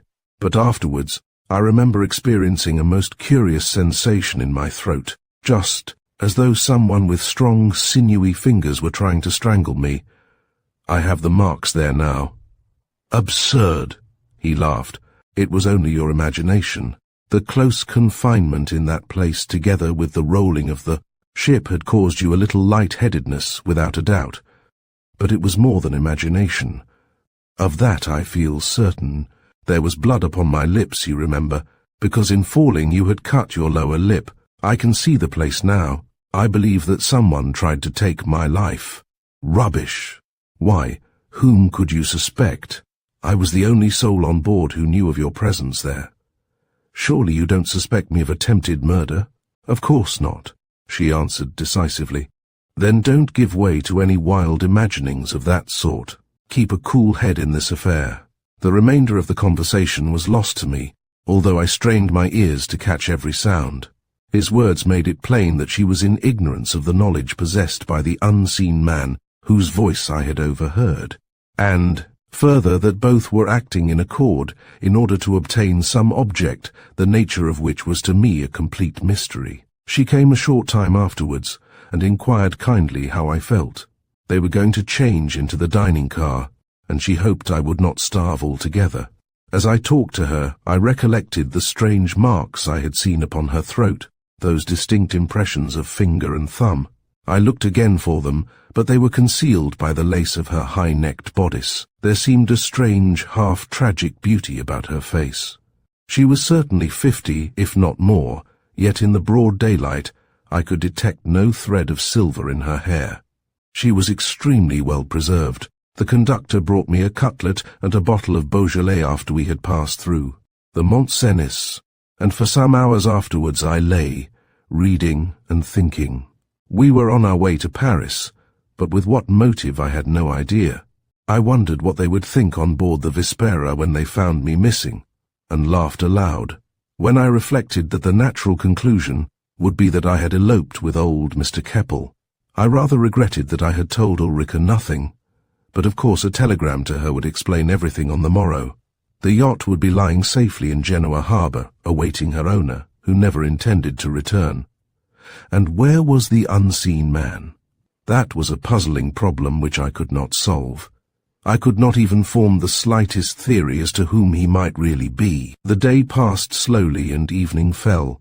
We were nearing Queux. The woman with the mysterious marks upon her returned with her escort from the dining car and sat chatting with him in the corridor. Their voices reached me, but I could distinguish little of their conversation. Suddenly, however, I thought I could hear a third voice in conversation, the voice of a man. It sounded familiar. I listened again. Yes, it seemed as though I had heard that voice somewhere before. Indeed, I knew its tone perfectly well. For some minutes I lay listening, trying to catch the words, but the train was roaring through a deep cutting, and I could only hear disjointed words or parts of sentences. In determination to see who it was, I carefully opened the door of the compartment so that I could peer through the crack. I bent forward until my eyes rested upon the speaker, who, lounging near, was engaged in serious confidential conversation with Keppel and my travelling companion, as though they were old friends. In an instant I drew back and held my breath. Was this the man who had suggested the blowing up of the Vispera? Surely not. Perhaps, however, he had actually travelled with us from Pisa in another carriage. Or perhaps he had joined the train at some intermediate station. But by whatever means he had come there, the fact of his identity remained the same. It was Ernest Cameron, the man I loved.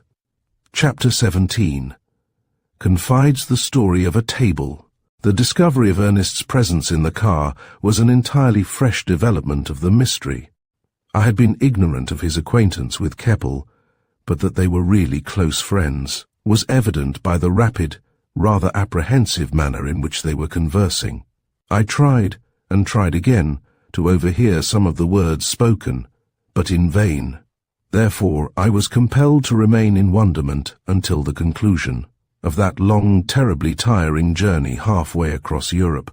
Arrived at the Gare de Lyon in Paris, I entered a fiacre and followed them across the city to the Hotel Terminus, that big caravansary outside the Gare Saint-Lazare, where they engaged 4 rooms on the first floor, a sitting room and 3 bedrooms.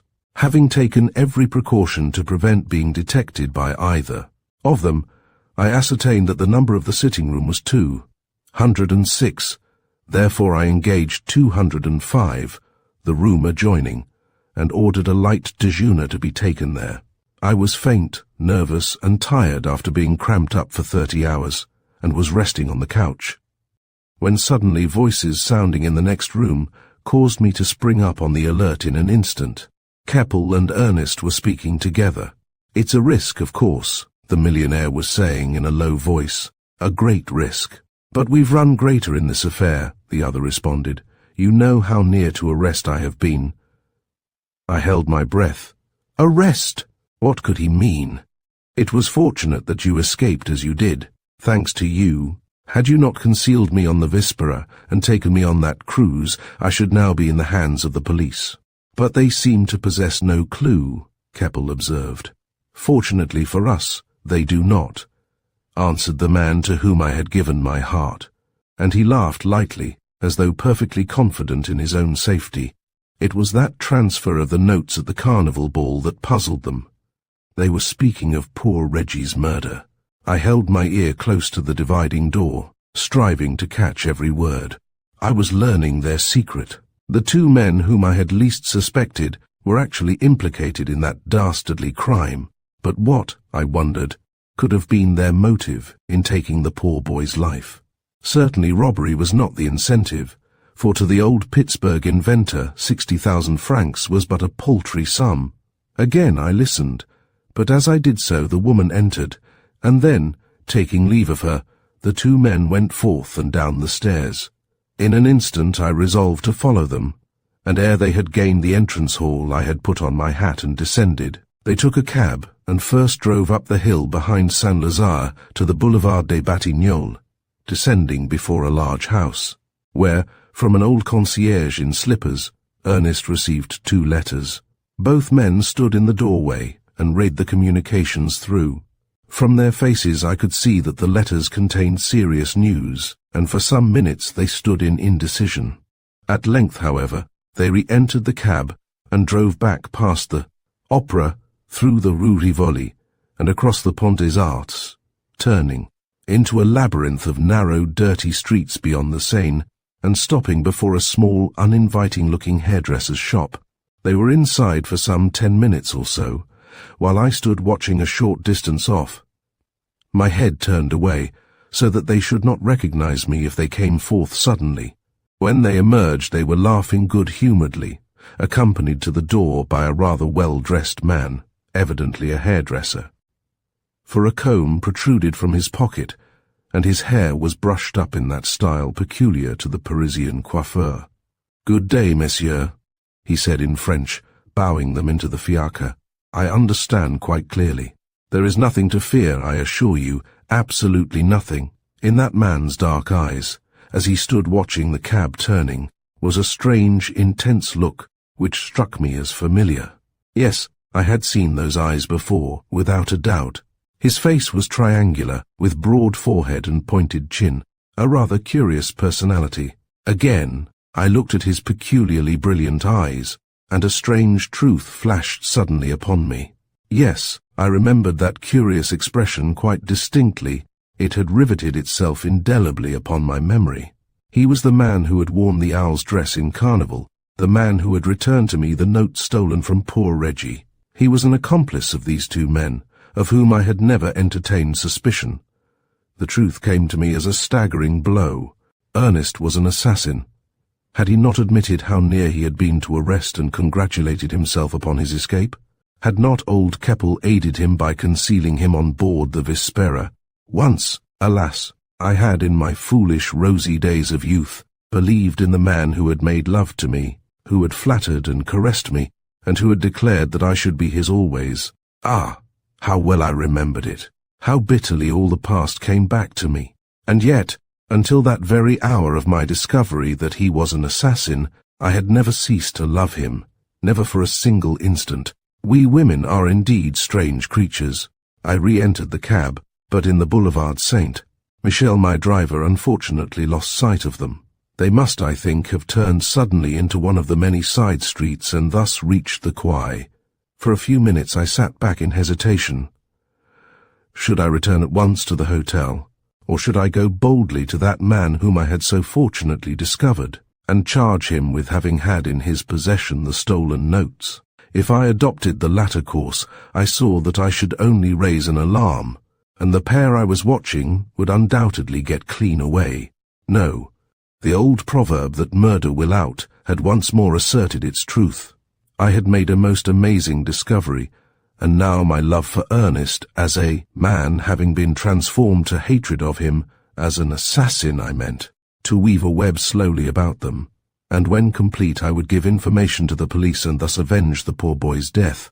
Therefore I drove to the nearest telegraph office and wired to Genoa, urging both Ulrica and Gerald to come to Paris without delay, for I sorely needed the counsel of the woman who was my best friend and the man upon whose father rested the terribly strong suspicion. Then I returned to the hotel terminus, and, hearing no one in the sitting-room adjoining, lay down to rest, sleeping soundly, for with nerves unstrung, I was utterly worn out by fatigue and constant watchfulness. When I awoke it was past 8 o'clock and quite dark. There was still no movement in the sitting-room adjoining, therefore I dressed, and went across to dine at the Duval, at the corner of the Rue du Havre, preferring that cheap restaurant to the table d'hôte of the hotel, where I might possibly meet the three persons upon whom I was keeping observation. An hour later, just as I was crossing the road to re-enter the hotel, I saw a man standing alone on the steps in hesitation. He wore a dark beard, and had on a long drab overcoat such as men generally affect on racecourses, but notwithstanding the disguise, I recognized that it was Ernest. The beard made him look much older, and by the addition of a few lines to his face he had entirely altered his appearance. For some moments he puffed pensively at his cigar, then, glancing at his watch, descended the steps and strolled slowly away. Past the Café Terminus, which was once the object of a desperate attack by anarchists, and continued along the Boulevard des Capucines, where he stopped before that popular rendezvous of Parisians, the Grand Café, and selecting one of the tables, the last one towards the Madeleine, placed against the wall of the café, he ordered a coffee and liqueur. The night was bright, and the grand boulevards with their blazing globes of electricity were full of life and movement. From where I was sitting, at a small brasserie on the opposite side of the boulevard, I watched him narrowly. He glanced up and down, as though in constant expectation of meeting someone, and looked at his watch impatiently. He tossed off his liqueur at a single gulp, but his coffee remained untasted. For it was evident that he was in a state of the greatest agitation. He had feared arrest for the murder of Reginald Thorne, and had taken refuge secretly on the Vespera. Were not his own words sufficient to convince me of his guilt? As I looked, I saw him, while in the act of pretending to sip his coffee, bend down close to the marble table, and after making certain that he was not observed, he scrutinized it carefully.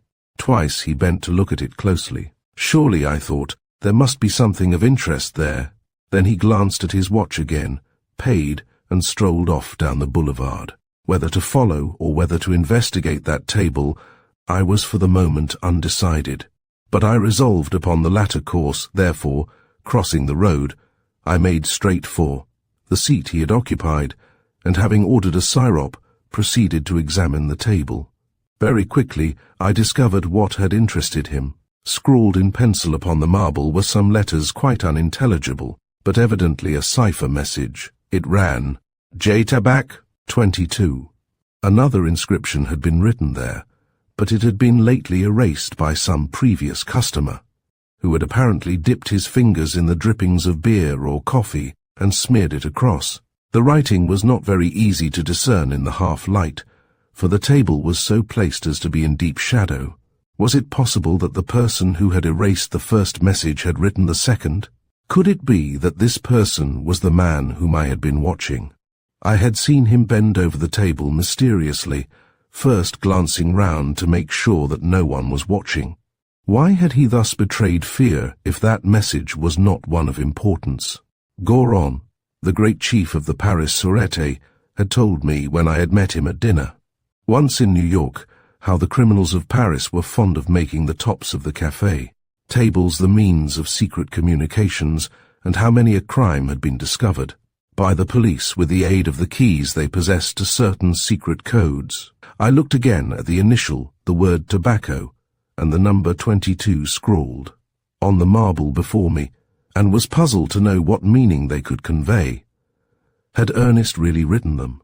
The letters were printed, in order, no doubt, to prevent any recognition of the handwriting. I remembered that he had sat with his hand upon the table, as though toying idly with the matches, and, further, I noticed that the liquid with which the erasure had been made was not yet entirely dry. I touched it with my gloved finger and placed it to my nose. There was an odor of coffee.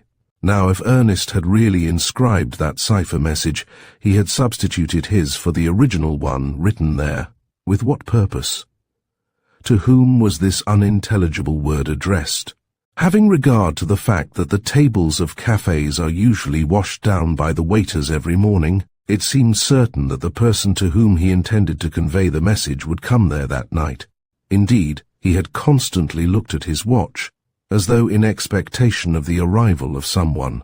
I therefore paid the waiter and left, returning some few minutes later to my previous place in front of the brasserie opposite, determined to wait and watch. The waiter brought me some illustrated papers, and while pretending to be absorbed in them, I kept my eye upon the table I had just vacated.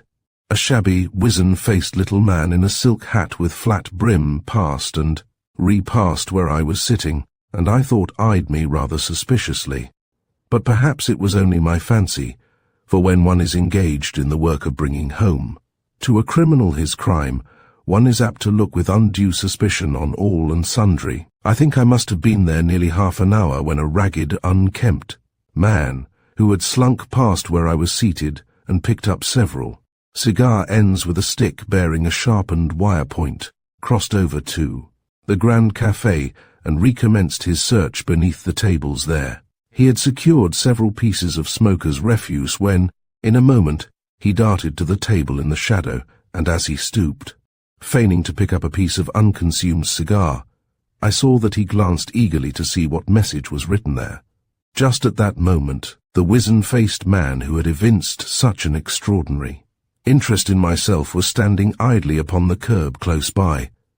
He was undoubtedly watching him. The quick eyes of the old collector of cigar ends apparently understood the message in an instant, for with bent back he continued his active search, yet betrayed no further interest in that table in the shadow. If he had really gone there in order to ascertain the nature of the message, he concealed his real purpose admirably. Probably he was used to being watched by police agents. I saw him hobble along from cafe to cafe, his shrewd, deep-set eyes peering from beneath, his grey, shaggy brows in search of the tiny pieces discarded by smokers. With him also disappeared the shabby little man whose interest I had, unwittingly, aroused, and I remained there still, irresolute and wondering. I had paid, and was just about to rise and go, when of a sudden a well-appointed victoria pulled up in front of the Grand. cafe, and from it stepped a small, well-dressed woman wearing a smart hat and an elaborate cape of the latest mode. Without hesitation, she walked to the table in question and seated herself. In the darkness, I could not distinguish her face, but I saw that even before the waiter could attend to her, she had examined the table and read the message thereon written. Was it, I wondered, intended for her? The waiter brought what she ordered, a bock, that favourite beverage with both Parisians and Parisiennes, and as I watched her narrowly, I saw something which convinced me that the cipher was intended for her eye. She dipped her finger in the beer and drew it across the writing. Was she young or old, I wondered. She was settling her cape and chiffons preparatory to rising and re-entering her carriage, therefore I rose and crossed the road. As I stepped upon the asphalt on the opposite side, she crossed to where her smart turnout stood, brushing past me as she did so. The light as it fell across her face revealed a countenance with which I was, alas, too familiar. She was the woman who had usurped my place in Ernest's heart, the woman whom I had seen in his company at Monte Carlo, the woman who had laughed at me in triumph across the roulette table because she knew that she held him beneath the spell of her extraordinary beauty. Chapter 18 Gives the key of the cipher. I walked along the boulevard towards the opera as one in a dream, to that woman with the tow-coloured hair, the blue eyes and pink cheeks, the woman who had replaced me. In his affections, he had written that strange message in cipher, a message of warning, it might be. I hated her. I really believe that if ever the spirit of murder has entered my heart, it was at that moment. I could have sprung upon her and killed her as she stepped into her carriage. She had said no word to her coachman. He apparently knew where to drive. That cipher was perhaps an appointment which he had gone forward to keep, while she was now following. The thought convulsed me with anger. This man, Ernest Cameron, the man who had once held me in his arms and declared that he loved me, was, upon his own admission, an assassin. Along the Rue Aubert, I wandered back to the hotel, plunged in my own distracting thoughts. I had somehow ceased to think of the old millionaire and the chattering woman whom he had concealed on board the Vespera. All my thoughts were of the man who had until then held me as his helpless slave. It may have been jealousy, or it may possibly have been the revulsion of feeling that had seized me on becoming aware of the terrible truth of his guilt, that caused me to vow to leave no stone unturned to secure his arrest and condemnation. She, that small, slim woman with the fair hair, had stolen him from me. But I determined that she should not be allowed to enjoy his society longer. I had discovered the truth, and the blow that I intended to deal would be fatal to the happiness of both of them. I laughed within myself. I was not impatient. No, I would wait and watch until I had secured ample proof. Then I had but to apply to the police, and the arrest would be made. He, Ernest Cameron, had murdered and robbed the poor boy who had admired me and with whom I had so foolishly flirted. Was it the attention I had allowed him to pay me that was primarily the cause of his assassination? Did the moral responsibility rest upon myself? That night, even though tired out, I slept but little. Times without number, I tried in vain to solve the secret of that cipher message. Or warning, was it, written upon the table before the Grand Café? But neither the initial nor the word tobacco conveyed to me any meaning whatsoever. One fact seemed strange, namely, the reason that the ragged collector of cigar ends should have searched for it, and further, that the word written there should have been tobacco. Again, who was the shabby, wizen-faced individual who had also watched that table with such eagerness and expectancy? As I reflected, I became impressed by the idea that the table itself was one of those known to be a notice board of criminals, and therefore at night observation was kept upon it. The great Goron, that past master in the detection of crime, had, I remembered, told me that in all the quarters of Paris, from the chic avenue des Champs-Élysées to the lower parts of Montmartre, there were certain tables at certain cafés used by thieves, burglars, and other such gentry, for the exchange of messages, the dissemination of news, and the issue of warnings. Indeed, The correspondence on the cafe tables was found to be more rapid and far more secret, and to attract less attention than the insertion of paragraphs in the advertisement columns of the newspapers. Each gang of malefactors had, he told me, its own particular table, in its own particular cafe, where any number could sit and read in silence the cipher notice or warning placed there without the risk of direct communication with his companions.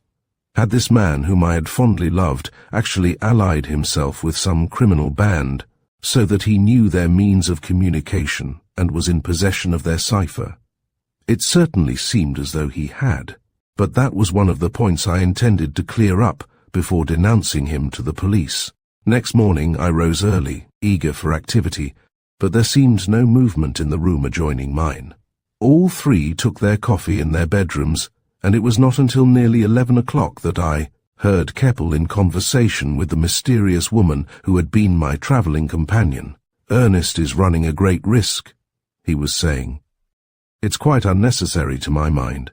The police are everywhere on the alert, for word has of course come from Nice. If he does, unfortunately, fall into their hands, he'll only have himself to blame." "But surely you don't anticipate such a thing?" she asked in genuine alarm.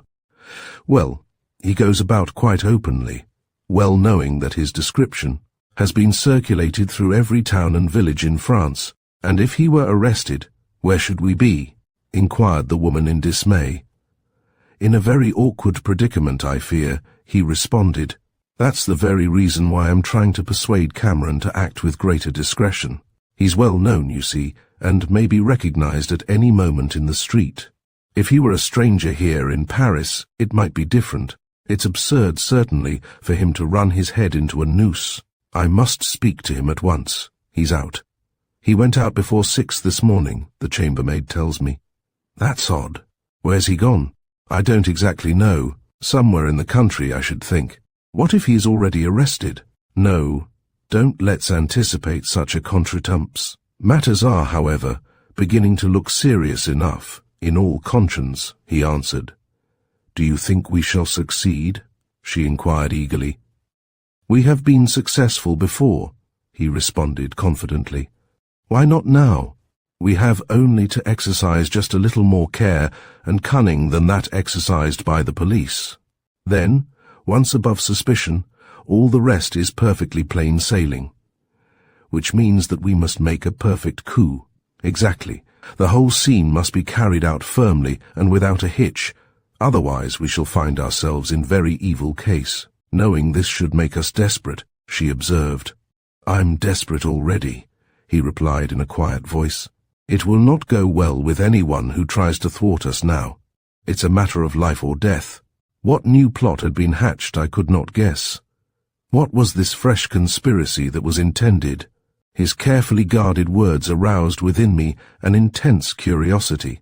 I had already overheard many things, and still resolved to possess myself in patience and continue my ever-watchful vigil. There was, according to the old man's own words, a desperate plot in progress, which it was, intended to be carried out at all hazards, even to the taking of another human life. I wrote down on a piece of paper the cipher which I had found scrawled upon the table and tried by several means to reduce it to some intelligible message, but without success. It was evidently in one of those secret codes used by criminals. Therefore, how could I hope to discover a key to what so often had puzzled the cleverest detectives of the Sûreté? The day passed without further incident. I remained in my room awaiting the return of the man whose strange action had so puzzled me on the previous night, and who was now running such risk of arrest. If he returned, I hoped to overhear his conversation with his companions, but unfortunately he did not come back. All was quiet in the adjoining chamber, for Keppel and the woman with the strange marks had evidently gone out in company. About 7 o'clock I myself dressed and went forth, wandering idly down until I stood on the pavement at the corner of the Boulevard des Italiens, before the opera. There are always many idlers there, mostly sharks on the lookout for the unsuspecting foreigner.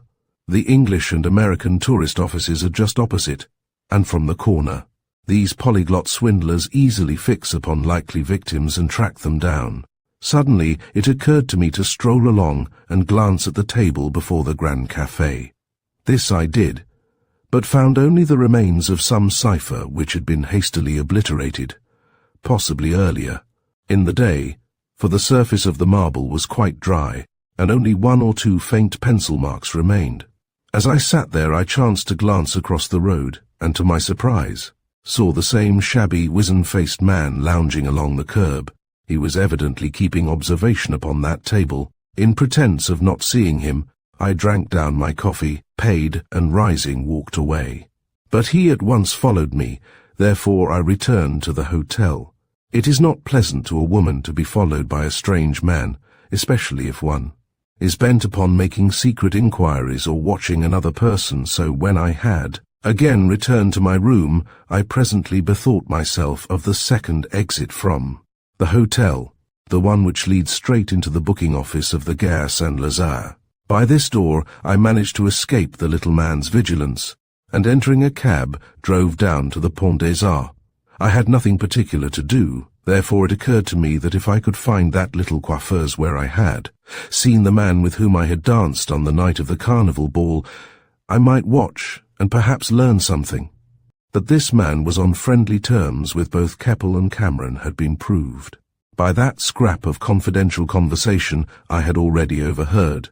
The difficulty I experienced in recognizing the narrow, crooked street was considerable, but after nearly an hour's search through the smaller thoroughfares to the left of the Boulevard Saint-Michel, my patience was rewarded, and I slowly passed the little shop on the opposite side.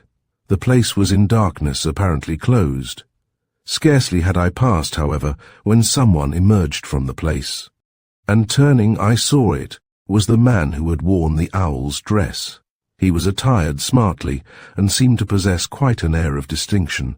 Indeed, none meeting him in the street would believe him to be a barber. Almost involuntarily I followed him. He lit a cigarette, and then walked forward at a rapid pace down the boulevard, across the Pont Neuf, and turning through many streets, which were as a bewildering maze to me, suddenly tossed his cigarette away, entered a large house, and made some inquiry of the concierge. "Madame Fournereau?" I heard the old man answer gruffly. "Yes, 2nd floor, on the left." And the man who had so mysteriously returned to me the stolen notes went forward and up the stairs. Madame Fournereau? I had never, as far as I recollected, heard that name before. I strolled along a little farther, hesitating whether to remain there until the man emerged again, when lifting my eyes, I saw the nameplate at the street corner. It was the Rue du Bac. In an instant, the similarity of the word in the cipher, tabac, occurred to me. Could it be that the woman for whom the message was intended lived there? Could it be that this woman for whose love Ernest had forsaken me was named Fournereau?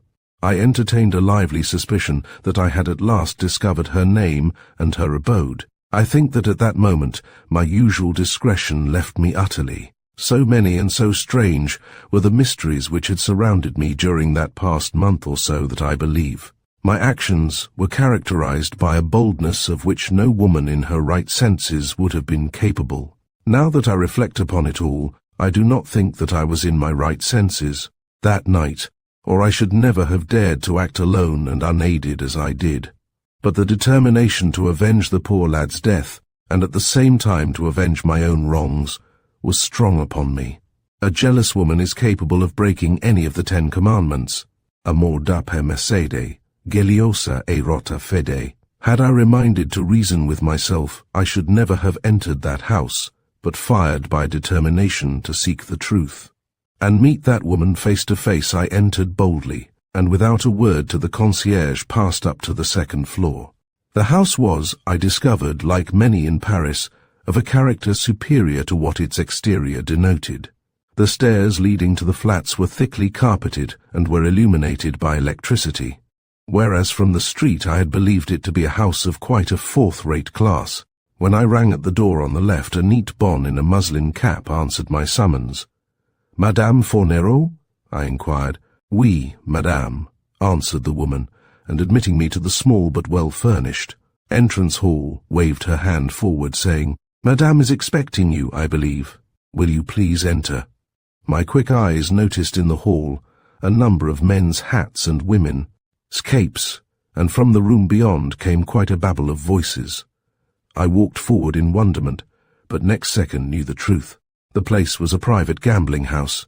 Madame's guests, a strange and motley crowd, came there to play games of hazard. In the room I entered was a roulette table, smaller than those at Monte Carlo, but around it were some 20 men and women, all intent upon the game. Notes and gold were lying everywhere upon the numbers and the simple chances, and the fact that no silver was there was sufficient testimony that high stakes were usual. The air was close and oppressive, for the windows were closed and heavily curtained, and above the sound of excited voices rose that well-known cry of the unhealthy-looking, pimply-faced croupier in crumpled shirt front and greasy black, "Messieurs, faites vos jeux." Advancing to the table, I stood there unnoticed in the crowd. Those who saw me enter undoubtedly believed me to be a gambler like themselves, for it appeared as though Madame's guests were drawn from various classes of society. The atmosphere was stifling, but excited as I was, I managed to remain cool, and affect an interest in the game by tossing a louis upon the red. I won. Strange how carelessness at roulette invariably brings good fortune. I glanced about me, eager to discover Madame herself, but saw neither her nor the barber whom I had followed there. At the end of the room there were, however, a pair of long sage-green curtains, and, as one of the players rose from the table and passed between them, I saw that another gaming room lay beyond, and that in there they were playing baccarat, the bank being held by a superior-looking old gentleman with the crimson ribbon of the Légion d'honneur in the lapel of his dining jacket. Boldly, I went forward into that room, and in an instant saw that I was not mistaken, for there, chatting to a circle of men and women at the opposite end of the salon, was the small fair-haired woman whom I had seen in Ernest's company at Monte Carlo. The man who had given me the stolen notes was standing in the crowd about her, and to them she was recounting the story of a pleasure trip from which she had apparently only just returned. A couple of newcomers, well-dressed men, entered, and walking straight to her shook her hand, expressing delight that she had returned to Paris to resume her entertainments. "I too am glad to return to all my friends, messieurs," she laughed. "I really found Monte Carlo very dull after all. You were not fortunate. That is to be regretted." "Ah," she said, exhibiting her palms, "with such a maximum, how can one hope to gain? It is impossible." I stood watching the play. As far as I could see, it was perfectly fair, but some of the players, keen-faced men, were evidently practiced card sharpers, swindlers, or men who lived on their wits. The amount of money constantly changing hands surprised me.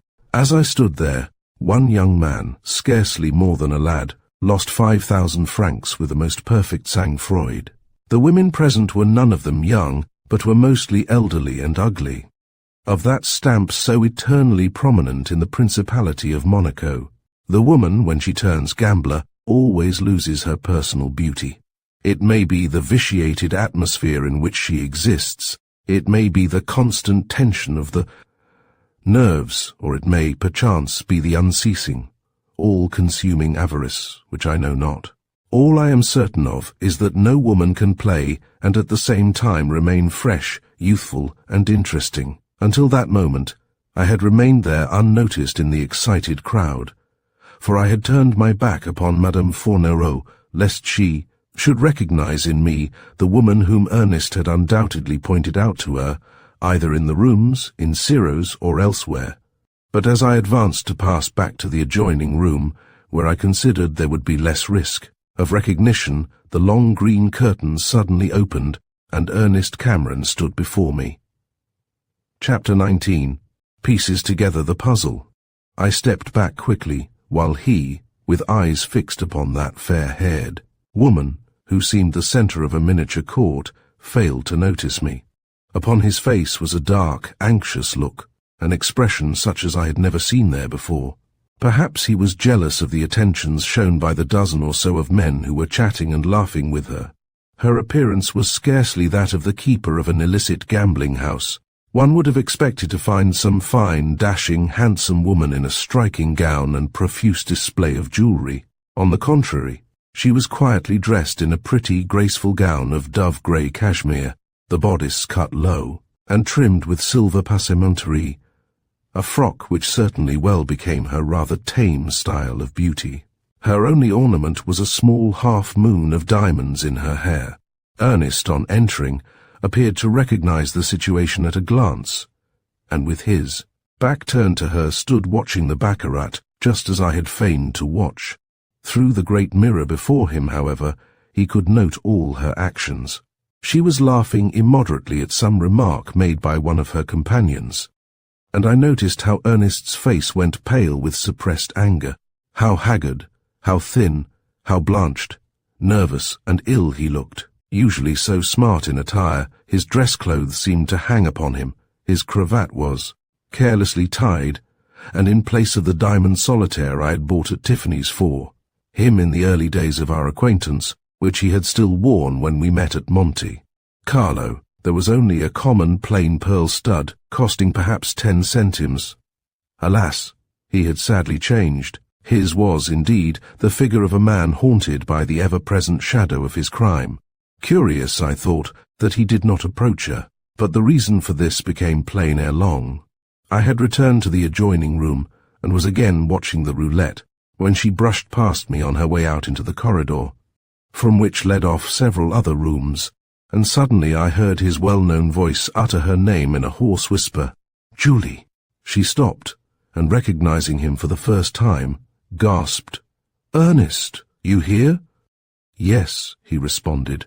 "I told you that we should meet, and I have found you, you see. I must speak to you alone." "Impossible," she responded. "Tomorrow, no, tonight, now. What I have to say admits of no delay," and he strode resolutely at her side while she, her face betraying displeasure at the encounter, unwillingly went forth into the corridor. "Well," I heard her exclaim in impatience. "And what is it you have to say to me? I thought when we parted, it was not to meet again." "You hoped so, you mean," he answered hardly.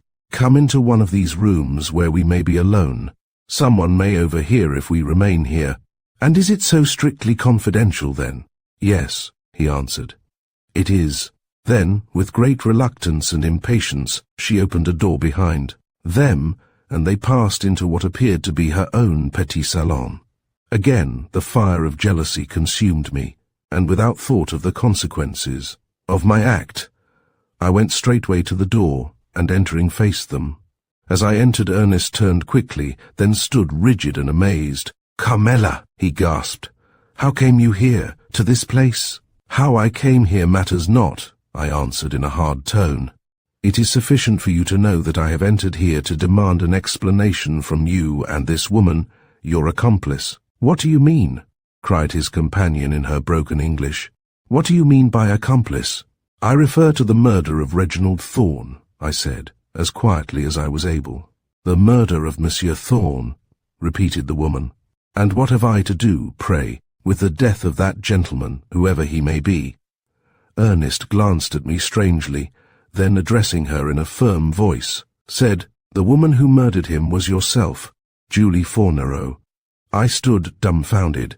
Was it possible that he intended to endeavour to fix the guilt upon her, even though I knew the truth by the admission I had overheard? "What?" she shrieked in fierce anger, speaking in French. "You have sought me here to charge me with the murder, to bring against me a false accusation. It is a lie. You know that I am innocent." "That point, madame, must be decided by a judge," he answered with marvellous coolness. "What do you mean?" "I don't understand," she exclaimed, with a slight quiver in her voice, which betrayed a sudden fear. "I mean that during the months which have elapsed since the murder of my friend Thorne at Nice, I have been engaged in tracing the assassin, or to put it plainly, in tracing you." I stood there utterly astounded. If his words were true, why had he been concealed on board the Vispera in order to avoid arrest? She laughed. instantly assuming an attitude of defiance. "Bah!" she said. "You bring me here into this room to make this absurd and unfounded charge. You dare not say it before my friends. They would beat you like the hound you are." His cheeks were pale, but there was a fierce, determined expression upon his countenance. The woman whom I had believed he loved was, it seemed, his bitterest enemy. "I have no wish whatever to bring upon you any greater exposure or disgrace than that which must inevitably come," he said coolly. "For months I have been awaiting this opportunity, and by the cipher fortunately discovered your return. I was then enabled to give the police some highly interesting information." "The police?" she gasped, her face instantly blanched to the lips. "You have told them?" "Yes," he responded, gazing steadily upon her. "I have told them." "Then let me pass," she said hoarsely, making towards the door, but in a moment he had barred her passage, and raising a small whistle quickly to his lips, blew it shrilly. "So this is your revenge!" cried the miserable woman, turning upon him with a fierce, murderous light in her eyes. Yet ere the words had left her mouth, there were sounds of scuffling and shouting, a smashing of glass, and loud imprecations. The whistle had raised the alarm, and the police had entered the place, barring the egress of the players. Outside in the corridor there were several fierce scrimmages, but next instant the door opened, and there entered 3 detectives, of whom one was the wizen-faced little man, who had betrayed such an interest in myself when at the Grand Café, accompanied by old Mr. Keppel and the woman who had been my travelling companion in the wagon lit. Certainly the arrangements made by the police to raid the place had been elaborately prepared, for at the signal given by Ernest, the coup was complete, and the players, nearly all of whom were persons known as criminals, fell back entrapped and dismayed. The old millionaire and his companion were as astounded at finding me present as Ernest had been. But there was no time at that exciting moment for explanations. The plan had apparently been arranged for the arrest of the pale, white-faced woman, now trembling before us. "I tell you it's a lie," she cried hoarsely. "I did not kill him." But Ernest, turning to the shabby little man, said, "I demand the arrest of that woman, Julie Fournereau, for the murder of Reginald Thorne at the Grand Hotel in Nice." "You know her?" inquired the detective. "And you have evidence to justify the arrest?" "I have evidence that she committed the murder, that the 60,000 francs stolen from the dead man's pockets were in her possession on the following morning, and further, that on the night on which the murder was committed she was staying, under another name at the same hotel wherein Mr. Thorne was found dead. And the witnesses? They are already in Paris, awaiting to be called to give evidence." A dead silence fell, and we looked at one another. The wretched woman, who had so suddenly been denounced by the man with whom she had been so friendly at Monte Carlo, was standing in the centre of the room, swaying to and fro, supporting herself by clutching the edge of the small table. Her white lips trembled, but no word escaped them. She seemed rendered speechless by the suddenness of the overwhelming charge. The detective's hard voice broke the silence. "Julie Fournereau," he said, advancing a few steps towards her, "in the name of the law I arrest you for the murder of Reginald Thorne at Nice." "I am innocent," she cried hoarsely, her haggard eyes glaring at us with a hunted look in them.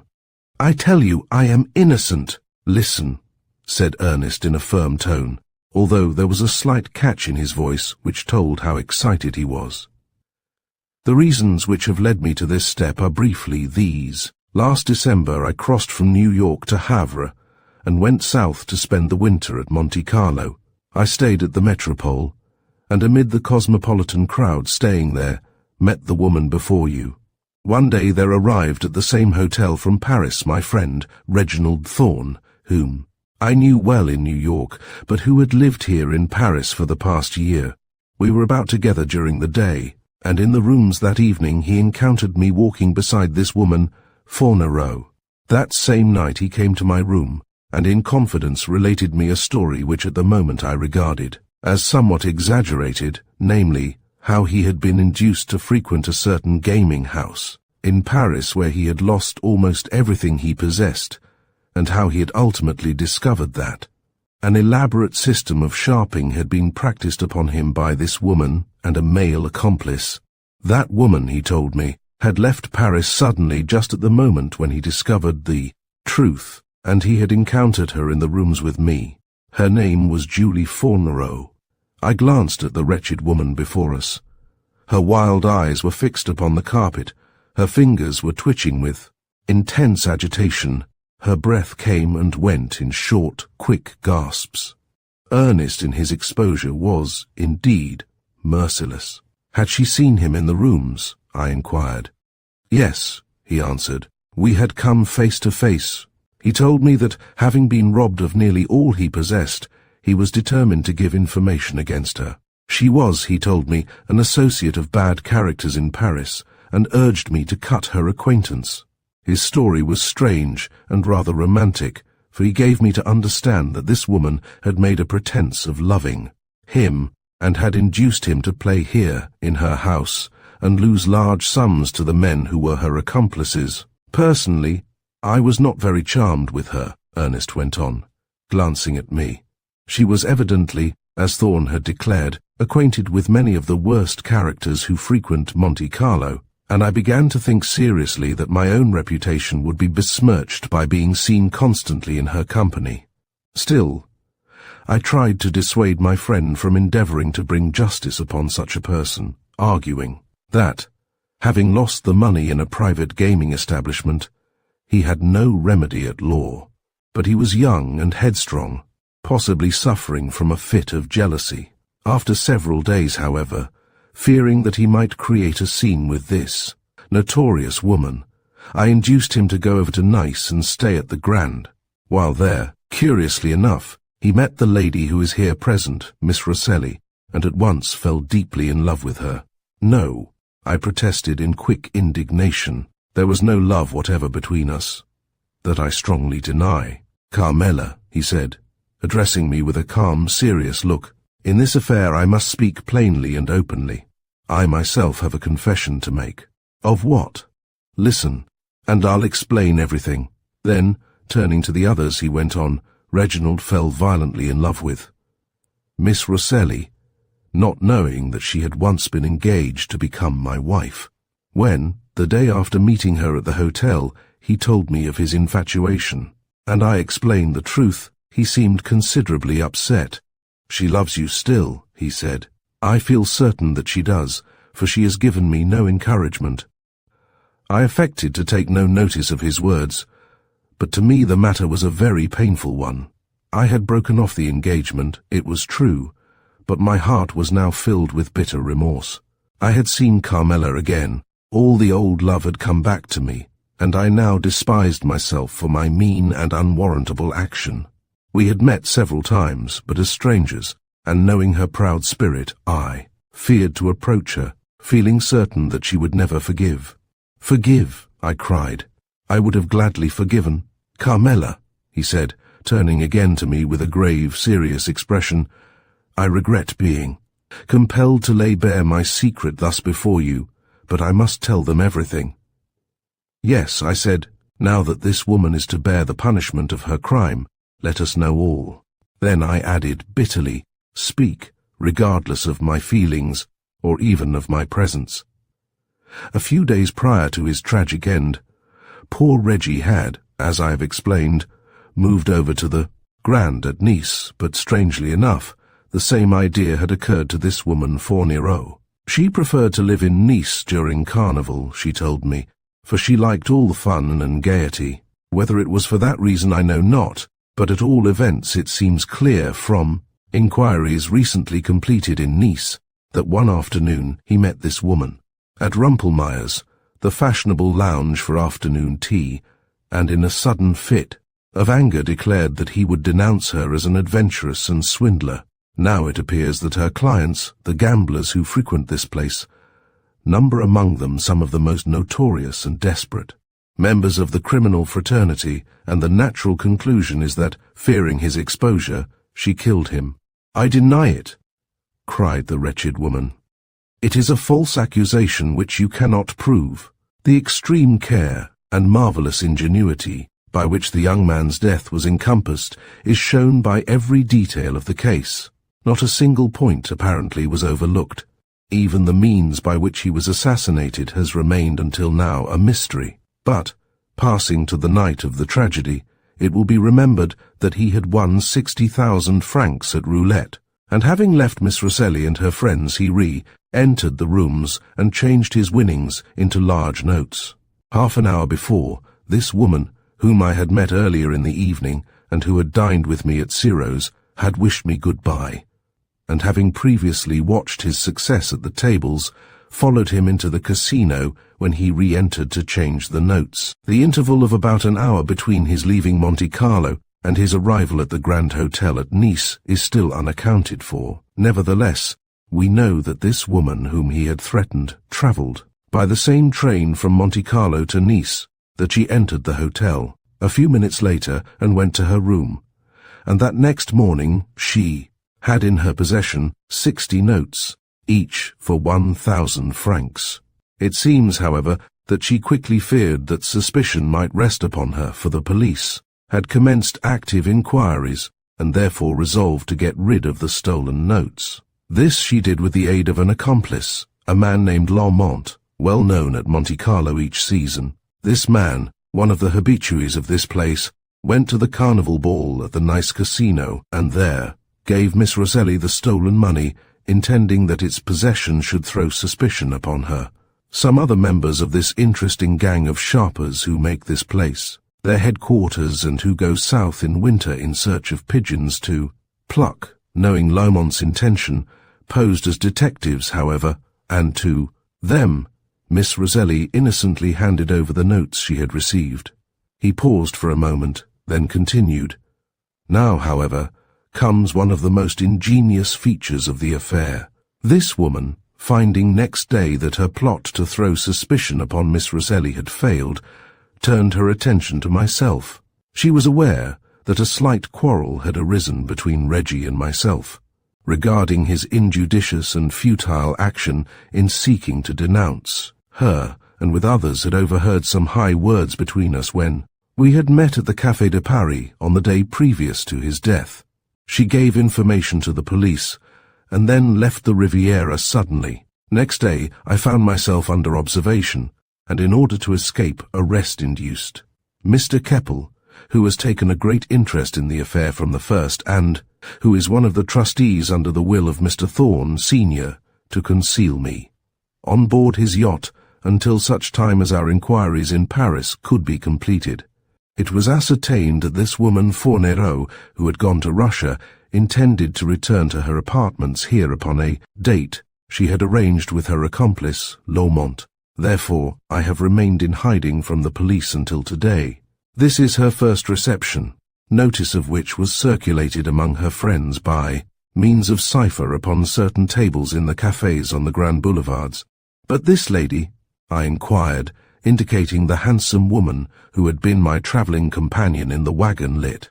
I am the mother of Reginald Thorne, she herself responded. You Reggie's mother, I cried, scarce able to believe her words. Yes, she answered. Hearing of my poor son's death, I crossed from New York to Havre and arrived in Nice, only to find that the Vispera had sailed. A letter was awaiting me with full explanation, asking me to travel to Marseille and cross by the mail steamer to Tunis and there join the yacht. This I did, but in order that my presence should not be known to those. On board I was placed secretly in the deck cabin and never went forth. The blow that had fallen upon me on hearing of poor Reggie's death, combined with the constant imprisonment in that cabin, I believe upset the balance of my mind. For one night, the night before we put into Leghorn, I became unconscious.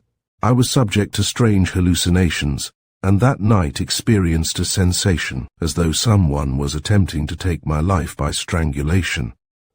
I must explain, said old Mr. Keppel, addressing her. It is only right that you should now know the truth. On the night in question, you were unusually restless, and becoming seized by a fit of hysteria, commenced to shout and shriek all sorts of wild words regarding your poor son's murder.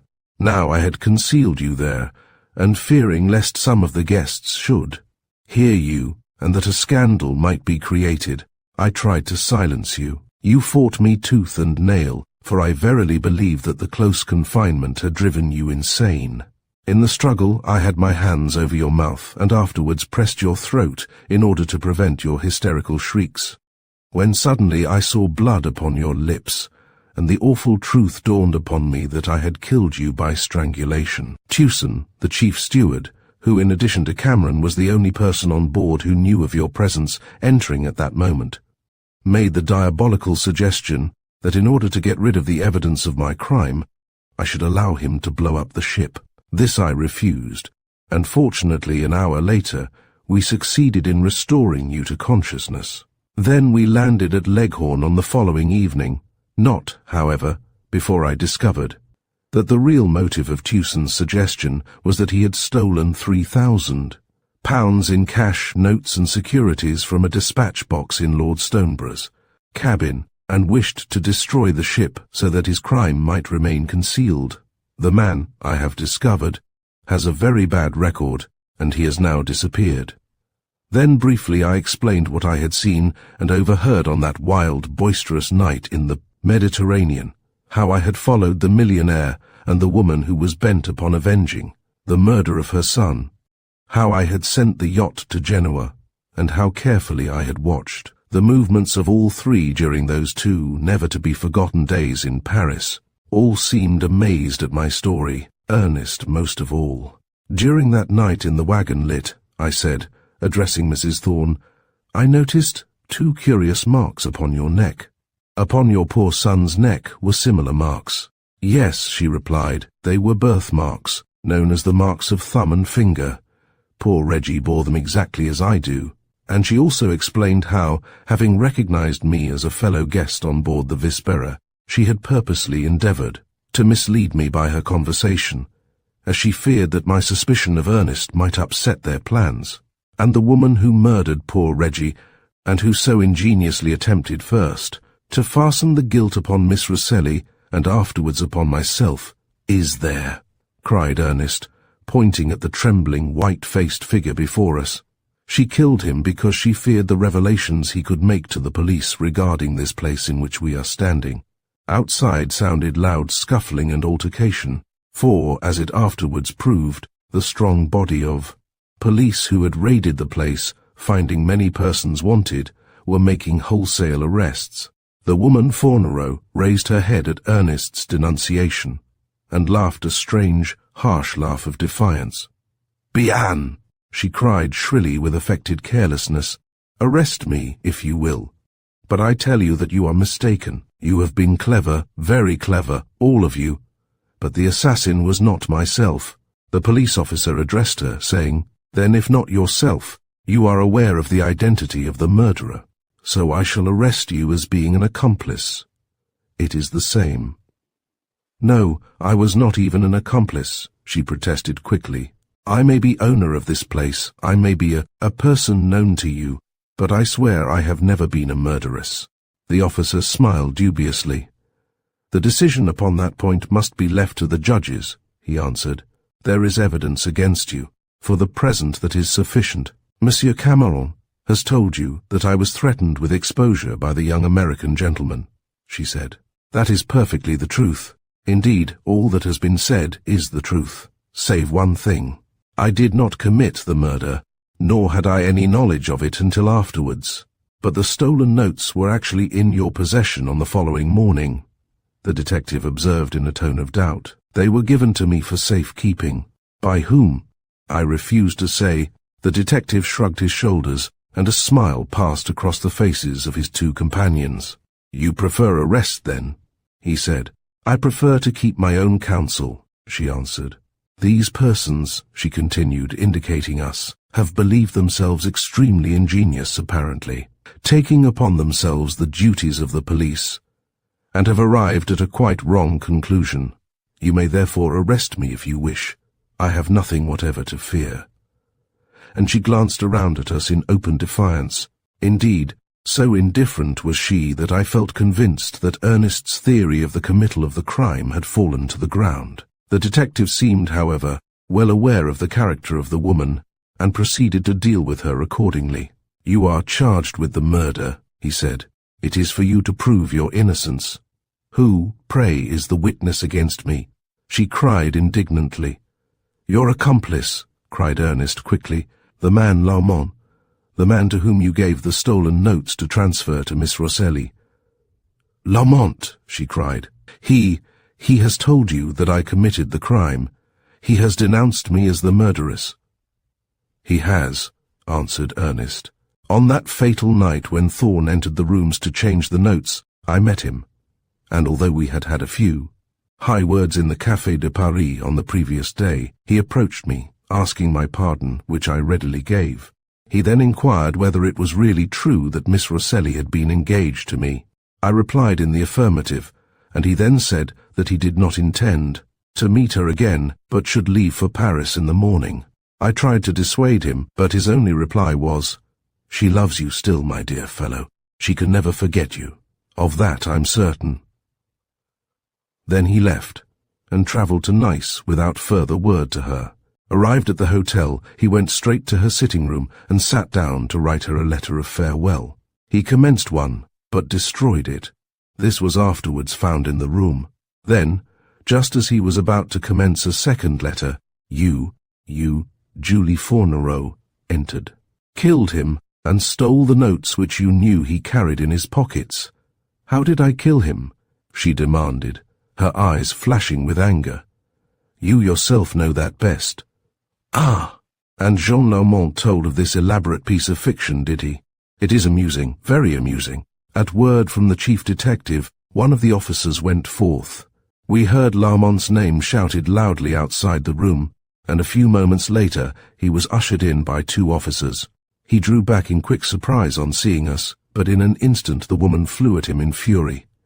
"You have told them," she shrieked. "You have led them to believe that I murdered the American at Nice. You have declared that it was I who gave you the notes, I who killed him, you miserable cur." His countenance fell. Indignation had in an instant given place to fear. "And did you not give me the notes?" he inquired. "Why, there are at least 2 men in yonder room who were present when you handed them to me." "I do not deny that," she responded. "I deny that I killed him." "Then who did? Who did?" she shrieked. "Who did? Why, you yourself." "You lie," he cried fiercely, his face ashen pale. "I would have told them nothing," she went on quickly. "I would have allowed them to arrest me and afterwards discover their mistake, were it not that you had endeavoured to give me into their hands in order to save yourself. No, my dear friend, Julie Fornereau is loyal only to those who are loyal to her, as many have before found out to their cost. I would have saved you had you not led the police here to raid my house, to arrest my guests, and to hurry me away to prison for a crime that I did not commit. But listen, you deny the murder of the young American. Well, shall I relate all that occurred? Tell them what untruths you like," he growled. "You cannot harm me." "Yes, madame," cried old Mr. Keppel. "Tell us all that you know. We are determined now to get to the bottom of this affair. This man," she explained, "was the man who fleeced the unfortunate gentleman here in my house. I am not wishing to shield myself for a single moment. I desire only to tell the truth. Monsieur Thorn, when they last met here, accused him of cheating at baccarat. High words ensued, and the young man drew a revolver and fired, striking Laumont in the shoulder, whereupon the last-named swore to be avenged. I knew well that a vow of vengeance taken by such a desperate man as Laumont was something more than mere idle words, and when he went to the Riviera, as he did each year in search of inexperienced youths whom he could fleece, I shortly afterwards followed. He stayed first at the Hotel de Paris at Monte Carlo, but meeting young Thorn accidentally one afternoon he discovered that the latter was living at the Grand at Nice, and that same night he transferred his quarters there. Now Thorn had an intimate friend in Nice, Mr. Gerald Keppel, and it seemed as though Laumont desired to make the latter's acquaintance, with the ulterior motive of practising his sharper's tricks upon him. Be that how it may, I, in order to watch the progress of events, moved to the same hotel at Nice. I knew that Laumont was bent on vengeance, and felt certain that some terrible denouement was imminent. She paused and glanced around at us. Then, lowering her eyes, she went on, "I am an adventuress, it is true, but I have still a woman's heart. I was determined, if possible, to prevent Lormont from wreaking vengeance upon the poor boy. It was for that reason I followed him to Nice and took up my abode there. On the afternoon of the tragedy I was in the rooms at Monte Carlo and there saw him playing and winning while just as he was leaving, with Miss Rosselli, another lady, and young Mr. Keppel, his pockets bulging with his gains. I saw Lormont watching him. I knew by the evil look he cast in his direction that the spirit of murder was in his heart. That evening I dined at Ciro's with Monsieur Cameron, and afterwards left him in order to watch the movements of Lormont and the young American. The latter, after a short conversation with Monsieur Cameron in the atrium of the casino, descended the lift to the station and took train to Nice. I travelled by the same train, but in the crowd at Nice station on alighting lost sight of him. He must have taken a cab immediately to the hotel, and, furthermore, Lormont must also have followed him without knowing of my presence. I met some friends at the station, but on arrival at the hotel 20 minutes later, I went straight up to my room. On the way, I had to pass the door of Miss Rosselli's sitting room, and, just as I was approaching, my feet falling softly on the thick carpet of the corridor, the door opened noiselessly, and a man, after looking forth stealthily, emerged and stole along to the room he occupied. That man was Jean Lormont. "You saw him?" cried Ernest. "You actually saw him coming from the room?" "Yes." Instantly I suspected something wrong, and wondered for what purpose he had been in the ladies' sitting room. Therefore, without hesitation, I pushed open the door and looked inside. Judge my surprise when I found the unfortunate young man writhing in agony on the ground. I knelt by him, but recognizing me as the woman at whose house he had been cheated, he shrank from me. "That man!" he gasped with difficulty. "That man has killed me!" And a few moments later his limbs straightened themselves out in a final paroxysm of agony, and he passed away. Mrs. Thorne burst into a flood of tears.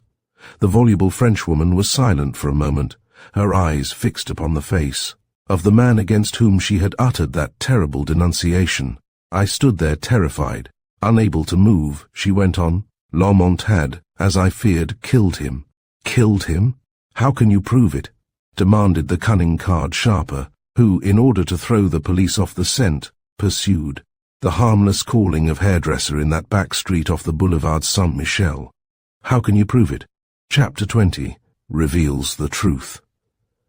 The woman Fornereau crossed the room quickly to a small rosewood bureau and took therefrom a little cardboard box about a couple of inches square, such as are used for cheap jewellery. "I have something here," she said, addressing the man before her. It was lying on the floor. "You alone knew its secret, a secret which I too have lately discovered." And opening the box carefully, she displayed, lying in a bed of cotton wool, what at first appeared to be a woman's steel thimble. Taking it from its hiding place and putting it upon the forefinger of her right hand, we saw that, instead of being what it at first appeared, it rose to a sharply tempered steel point about half an inch long, protruding from the fingertip. I glanced at the man accused. His face had blanched to the lips at sight of it.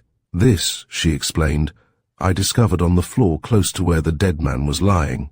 It is a diabolic invention of Lormont, which he showed me a year ago, although he did not then explain its use. An examination which has been made by a friend, a chemist, has shown plainly the truth. You will notice that the point is fine as a needle but is hollow, like that of a hypodermic syringe. Within, at the point touched by the tip of the finger, is a small chamber filled with a most subtle and deadly poison extracted from a small lizard peculiar to the banks of the upper Niger. The point would, I saw, act just as the fang of a snake for the thimble, when placed on the finger and pressed upon the flesh of the victim, would inject the poison into the blood, causing almost instant collapse and death.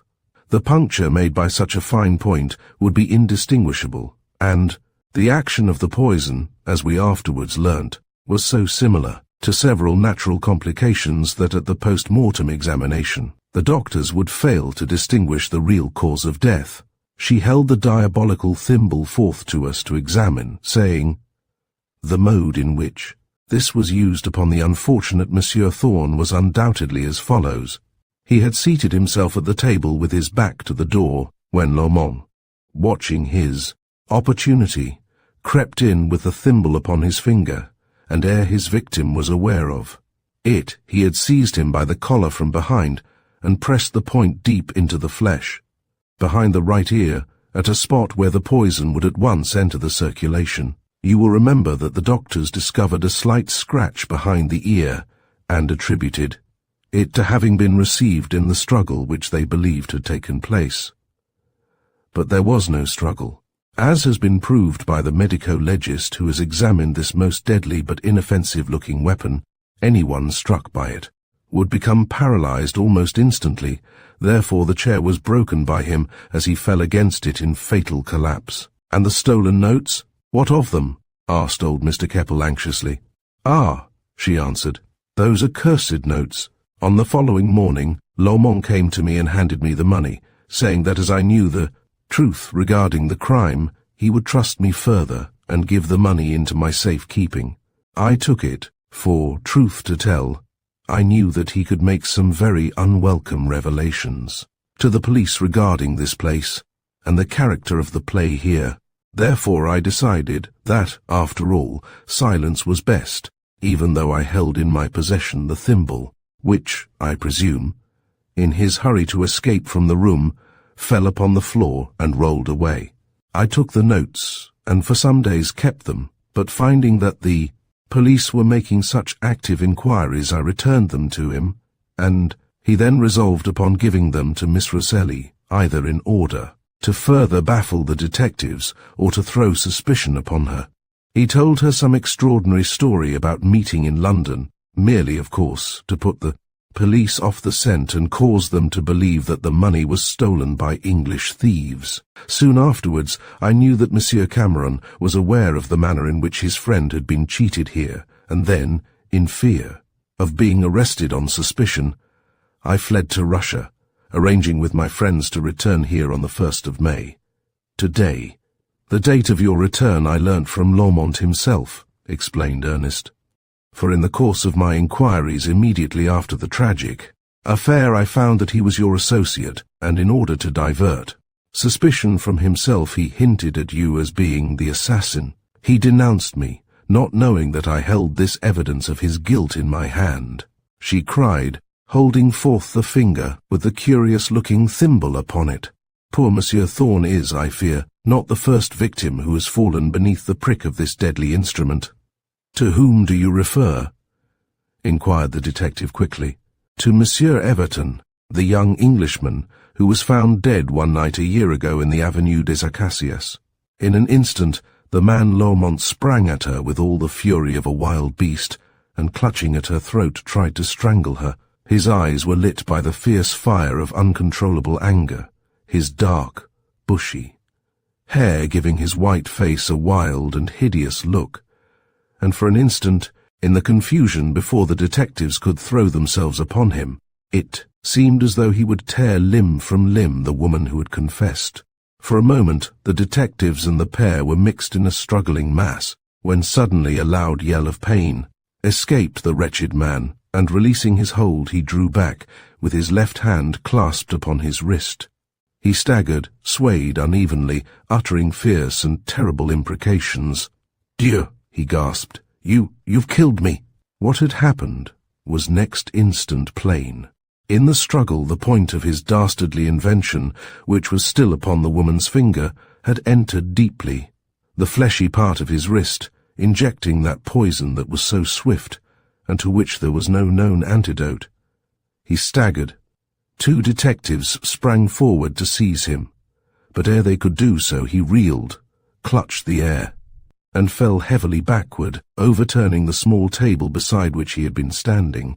The scene which ensued was ghastly. I shall remember it through all my life. 5 minutes later, however, the wretched man who had thus brought card sharping and murder to a fine art had breathed his last in frightful agony, his ignominious career ended by his own diabolical invention. Chapter 21 contains the conclusion. Need I dwell further upon the stirring events of that night? It is assuredly sufficient to say that the arrests made by the police numbered nearly 40 persons all, of whom were charged with various offences, in addition to being found in an illicit gaming house. Many of them old offenders and desperate characters, notwithstanding the fact that they were outwardly respectable. Members of society, in due course, received long periods of imprisonment, but Julie Fournereau, in consideration of the information she had given regarding poor Reggie's death, was dismissed with a fine of 2,000 francs as owner of the house in question, and has since disappeared into obscurity. Ulrika arrived in Paris next day with Gerald, and was absolutely dumbfounded when we related the whole of the amazing story. That day, too, proved the happiest in all my life. Need I relate how on the following morning Ernest sought me and begged me to forgive, or how, with tears of joy, I allowed him to hold me once more in his strong arms as of old and shower hot fervent kisses upon my brow? No. If I were to commence to relate the joys that have now come to me, I should far exceed the space of a single volume. It is enough that you, reader, to whom I have made confession, should know that within a fortnight we all returned to New York by way of Liverpool, and that while Ulrika became engaged to Gerald and soon afterwards married him with the old man's heartiest approval, Ernest again asked me to become his wife, a contract which was fulfilled amid great éclat within a month of our arrival back in Washington. Ulrika tells me that she is no longer world-weary, living only for excitement, as in those fevered days bygone, but that her life is full of a peaceful happiness that cannot be surpassed. Nevertheless, I cannot really bring myself to believe that she is any happier than I am with Ernest, for the estrangement has rendered him all the more dear to me, and we are indeed supremely content in each other's perfect love. Mrs. Thorne has returned to her home in Philadelphia, fully satisfied at having cleared up the mystery surrounding poor Reggie's tragic death, while old Benjamin Keppel, of Pittsburgh, still spends his winters in rather lonely grandeur in his great white villa amid the palms outside Nice, working in secret at his ivory turning and giving at intervals those princely entertainments for which he has become so famed in the cosmopolitan society which suns itself upon the Riviera. As for Ernest and myself, we have not visited Nice since, for we retain a far too vivid recollection of those dark days of doubt, desperation, and despair, and of our strange and tragic meeting at the sign of the 7 sins. You have journeyed through a twisting web of secrets and revelations in the sign of the 7 sins. William Le Queux has guided us through a world where loyalty is fragile, danger lurks in plain sight, and every revelation opens the door to new uncertainties. The puzzle has been unraveled, but the shadows it cast remain, lingering in the mind long after the final word. This is a story that reminds us that truth often comes at a cost, and sometimes the greatest mysteries lie not in what is revealed, but in what remains unsaid.